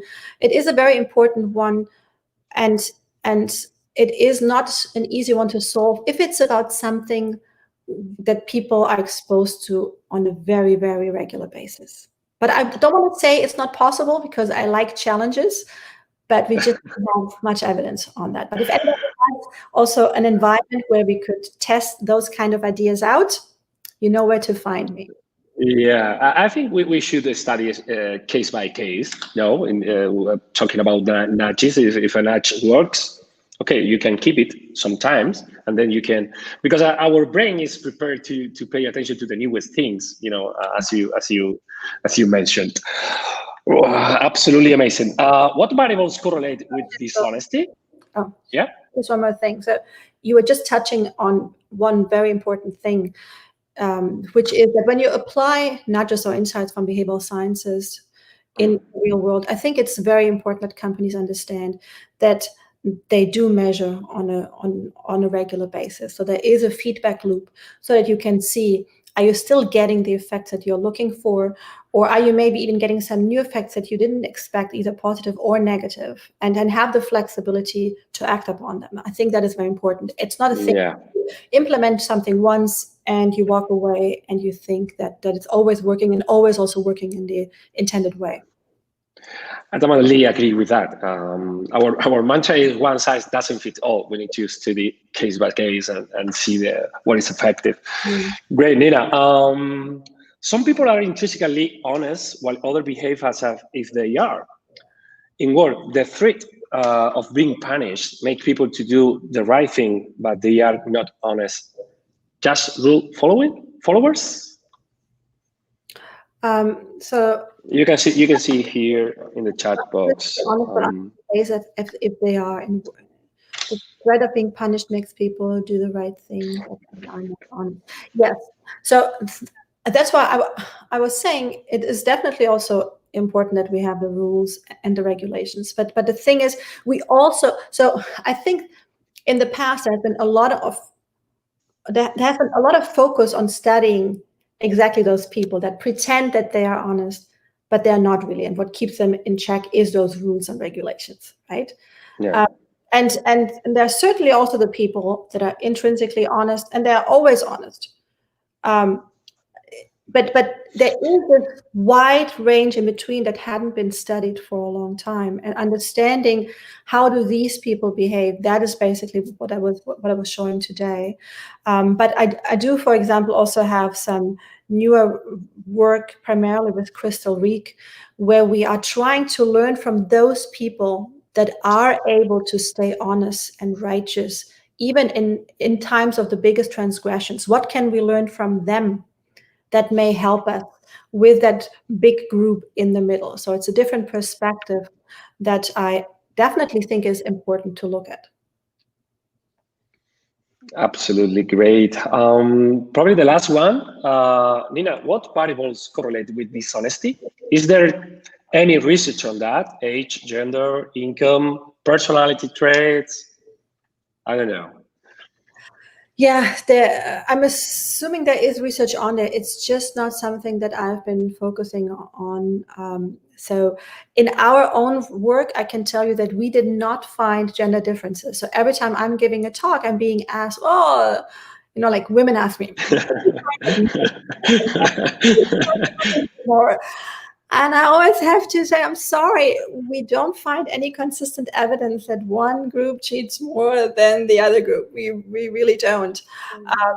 In terms of age, again, we haven't seen anything. But, it is also in part because to really get at individual differences, you need much bigger samples to really look at heterogeneity. And so, for example, one thing where we are now able to look at heterogeneity is our text work in Poland, because we have such a big sample. It was done on the entire population that was laid, right? And so now we can really get at some very interesting questions, such as people in the rural world.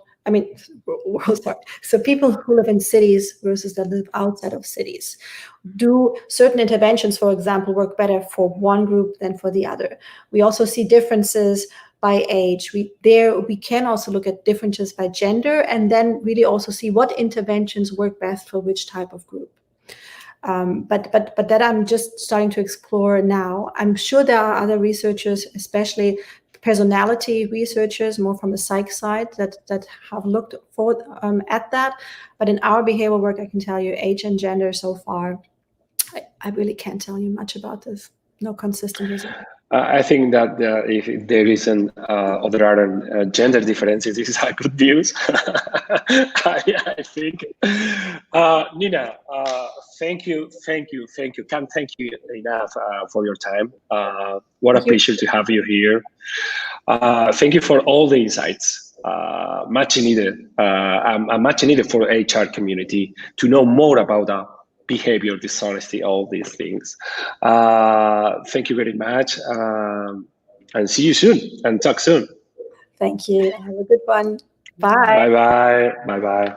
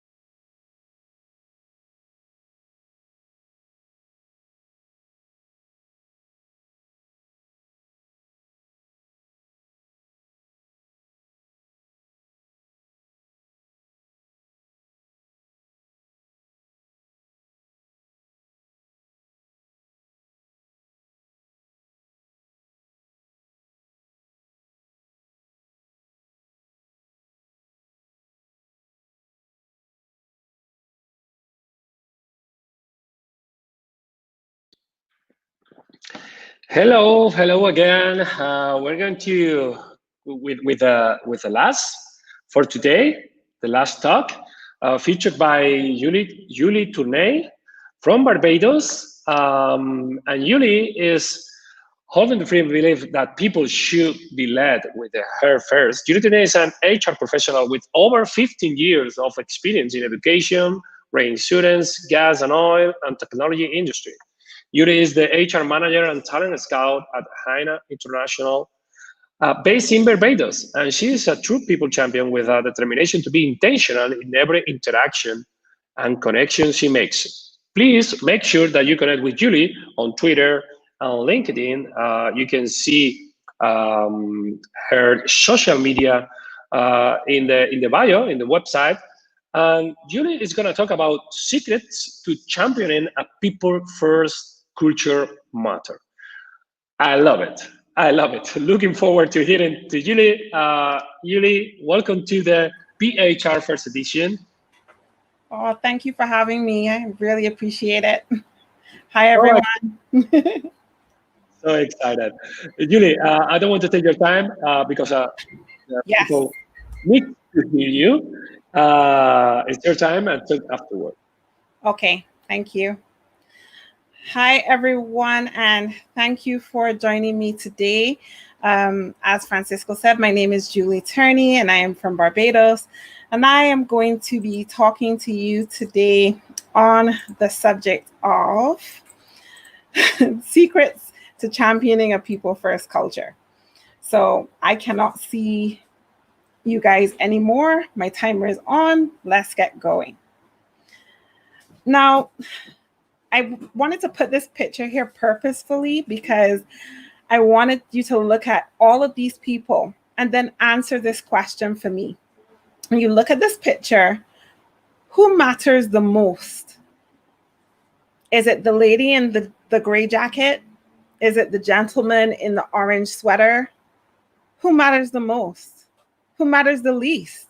Is it the gentleman in the checkered shirt? Is it the lady in the polka dot shirt? Is it the lady wearing the black and white sneakers that I really love, and I love Converse? Who matters the least? When we think about a people-first culture, we want to be able to recognize that everyone in our organizations matters. And from an HR perspective, it is our duty, it is our responsibility to ensure that we bring this out every single day that we come to work. We want to ignite people. We want to make them feel good. From our leadership to the janitor, we want to make everyone feel like they are important because everyone matters. There's a saying that goes, managers, when you talk to managers, you feel like they're talking about themselves. When you talk to leaders, they make you feel like you're talking about them, that you matter. And so we are able to establish that difference between leadership and management and why it is important for us to create people-first cultures in organizations. So how do we define a people-first culture? And I'm hoping that as we go through this presentation, you'll be able to recognize that I'm using different people in every single shot because I want you to see the interactions that are happening. They all mean something, and they're all going to help us to appreciate why a people-first culture matters. And essentially, we want to make people understand our mission, our values, our strategic objectives for the organization, and where we're going. We want to get everyone aligned. In order to do that, we have to be able to transmit and communicate these messages in such a way that people feel like we really are involving them, that they matter. And that is the essence of a people-first culture. From the moment we hire someone, we onboard them and we get them through the organization, every advancement that they make and they develop and grow, that they feel like they belong. They feel like they clearly understand where they're going, where the organization is going, and how they fit into that cog. that is called the organization that we work for.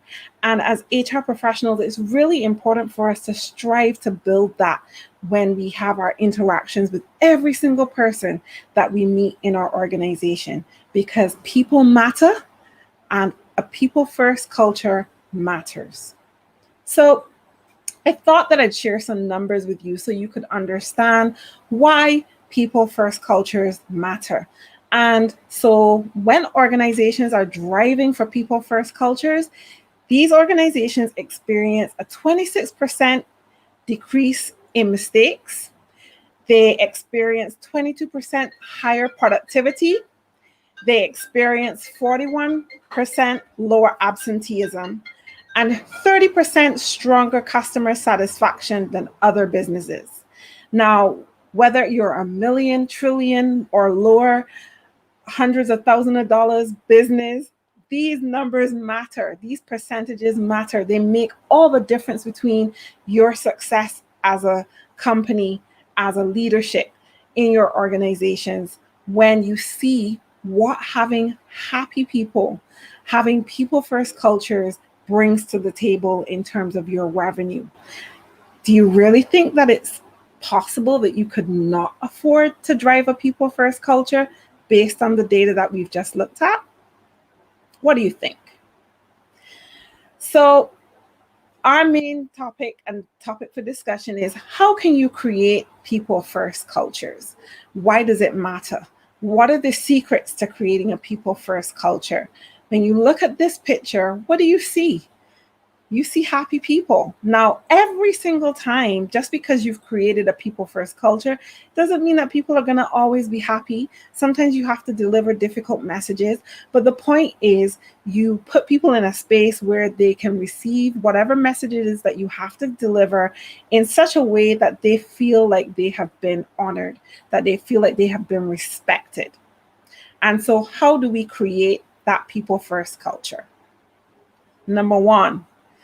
Now, I think my face is already a bit close to the camera, but I'm going to come a little closer for number one.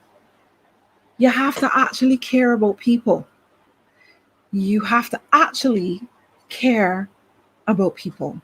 I said it twice because I think this is the most important secret, the most important tip to creating a people-first culture. If you don't care about people, no matter what you do, you're not going to create a people-first culture. You have to care about people. What are their goals? What are their dreams? What are their aspirations? Where do they see themselves, not even 5 years from now, but just a couple months from now, down the road? And what is the holistic view of that goal that they have? And how can you help them to get there? You really have to care about your people. How do you show that you care about your people? Do you have closed door policies? Are you not accessible to your people? Do they feel comfortable coming to you and asking you any question that they may have? Do they feel like they will get a response from you? Do they feel like you'll have their back no matter what? Do they feel that you care about their children and the fact that we're going through COVID-19 and they don't have the wherewithal to deal with the pressures that are coming from the job, but also from the people? All of these things are very important, and it is important for us to recognize that when we put our people first and we show that we really care about them, they will show up for us. So that is tip number one. You have to actually care about your people. Number two, invest in the right communication to your employees. As I mentioned before, communication is key. Transparency is key. And so how you communicate to your employees really matters. How do you deliver messages, whether they're big messages that come from the high-level management team, or if they're messages that come from your low-level management team? If you're hearing noise in the background, I do apologize. I am working from home. I still have my children. They're all around doing different things. So I do apologize for any extra noise. So investing in the right communication to your employees is key. How do you communicate in your organization right now? Do you use Slack? Do you use emails? Do you use any other communication channels? Google Hangouts, Zoom, How are you communicating with your people right now to show that you are delivering messages in a way that is succinct with what the organization at the high level is expecting you to filter down? In my organization, one of the things that we always put as priority is face-to-face interaction. So we would always say whenever messages are coming from our high-level management team, and they have to be filtered down to the staff, managers are responsible, leaders are responsible for handling those messages. We make sure everyone is aligned before we leave the room. And when those messages are being delivered to our employees, everyone is saying the same thing. The song goes one band, one sound. So we want to make sure that all of our managers, all of our leaders are on the same level of understanding, and they're aligned in that messaging so that when it goes out to their teams, everyone has heard the same thing. And then after that, we would send an email. So by the time the staff get the email, they already are fully aware. So they're reading the email and they're like, oh, well, I already know that because my manager told me that already. But it's good to see it in writing. It increases the level of trust because they know that you are saying the same thing that is coming out in that email. You've delivered that message already and you have put it in a way that they can readily accept it. And so communication is key. Where you don't have the opportunity to have that face-to-face interaction, then look to other electronic ways of communicating with your team, using Zoom, using Google Hangouts, using Microsoft Teams, for those of you who love it, but I do have my issues with Microsoft Teams. And also using regular communications like Slack. I love Slack. I love Slack because it's a quick and easy way to communicate with your people if you're not all in the same space. You can create groups, you can create polls, you can get quick pulse checks. All of these lead to ways of creating transparency within your organization and giving a clear flow of communication through your organization. And that's what you want to achieve. How are we feeling about this information so far? Let me know in the comments what you guys are saying. Now, here's number 3. Ask for feedback. Did I say that right? I think I said it right. Let me double check. Okay. Ask for real feedback. Real feedback is key. You know, there's that analogy that you have where the girlfriend asks the boyfriend, does my butt look tight in these jeans? And he goes back and he says no. But if he gave real feedback and he really felt like, yes, your butt is tight in those jeans, and he said that, how would the girlfriend feel? For the most part, pretty upset, right? But she asks for real feedback. That's how guys are in the Caribbean. They say, but you asked me to tell you the truth. So then how can you get vexed with me now I'm telling you the truth? I hope you understood that in my Bajan accent. So ultimately, as organizations and as HR professionals, when we're asking for feedback, we want real feedback. We want to know the truth. We're asking people what they're thinking, what they're feeling as they go through processes and procedures to the organization, as they are being developed in the organization. There are so many questions that come into play, but we need that feedback in order for us to be able to create that people first culture. We want people to understand and recognize that we really do care about their feedback. And then while it is real, while it may be painful, let's take it in stride. The feedback that we've asked for is so that we can help progress the organization, so that we could do better. And we can't do that if our people lie to us, if they don't tell us the truth.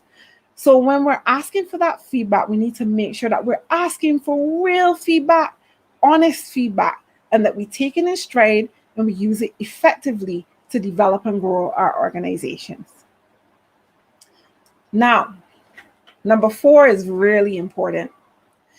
They're all important, but I love number 4 because this speaks to everything that I spoke about before. Consider the entire employee experience. Now, remember before I mentioned employee experience starts from the recruitment process.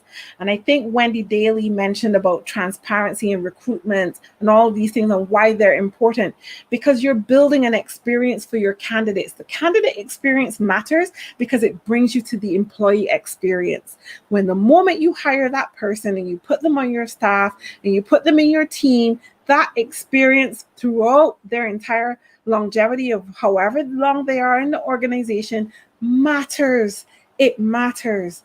People want to know that you are developing them, that you are growing them in such a way that they feel like they are a part of the whole mechanism, this entire machine. Whether I sit in finance, whether I sit in development, whether I sit in marketing, I want to know that what I do impacts the entire wheel that we call this organization. And I want to know that you as a leader are invested in my well-being as a part of this organization. I want to know that my values gel with your values. I want to know that my goals gel with your goals. I want to know where your strategy is leading and that I have an impact and it will be felt and it will be appreciated. This is how we create a people-first culture. You cannot look at the employee experience in silos. We have to look at it in totality and make sure that we are building that necessary impact to grow and develop our people to create that people-first culture. Now, let's think about some examples. I thought of several as I listened to all of our speakers today. I think Perry Timms gave some really robust examples of organizations that are very agile. And with agility comes the necessity to focus on people first. And so these are just a couple examples that I thought I would share with you so that you could see how organizations have put those 4 tips that I just mentioned into play. Now, these 2 companies are back to back. So there's 3M, and 3M created a 15% time program. And then there's also Google, and they have a 20% time program. Now, I put these 2 together because what they have decided to do is give their employees paid time to chase the rainbow, to follow their dreams, to create and innovate and come up with amazing products and services that ultimately benefit their customers.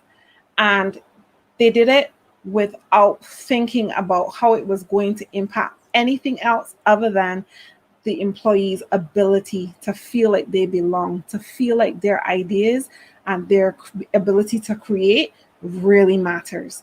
And so these 2 organizations really are a very good example for us to follow. When you think about your own organization and think about how you can create moments that matter, that allow your people to create and innovate, and how you would implement that. And look at these 2 models and see if they can help you. The next one is HP's Labs. So they also have a creative time that allows their employees to do the same thing. And I thought the 3 of these together in terms of chasing the rainbow and why it matters to creating that people first culture are really key. Now, while these are tech companies, it doesn't mean you can't apply it to any other company that you are in or that you are working with. We all have end users at some point. And what we need to think about is how we can engage the customer and give the customer the highest value in the shortest space of time. For us as HR professionals, we do that when we look at everybody in our organization, because we not only work with people in our organization, but we work for every person in our organization.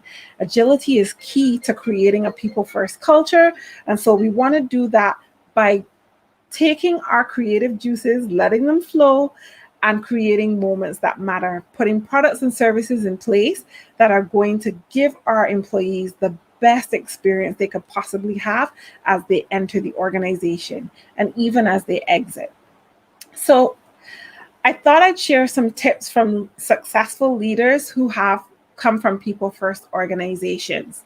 So there are a few here that I'm going to share with you. And I want you to think about how these in particularly resonate with you and how you can also create a people first culture.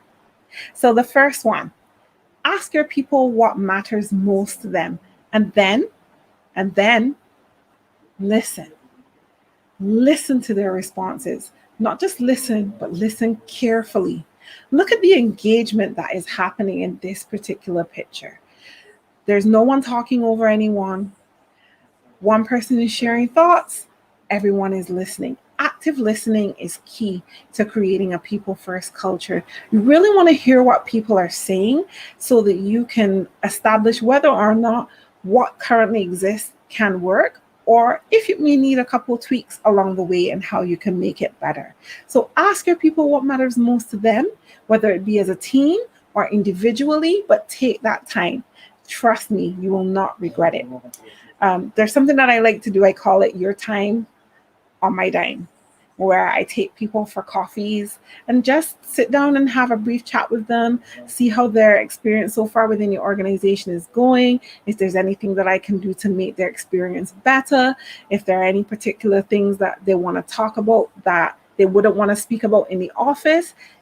Having a coffee just across from the beach lightens the mood, makes people feel a lot more comfortable with saying what they have to say. So everything doesn't have to be done within the office.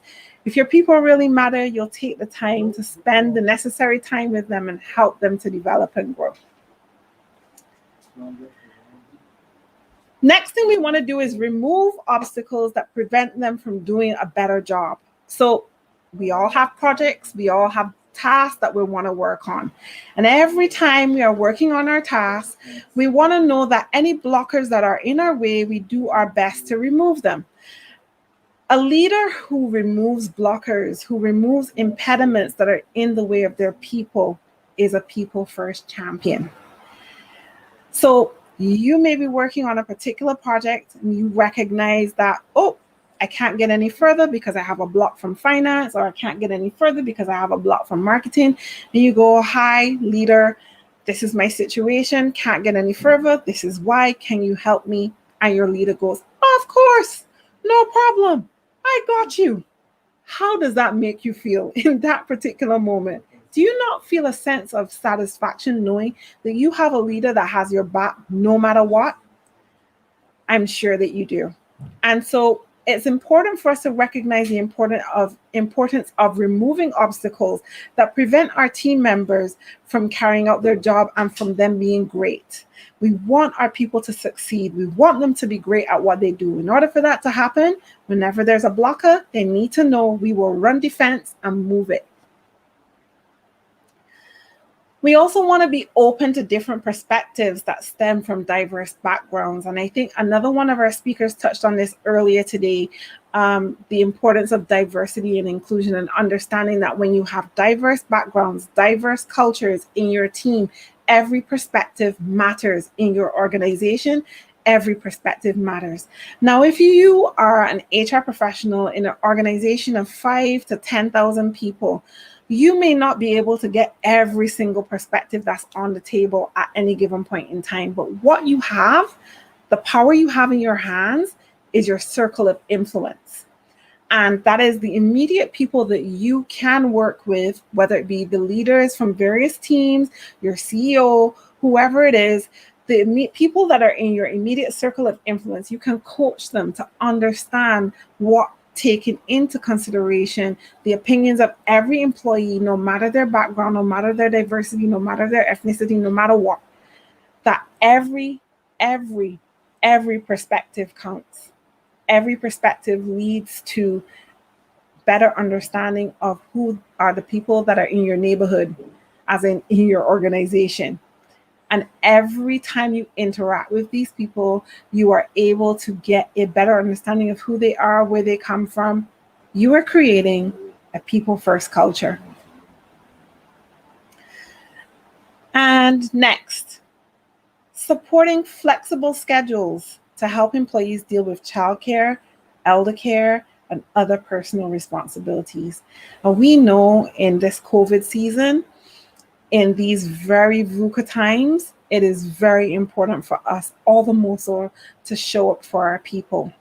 As I said to you, I'm working from home today with 3 children, all teenagers, very noisy, doing their own thing. I have 1 son over here, 1 son and 1 daughter over there, and they're all doing their thing. They're trying to keep quiet, but this is my life on a day-to-day basis. I give virtual talks. My children, I ask them to keep as quiet as they can. They do the best that they can. It's not the easiest situation because they have a voice, and their voice matters too. And so when we're looking at our people and their current situations, are we really taking into consideration their situations and what they're going through and why it matters? We really need to be doing that. And if we're not, we need to do better. So I thought in this picture, you can get a clear sense of some of the things that are happening within your workplace with your employees. You have mom working from her laptop with baby in knee, and that's something that's very real. I'm sure that a lot of you can resonate with that picture. And then you see in the picture below, the lady looking after her elderly mother. And I've heard so many employees all across Barbados, as I interact with people, all say to me, you know, their employer doesn't care that their mother is ill and they have to take their mother for a checkup or their father for a checkup. But the truth of the matter is we need to take care of our elder ones. As I recognize my mother getting older, with my father passing away, and I really recognize the importance of having that support there within the organization as I was going through those things. 5 years ago, my husband had a heart attack, and you know, the support system that I had at that time was very important. And these are all part of the employee experience, because we're living life in total. It's difficult to step out of our home and separate what is happening in that particular moment in our home space from what is happening in our workspace. And I know there's a book called Bring Your Human to Work, and it really is talking about stop asking your people to separate themselves in 3 and 4 different pieces. They can't do that. You need to know that you're able to bring your entire human to work and do your job to the best of your ability, despite all of these things that are happening in your life. You need to know that there's flexibility. But you also need to give people the opportunity to de-stress, to step away for a moment. And one of the things that I've been watching is how organizations are responding to this return to work, and what does work look like. And people talking about new normal and better normal and normal and all kind of normals. And at the end of the day, what we really want to create is something better than what we experienced before. We know now that working from home is possible with the right equipment and tools. People can work from home. We also know that it is important to recognize that people need downtime. So what I love is Perry, who was our first speaker this morning, he has given his entire staff Wednesdays. They don't work on Wednesdays. They call it Wellness Wednesdays, where they double down and they just focus on themselves on Wednesdays. And I think that that's a really great idea. In my organization, we finish work at 1 o'clock on Fridays so that we can start our weekend early. And these are all ways that you can show that you are putting your people first. You want to be flexible as possible, recognizing that when you give that flexibility and that transparency, trust can be built, and people will do their jobs because you've given them that flexibility. All the talks today have really come in together and helped us to appreciate the importance of putting our people first. And when we do that, we get great results, as we mentioned in the stats earlier. Lastly, we want to simplify accountability. Sometimes I think we overthink accountability. If you have a team and you are working with your people, you know the objectives and the responsibilities that you have to fulfill on a day-to-day basis or in a particular project. Why do you need to tell your people how to do it, when to do it? No. If one thing we've learned from COVID-19 is that we've had to trust our people as they work from home. Micromanagement doesn't work. I've heard the horror stories of people telling people leave their cameras on all day long so that they can see what they're doing. Not a people first culture. Not a people first culture at all. But when we say to our people, listen, just tell me what's happening today. What are your plans for today? Is there anything that's blocking you from getting in the way and being successful and being great in what you want to achieve? Let me see if I can help you remove those blockers. But outside of that, the how they do it, when they do it, shouldn't matter. If we're creating a people first culture, we want to simplify that accountability. We really want people to understand what we require of them and let them do their job. That's what we're paying them to do. So let's treat people like people and let them do what we've hired them to do, where we've created this experience from the candidate experience to the full employee experience. Let's let people be great. And I thought I would share, because I am now learning very much how to navigate myself through the Twitterverse, some comments from people that I saw on Twitter, business owners, employees, talking about that people experience and why it matters to them. So the first tweet on the left, we see someone saying that they always practice a culture of reduced hierarchy and culture of putting our people first, especially with COVID-19, work from home, and all the flexibility we needed every day. My family appreciates the organization, Zovio. And then we see Robbie Quinn. She tweets, when you embrace a people first culture and live these values every day, you attract great people into your business. Treating people as your most important asset and caring for them like family is now more mainstream than ever. And I could not agree with Robin more. And then the last one from Life at Job Case. They were sharing a picture of one of their employees working from home and what she sees as essential and her favorite thing. But she says, first of all, she starts the day with coffee. And these are great ways and great examples of why creating a people first culture really matters. And last but not least, one of my favorite quotes from Jack Welch: no company, small or large, can win over the long run without energized employees who believe in the mission and understand how to achieve it. I couldn't put it any better myself. I think that Jack Welch had the key. When we energize our people, when they see our mission, our vision, they understand it, when they know how they connect in this thing that we call an organization, this is what helps people to recognize and appreciate that they are part of a people first culture. When you have leaders that care about your people and want to see them grow and develop themselves, and it's not about them, and they put the necessary strategies in place to help their people grow and develop, that is a people first culture. When your leaders care about mommy with 3 kids, or Mark with an aging and elderly infirmed parent, when they care about your time and your personal space and your need for self-care, all of this enhances and creates what we call a people first culture. When I want to see your dreams develop and grow and flow, and I want to give you the opportunity to chase the rainbow, that is a people first culture. And that's what we want to aim towards. So my name is Julie Turney. I am the CEO and founder of HR at Heart Consulting, based in Barbados. It's an HR for HR services company. I support HR professionals in every way that I possibly can, because I know that you guys have it very hard and it's not the easiest job that we do.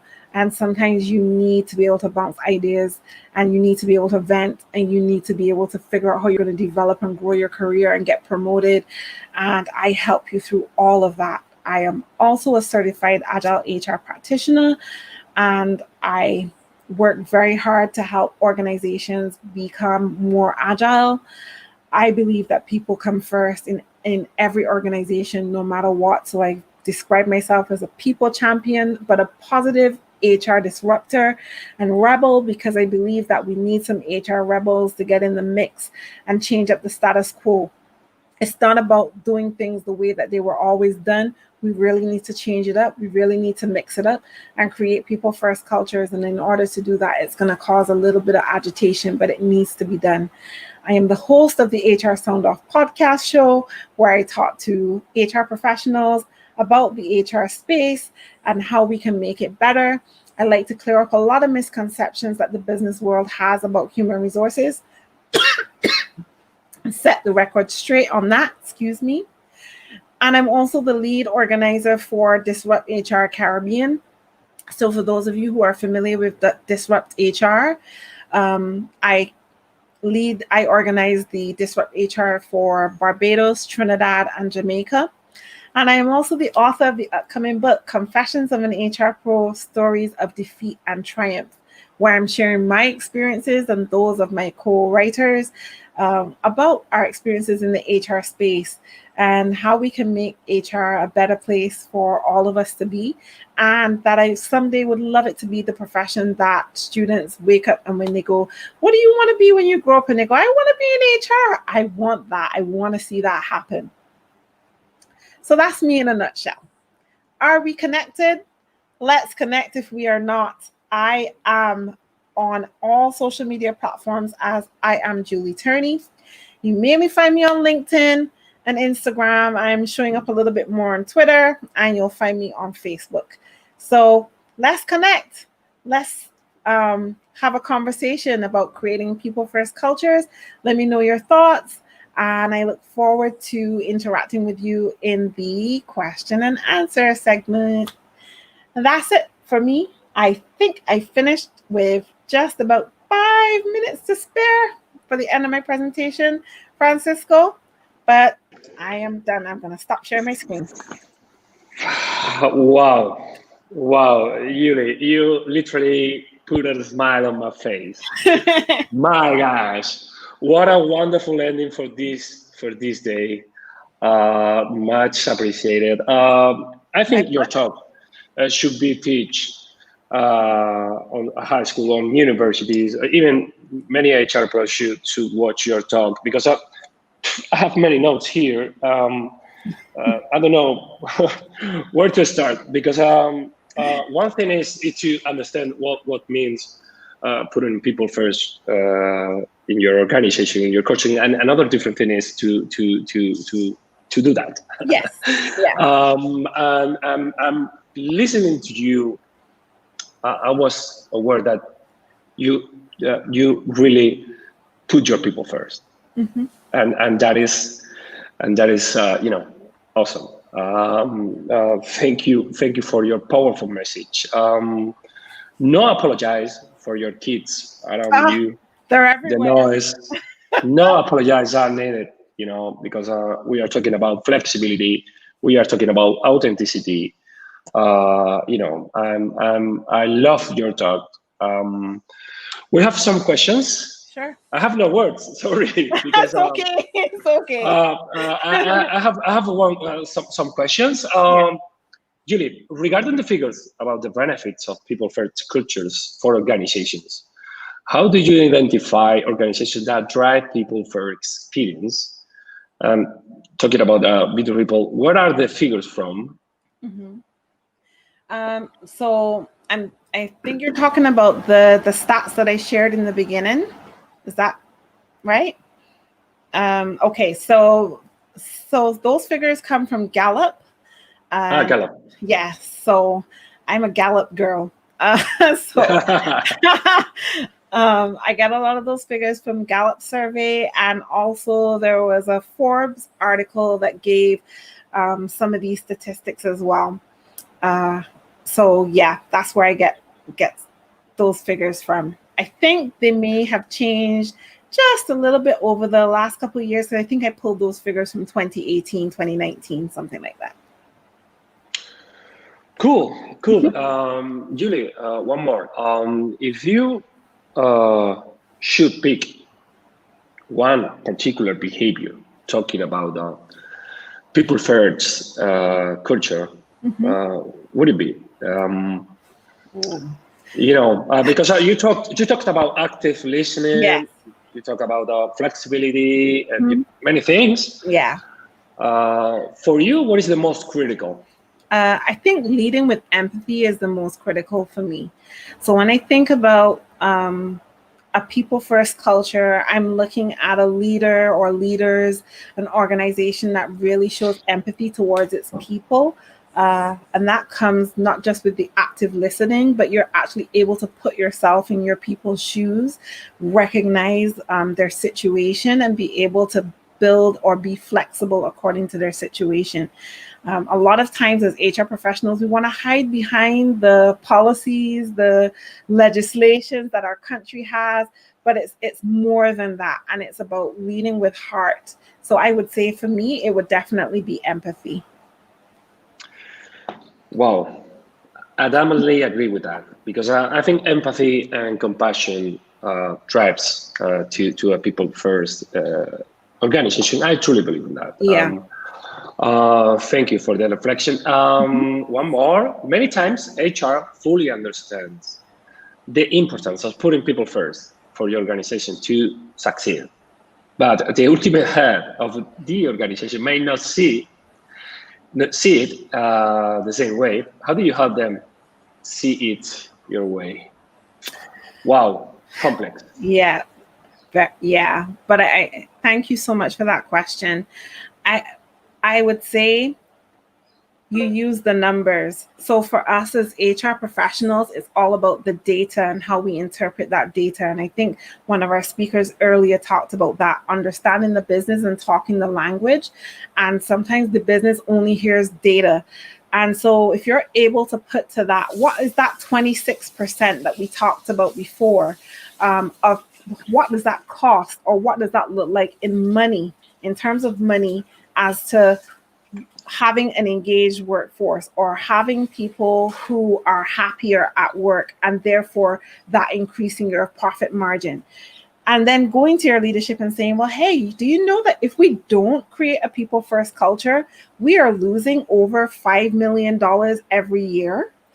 Do you know that if we don't do this, we're losing $2 billion every year? If you can actually put a figure to that and show them how you're able to put that figure to that, then you go with the question, well, what do we have to lose if we try to implement a people first culture and it doesn't work?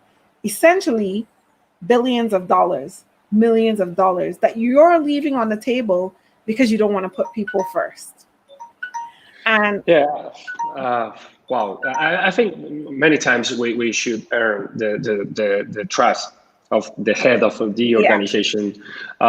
Sometimes it's difficult. I can imagine some HR folks are struggling all the time, trying to convince them to start this kind of approach. But I love to say, when you talk about the policies, I'd rather to say processes, like Steve Rowling in his book, HR Rising, people plus processes equal to results. Yeah. And the results are billions of dollars, right? Yeah. And that is, for me, that is probably the most important thing. You've talked about ask for real feedback. Yes. Wow, this is so complex, because if you have to deliver a tough feedback, how do you approach that, Julie, in your organization? I always look for the positive in the feedback.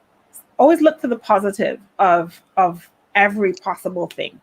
And I know, like, the leaders in my organization always say I'm full of kumbaya, but it's not it's not kumbaya. It's just that I always try to find the positive in every possible message that is coming our way. And once I can find the positive, I'll always talk to that first and then go, okay, so, we're going to make this change.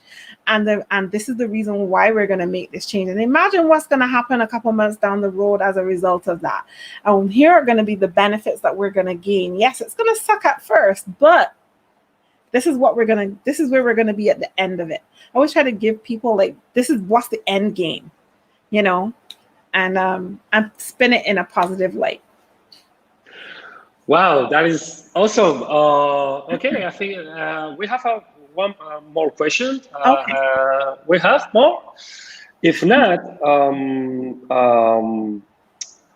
I want to dig in the active listening, because when we are during this pandemic, every single day with Zoom calls, active listening can be complex. More complex. How do you deal with that? You meet people, or what do you do to get that? So I learned a trick from a good friend of mine, Katrina Collier, and she always talks about it. She talks in her book, The Robot Proof Recruiter, about repeating. So for me, in order for me to be able to say that I really have listened and I've heard what you say, I'll always try to repeat it back, which means I have to listen, right? So I'll go, okay, so let me make sure that I heard this correct. You're actually saying that active listening can be very complex, right, Francisco?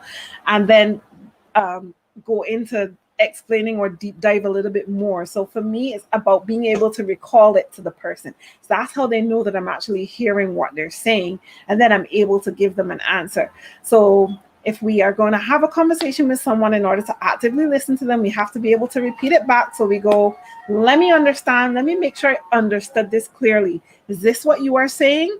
And then repeat it back. Wow, Julie, the time is over. What a pleasure to have you here. Seriously, I love your approach. I love your talk. I think many people are going to enjoy your talk probably the next couple of weeks, because they wouldn't be able to connect with us today. But what a wonderful ending for today. Much appreciated for your time. Hope you enjoy the rest of the event too. Thank you. For our audience, thank you for being on the other side. Thank you very much for following us. Please be sure that you share your thoughts on the YouTube chat box the next time, and start conversations on Twitter and LinkedIn using the hashtag VHR. See you tomorrow. Have a good rest, and see you soon.